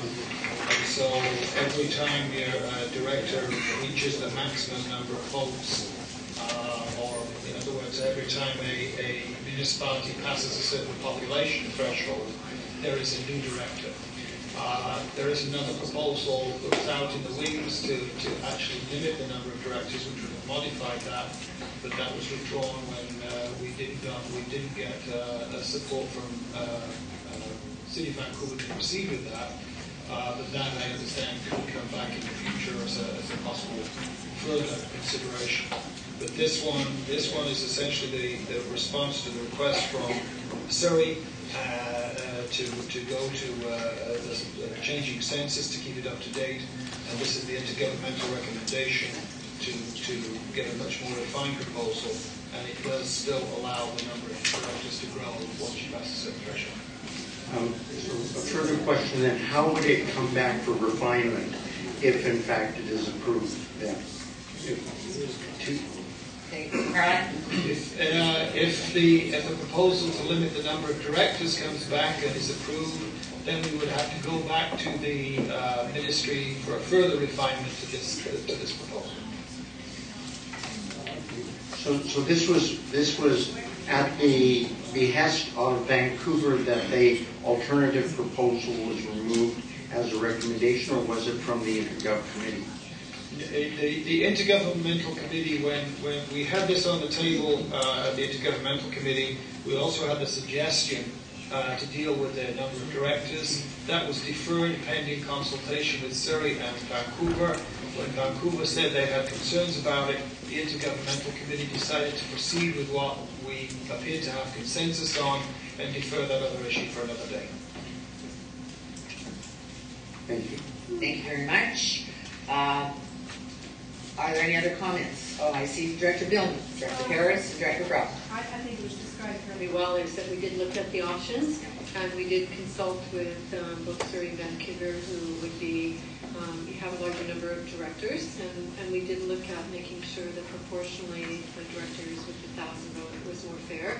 So I think it was a good process. I don't think we should delay it to have further discussion on the number of directors. I think we should move forward asking the province for the change. And I just wanted clarification of how fast that will happen and when one more member of this board will be allowed to be appointed. Thank you.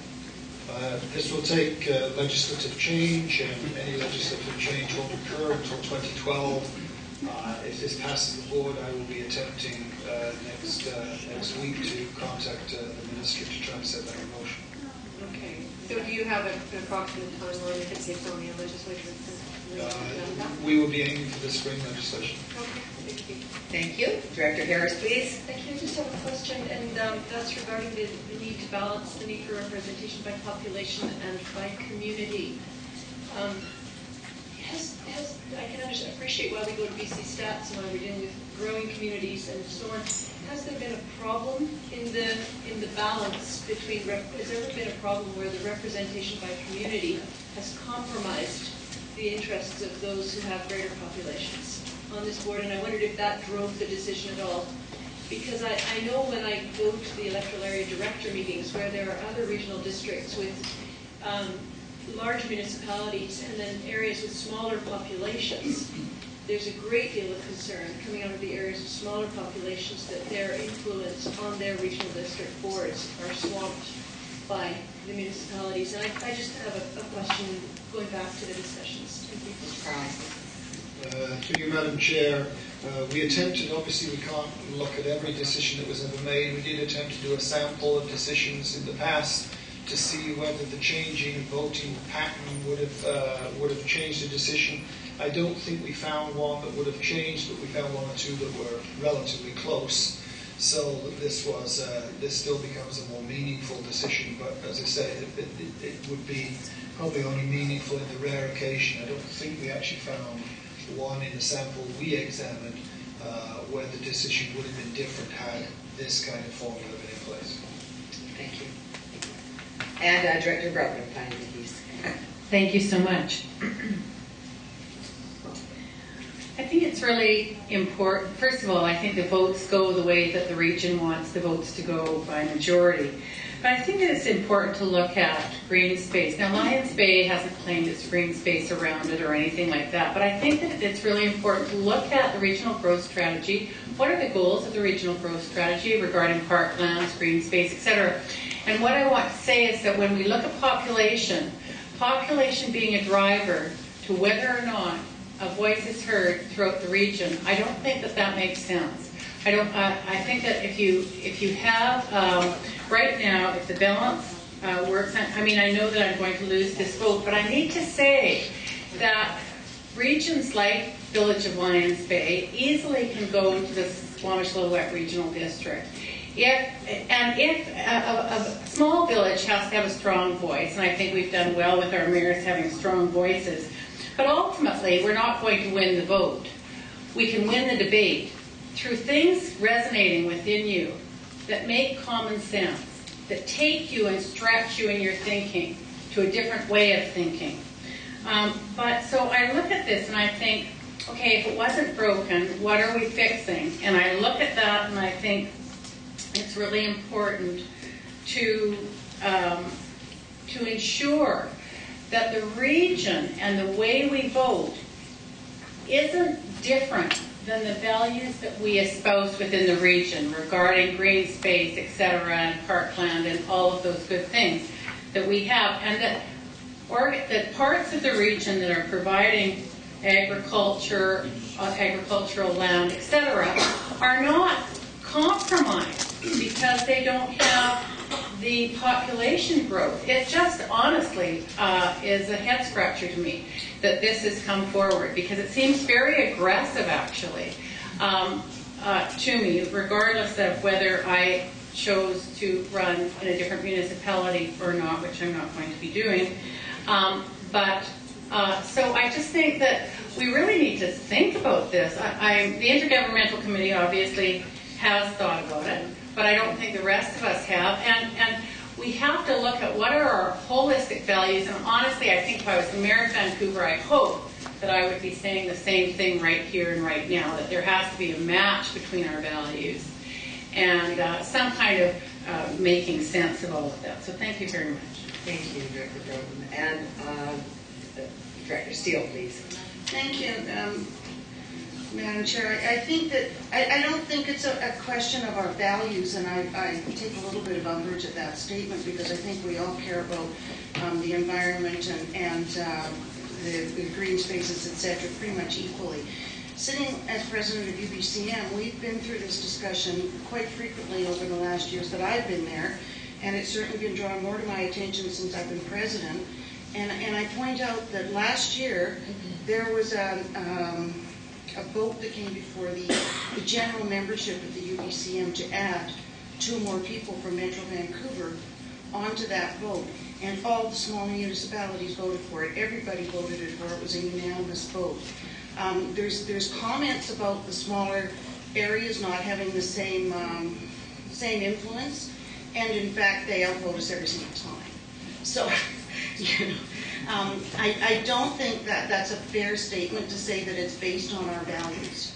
I think it's based on a population vote, and that's basically the way it is. But I don't think it skews the votes, and I don't think it skews the values, and I think that that's an unfair statement. So I just want to say that in fact UBCM has had the same issues, and it's worked out very well, to the point that they've all added generously 2 new members. And if I may just add to this and save myself in case people leave, the final date for those people that want to run for from the Metro Vancouver for those 2 positions is this afternoon.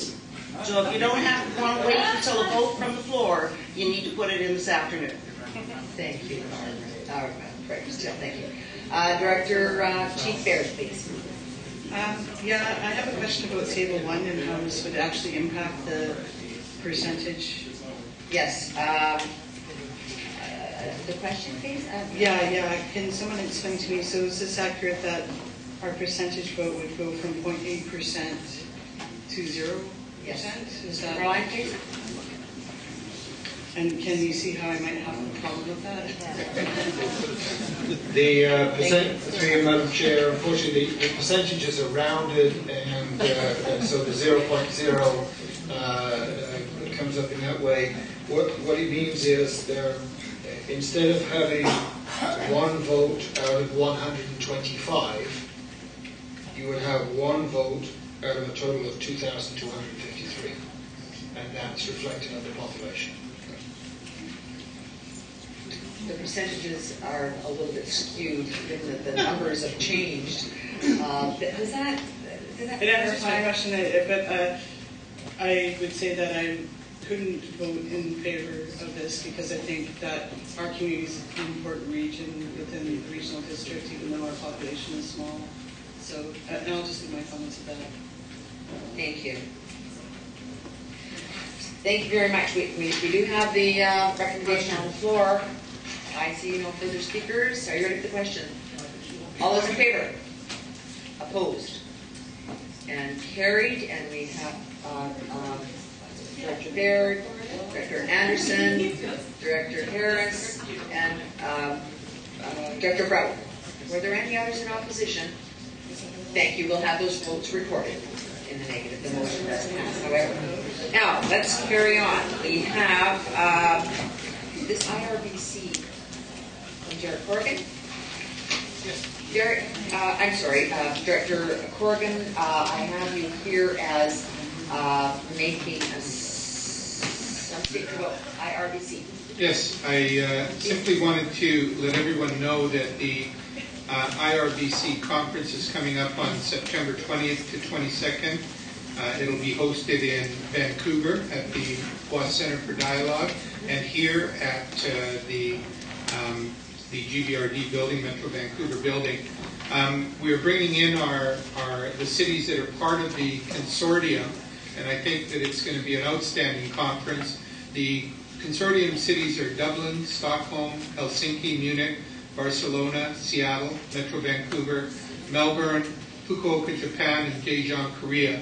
And the observers that are coming in are Cape Town, Glasgow, and Singapore. The International Benchmarking Consortium was formulated by Seattle and some partners to ensure that there was a comparative group that could look at each other for benchmarking advances in their communities, to be able to look at other successful communities and to aspire to accomplish the same things they've accomplished. We in Metro Vancouver, unlike some of the others that have been high-tech creativity conferences, we're meat and potatoes. We're talking about water, waste, and energy. And so we're going to be discussing advances here in our community. We'll be taking them to the Anasis Learning Academy. We'll be taking them to the new district energy facility in North Van, Capilano, Seymour Water Filtration Plant. Some of the great projects that have really been emblematic of our commitment to infrastructure here in Metro Vancouver. It'll be a wonderful opportunity to meet people with expertise from around the world, both politicians and senior staff. And what we're hoping is that these relationships help to build relationships that continue on after this consortium, so that you have people you can talk to who likely are facing the same kind of problems and who can tell you what kind of solutions they've found in their communities. I haven't visited all of these places in the world, but I did go to Barcelona. It was absolutely outstanding. We learned so much in Barcelona. Seattle, when I attended, was tremendous, and I know that Director Masato attended Fukuoka, Japan. The partnerships are something very, very special, and I hope we can build those partnerships over the years. It's nice to be able to compare yourself with cities of this quality, and when you make those benchmarking comparisons, you know that you are trying to attain the highest standards possible. So to me, it's one of those few opportunities for us to be able to sit down with our peer group and ask ourselves, are we meeting their standards of excellence? Thank you very much. So everyone should mark their calendars for that time period. And thank you very much, Director Corrigan. Could I have a motion to receive the verbal update, please? Thank you. Any discussion? All those in favor? Opposed and carried. And Director Steele, from UPCM, did you want to add anything further? Director Steele? No, that was the only comment is the people from GBRD, the Metro Vancouver Board Meeting, will be voted by Metro Vancouver people, so we need to make sure people are there. And just if they don't want to wait to be elected by the board, they need to get their submission in this afternoon. Thank you. Appreciate that. Once again, can I have a motion to receive the verbal update? Thank you. We have a seconder? All those in favor? Opposed and carried. And if we could have a motion to close, please. Thank you. Seconder, all those in favor? I'm sorry?